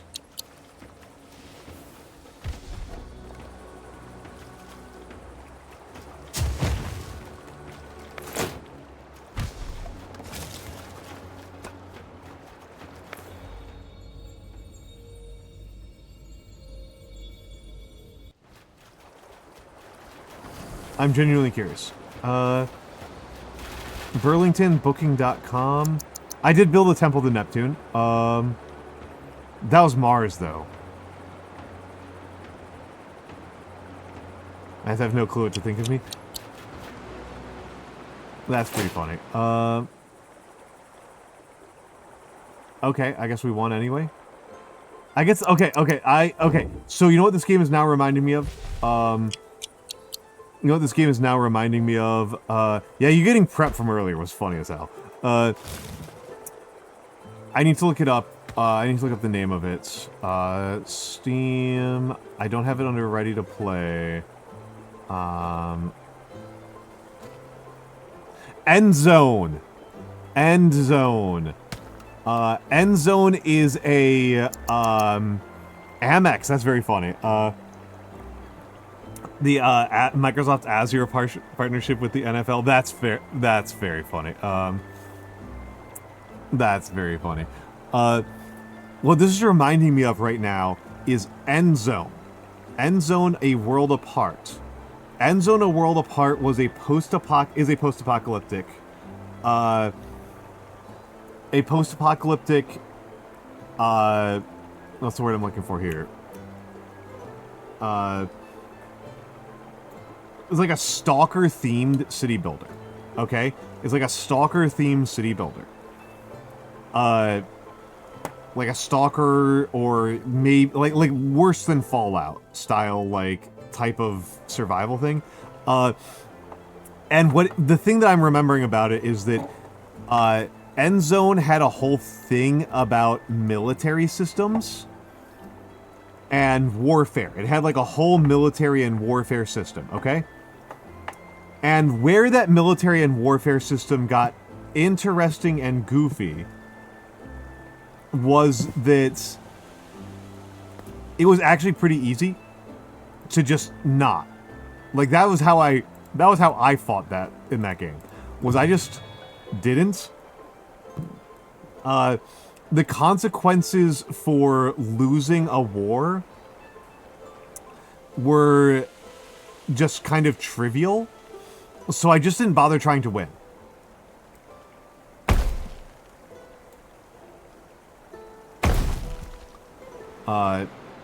That is how I remember.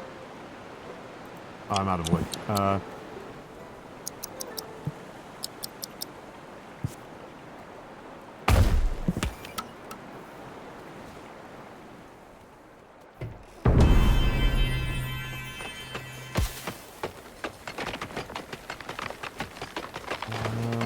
am I doing on technology? Okay.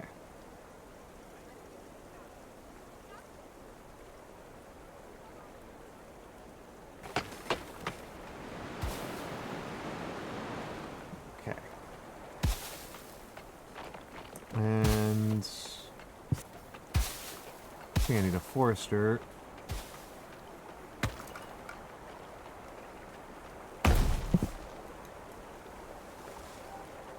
You've earned a little bit of alcohol today. You've had a productive day. You've had a productive day. You've done some cool stuff. You have done some cool stuff.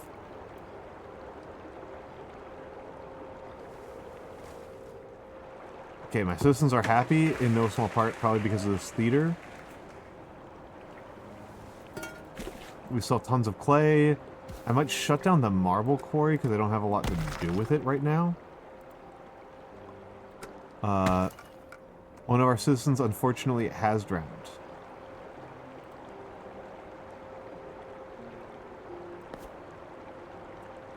I didn't research bakery, did I? Where's bakery?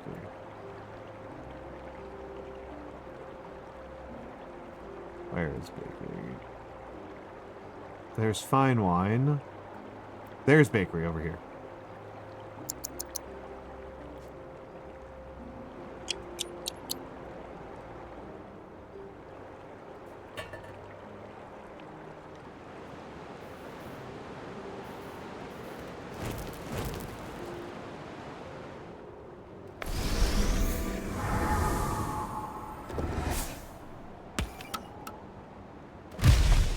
You.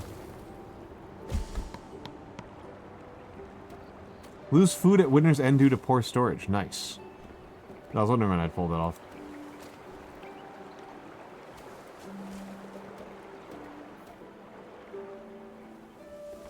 I think we need...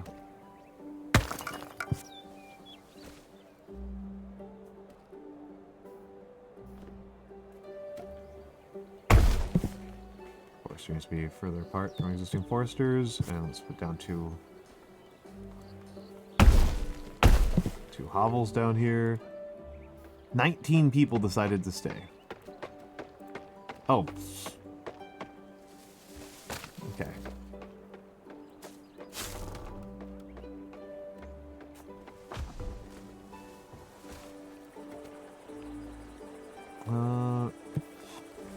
Like, a thing that I don't know about this game is I don't know what the order of operations is on what you want to do with storage, right? Because there are some games where the purpose of storage is for them to be near.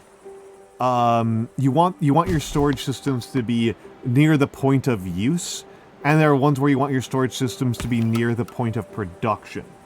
I have figured it out pretty well with Timberborn that you kind of want both, but I don't know quite how that works here.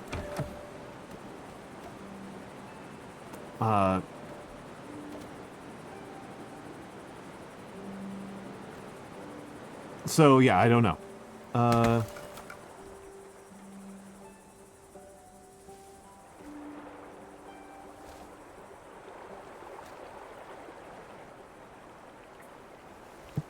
gonna put down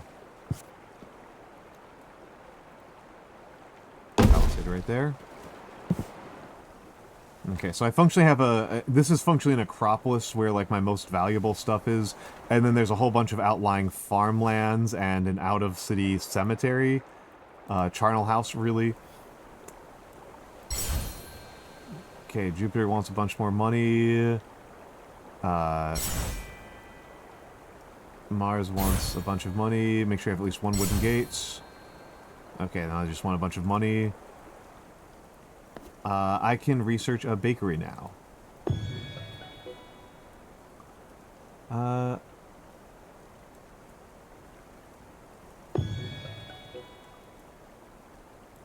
gonna build a big bakery.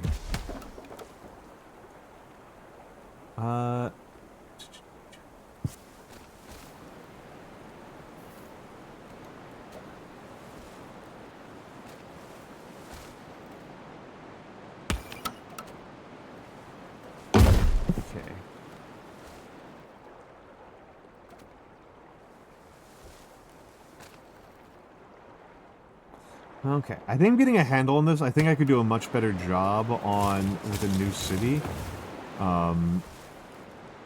Really tempting to do that. You know, do some restart itis.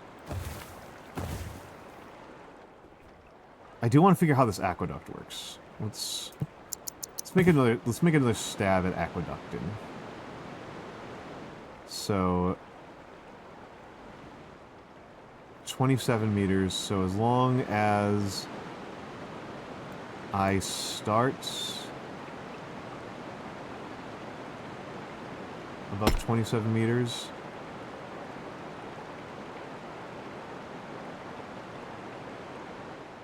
oh, this is a funny option. This is a funny option here. Oh, okay.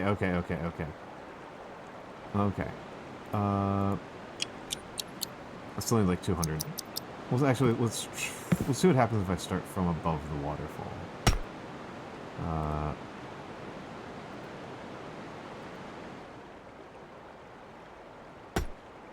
205 if I start above the waterfall. Okay. City is full.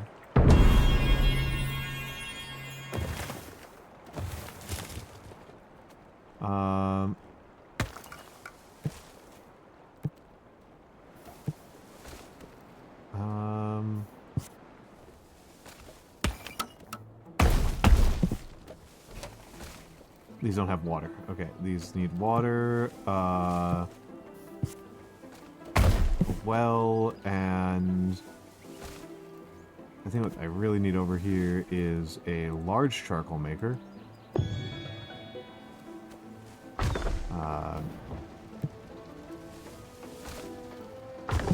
Requires a bunch of tax dollars.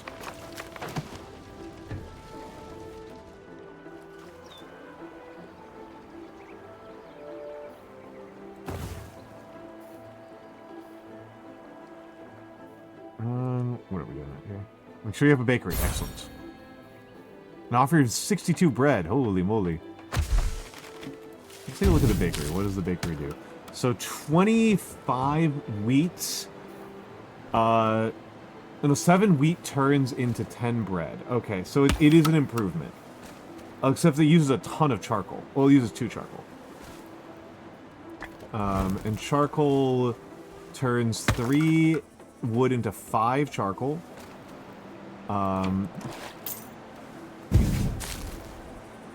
Does this qualify as a fire-based building?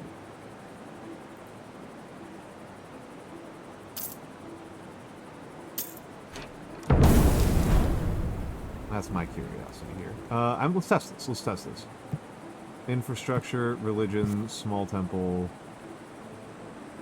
Let's give this a shot.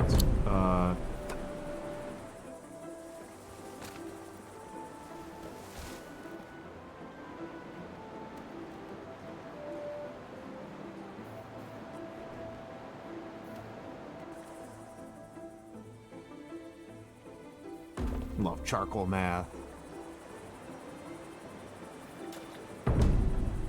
Insults.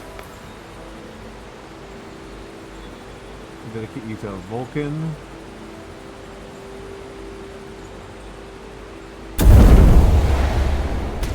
I won't complain about another temple.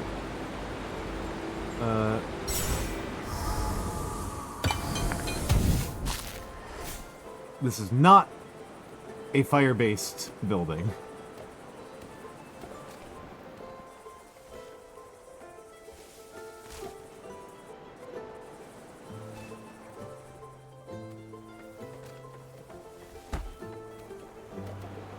Okay, I want to try... Let's just let them roll for a moment on this. Oh, just a road. Whatever.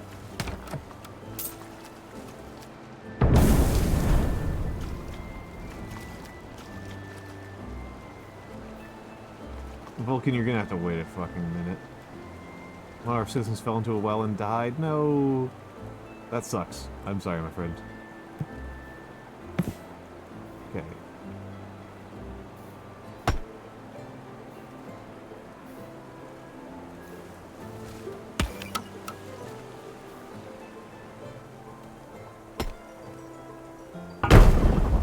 I am genuinely surprised that that is legal.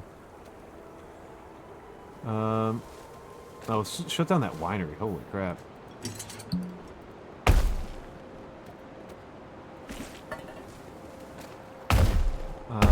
The Potters has to get prioritized a little bit. Not over the wheat farmers. Holy crap, no.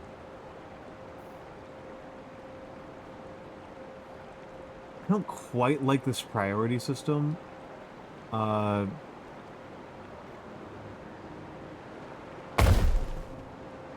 City full again.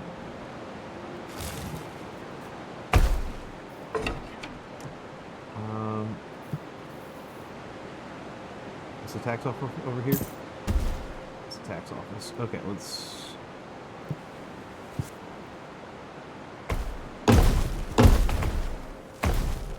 To insulate over there.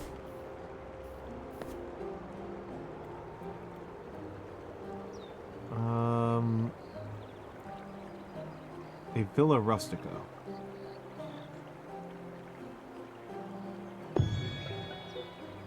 And a market. Oh, there's the market. Okay. A Villa Rustica. If only I had known.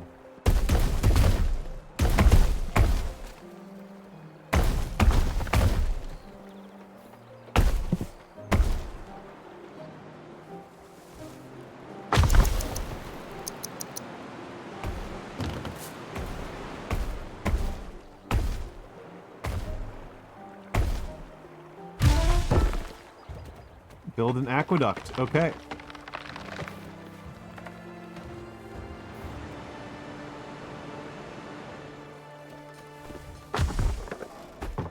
Okay, okay, that's pretty cool. That's pretty cool.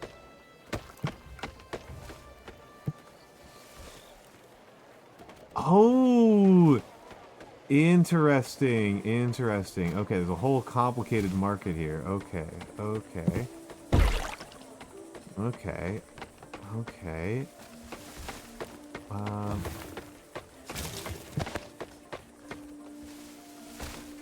term is up, trying to appoint a new governor.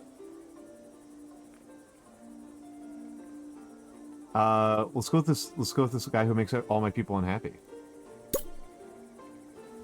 And okay.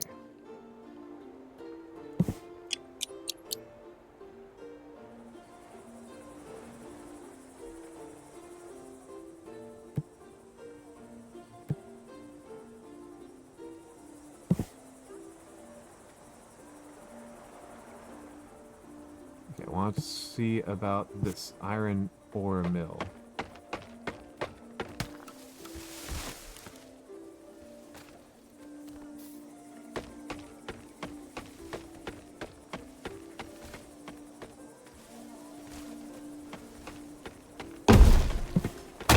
Any more attached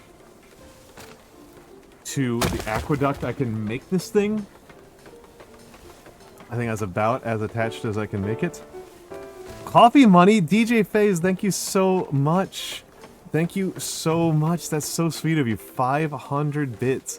That is genuinely really, really helpful. It's genuinely really helpful. This is a viewer-supported stream. It makes a huge difference to me when people can support me, and it means the world to me, right? It means the world to me that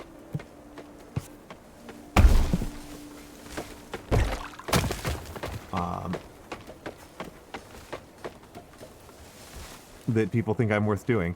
Hello! Good morning, Iro. Good morning, Iro. How are you doing, buddy?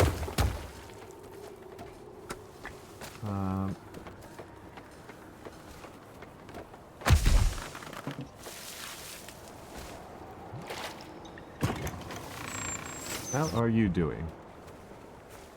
Oh. 58. 10 from the current governor. Okay, that makes sense. I think I need to slow down and wait for some of my buildings to catch up. What are you complaining about? Lack of pottery.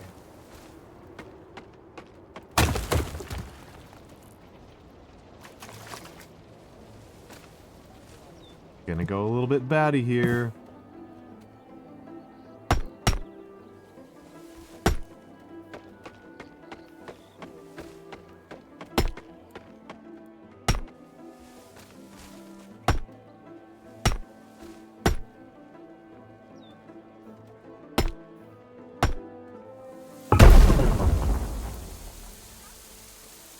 Torrential rains.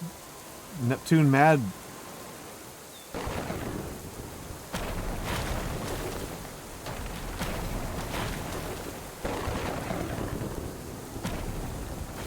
Neptune mad. Second time he has destroyed my columbarium.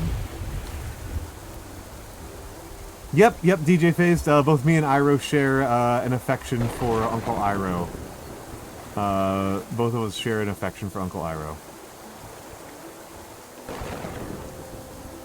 Okay.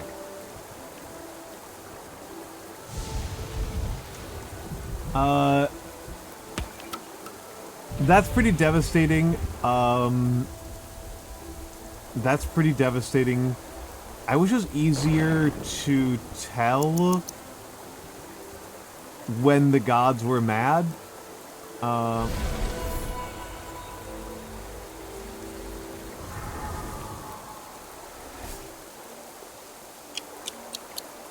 Yeah, the way I designed my VTuber model was I just told, I don't know where I'm going with this. I told, Sensational, make me look like Uncle Iro dressed for Knives Out. Yeah, I have, angered Neptune, and I wish I understood why and how. I do think I mostly designed my city pretty poorly.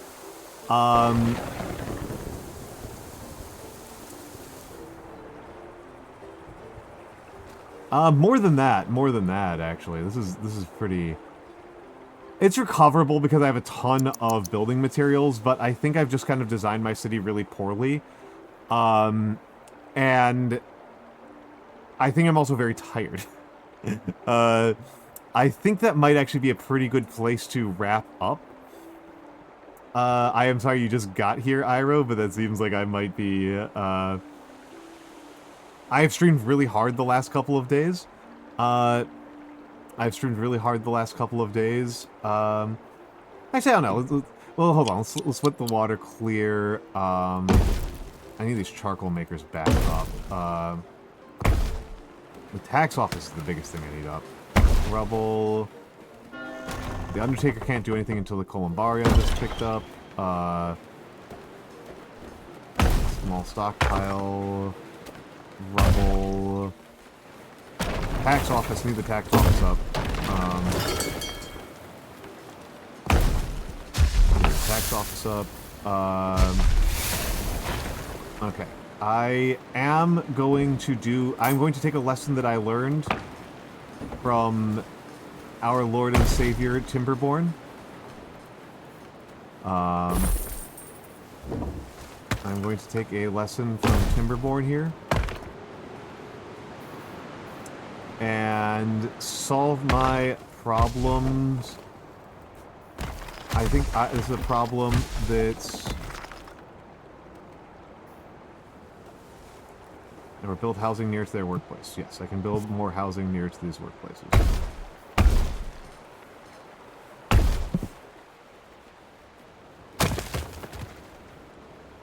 Oh my god. This iron mills is a disaster. Okay.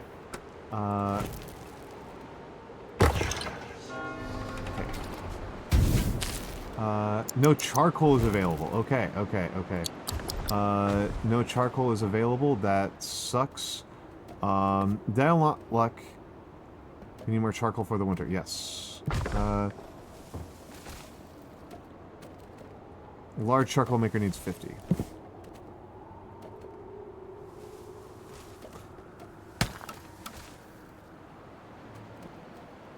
Okay. Oh, lol.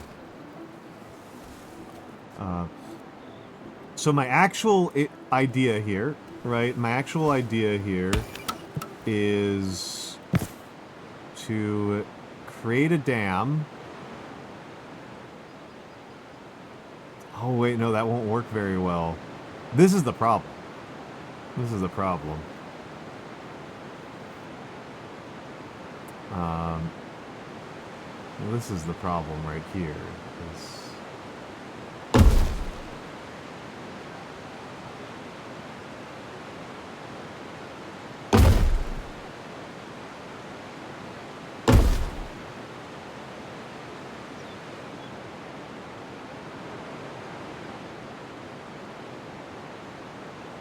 Yeah, this is the problem right here.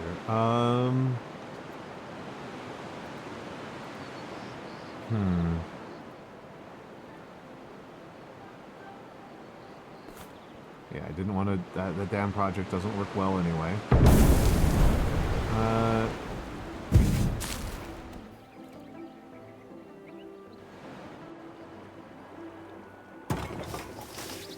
So you guys produce tax... The Via Rusticas produce tax... But the hovels don't. Oh. Got a military problem incoming. Okay, time to raise the militia.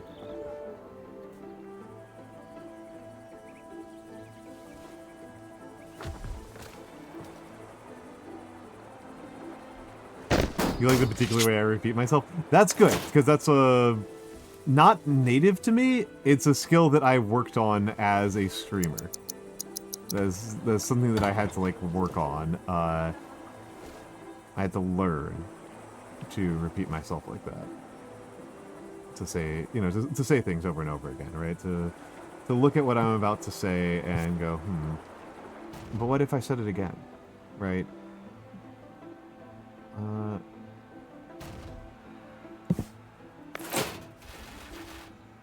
Okay.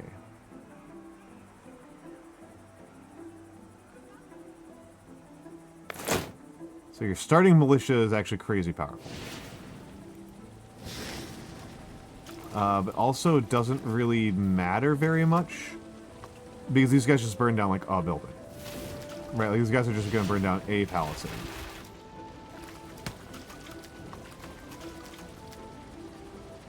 It's really just not a big deal.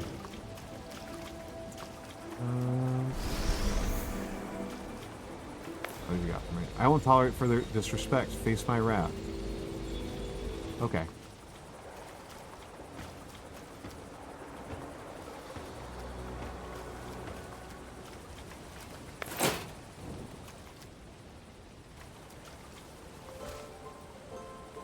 My militia's fine! What is wrong with you, you baby? Okay. This is what I was trying to save up for.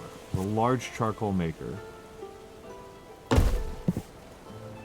That's actually a terrible location. I'm not gonna do that. I'm not gonna do that. Demolish. I want the large charcoal maker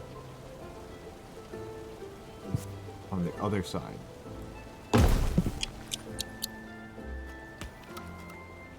And I want to build a Via Rustica. Okay, he left. Expand.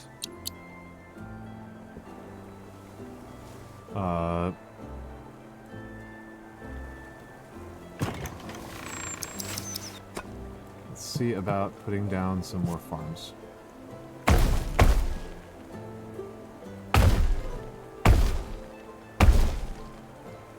That's where I'm having trouble.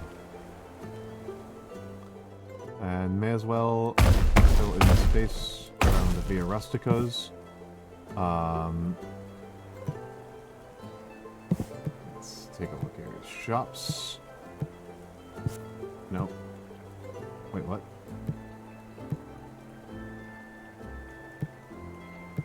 Where are shops? Market? Has to be both on a farm, so I need a wine market over here. So I need some taxes to come in. I need some taxes to come in.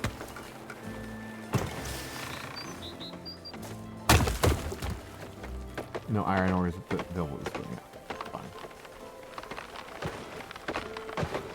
Water is flowing in. Water is flowing in. Okay.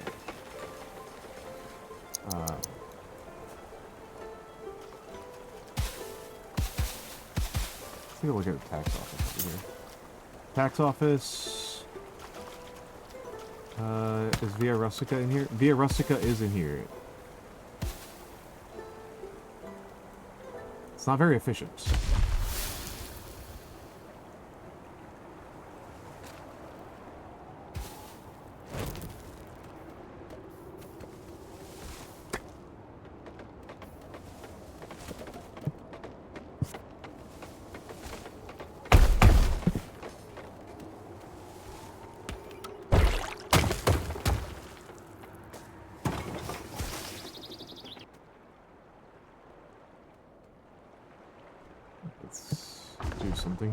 Let's do something here. So entertainment, forum tiles, and then we're going to want to go over to food market,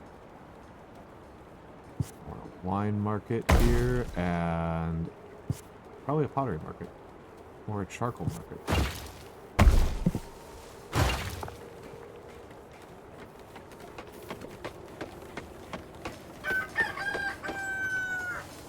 Five immigrant ships visited and 0 people decided to stay. Lol.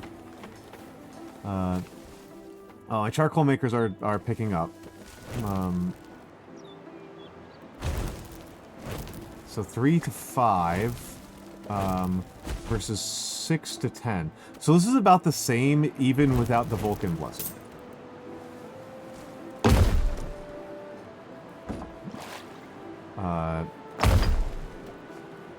In fairness, I do get why people would be mad at me. I appear to have, in fact, angered the gods.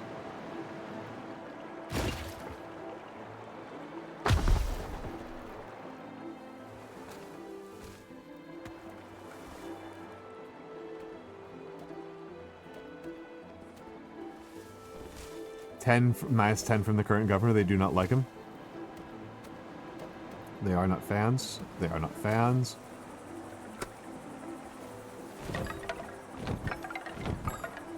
Are you fucking happy now?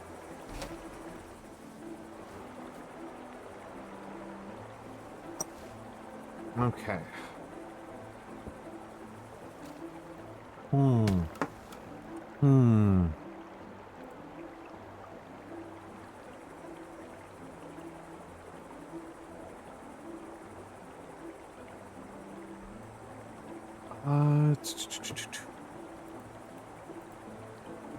Let me take a look here. Oh.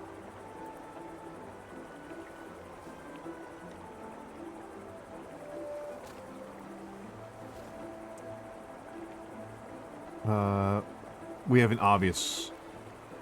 Okay, I'm going to keep going for a little bit longer, but we have a very obvious raid target, and I am pretty close to ready to call it.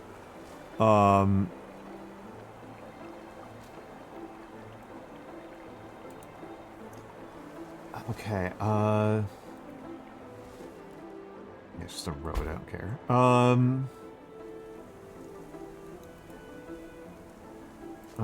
Okay, and let's see. So it's Columbarium. People do not like to be near the Columbarium, which is kind of funny, because it's like one of the most important places for people to go to respect the dead. So these people over here are miserable. Between the Columbarium and the Charcoal Maker, these people are having a terrible time.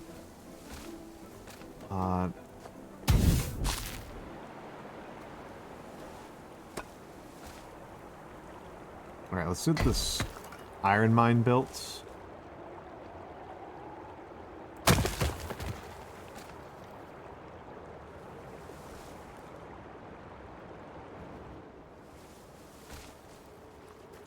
I do have 0 people.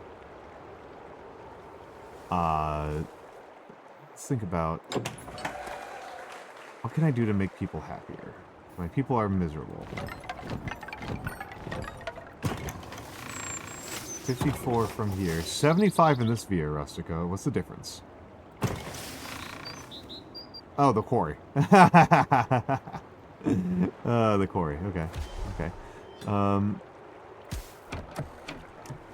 I feel like I should delete these 2 insulae and build a Via Rustica here. 4 immigrant ships arrived and 7 people decided to stay. Okay. Okay, so I will say that I think that my big mistake here was not understanding the water rules appropriately. And I should not have done this, like, split Acropolis. This is something that I think makes a lot of sense for a lot of types of structures and city types, but I think if I had understood the water rules better... Yeah, we're about to get flooded again.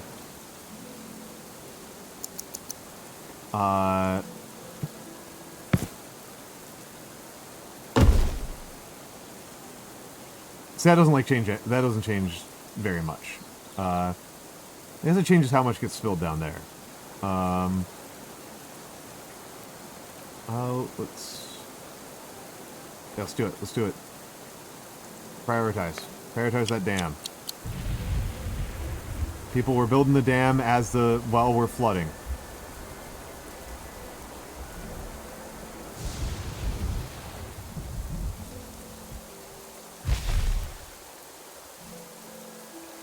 When our censuses died in a woodcutting accident.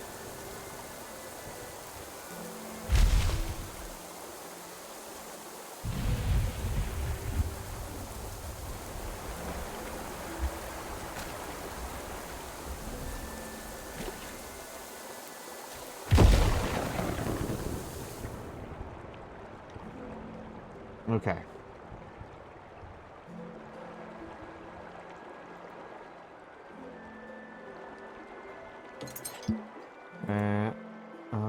I don't want to open up the vintner because I'm out of... I think I need to close down some quarries.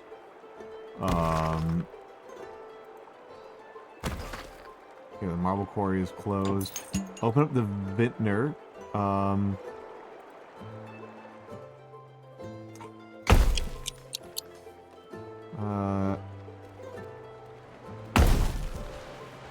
It is very funny how when I rebuild it, water just goes everywhere.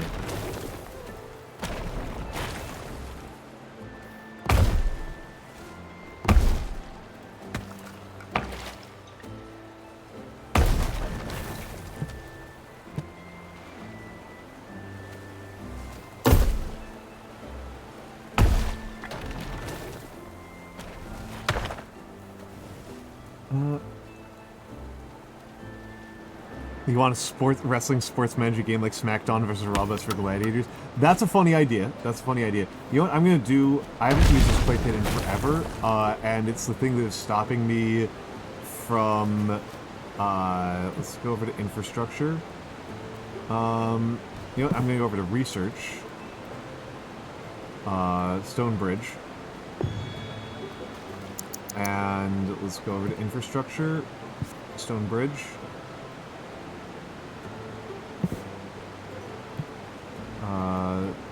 Infrastructure, stone.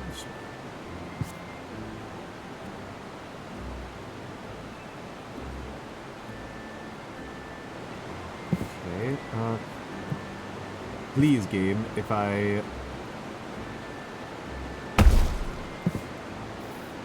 start like that, I would like to finish like that.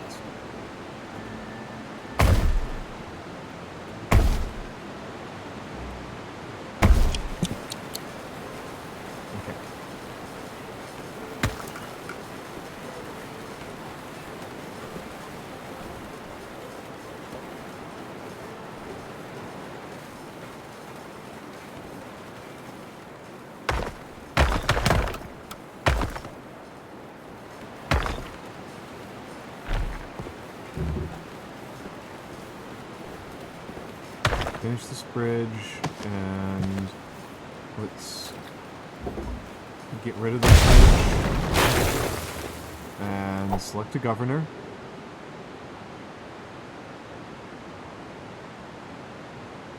Ooh, all these suck. Reappoint.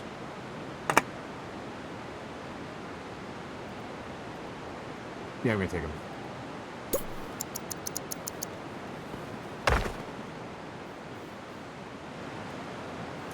The other ones were so frigging negative. Okay, so let's take a look here. I'm curious about this.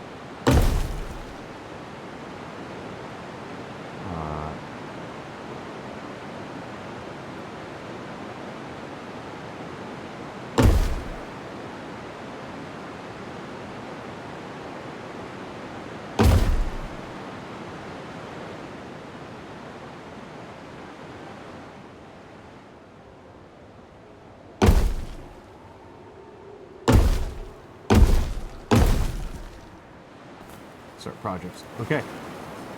Almost all of my stone was used there, and I just turned off a bunch of my stone quarries. Small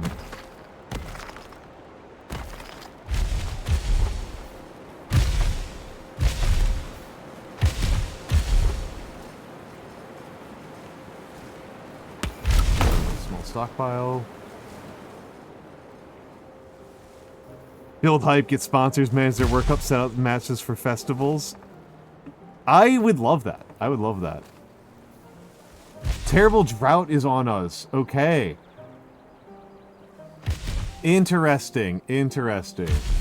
That's an interesting mechanic. I was not expecting that. I was not expecting that. I'm glad that I've stockpiled a ludicrous amount of grapes. But I have a feeling that the way this game works, I'm going to run out of them incredibly fast. Yeah, I can dismiss that one. Should have saved some of that floodwater. Lol. Yeah, interesting. I wasn't expecting this. Like, right, like, droughts are, like, the central mechanic of timberborn. So I'm, like, used to them there. I don't know how you make, like, a reservoir in this game. I can kind of imagine how you make a reservoir in this game, but I don't actually know. I'm curious, like, wells just not work? Oh, wells still work, because they're wells. What am I talking about? Obviously a well's going to work in a drought. What am I talking about?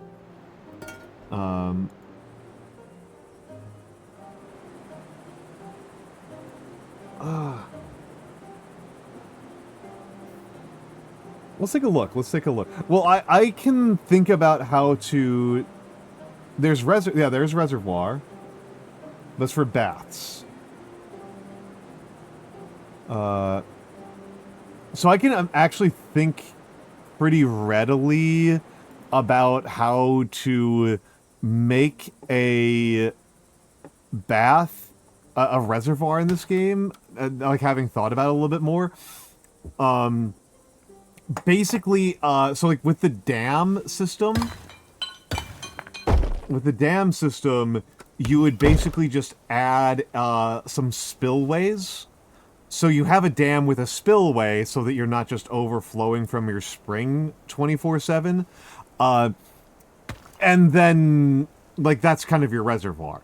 I don't know if it matters with these sets of mechanics, because it's possible that water in this game just evaporates so quickly that reservoirs don't do anything. And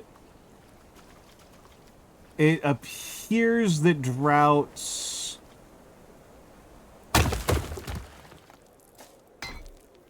mostly...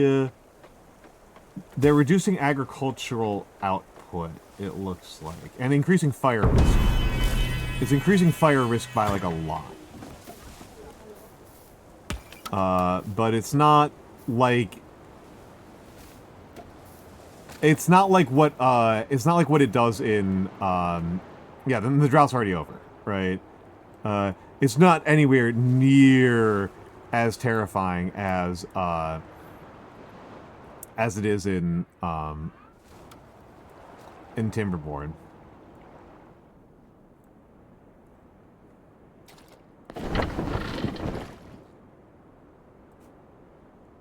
16 immigrants. And it looks like 0 of them came.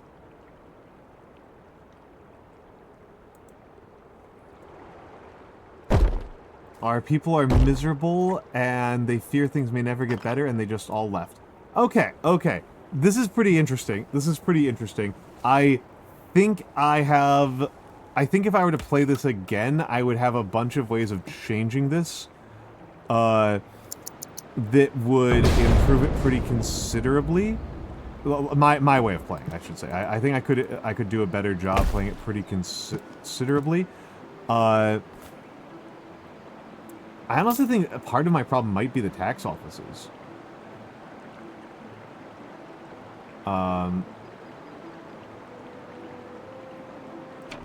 Because it's -7 from tax offices. Oh, but the tax areas are actually pretty happy. I want to know where the miserable people are. So the people of this insula are miserable.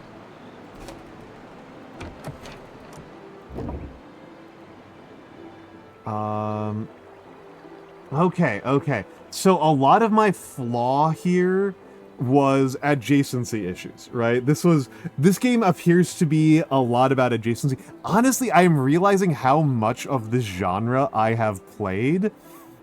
I am really realizing how much of this genre I have played, because I am realizing that my mistakes here are not the mistakes I am making in Timberborn. They are the mistakes that I make in Islanders. That is the game that I am making the mistakes from. It's the Islanders' mistakes. Islanders is a minimalist city builder. It is only like one step up from Mini Metro in terms of what it simulates. There are no people in Mini Metro. Mini Metro does not show you people.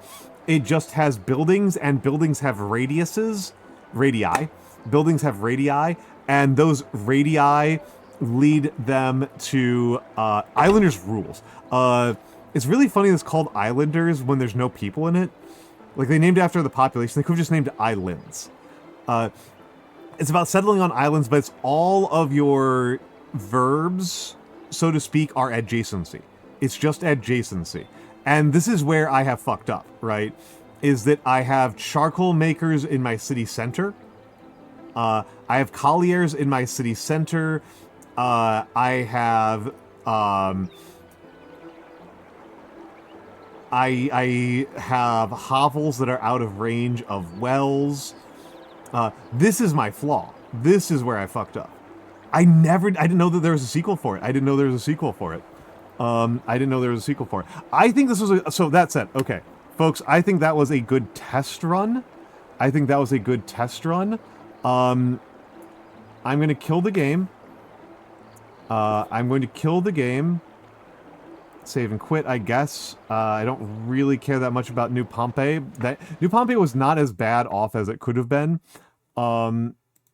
We're going to...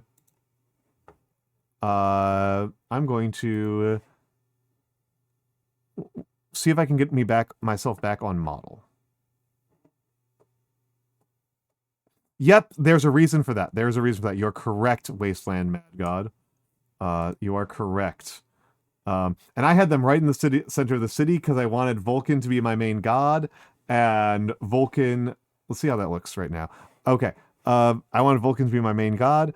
There we go. Okay, that's interesting. Okay, folks.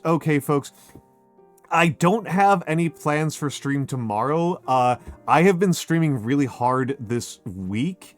It's been paying off really well. I've been really enjoying it. Thursday will be a mini painting. I will be painting an ancient Roman. If I am smart, I will get through some of my non-streamer related tasks. Wasteland Mad God, it takes me like 1 second. It's really not that hard. It's easy. It is easy. Your name is no X_A_, N_A_D_U_, right? Like it's fine. Wasteland Mad God's easy. Yes. I had a lovely time. We'll be back on Thursday for miniature painting. Hello, Axel is Axel. We are wrapping up.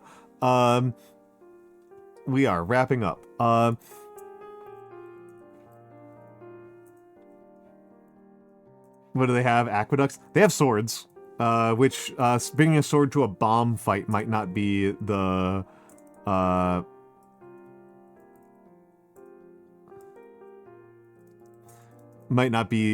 ticket. We are going to so Thursday I'll be painting an ancient Roman. I am on to the Pilum guys. We've got Pila guys. I have a match in my tournament on Thursday, so we'll see how I'm feeling. I have some writing I need to get done by the end of the week. So that is where I am at mentally. So Older Man. My friend Neapolitan is debuted. I usually stream... I've been streaming a little bit later lately, but it is still 3 a.m. for me. It is still 3 a.m. for me right now. So that is who... And let's go over and show her a lovely time. She just debuted. She is a sweetheart. She has good taste in music. Let me make sure that's the right person. Okay. That's the right person. Everyone have a good night.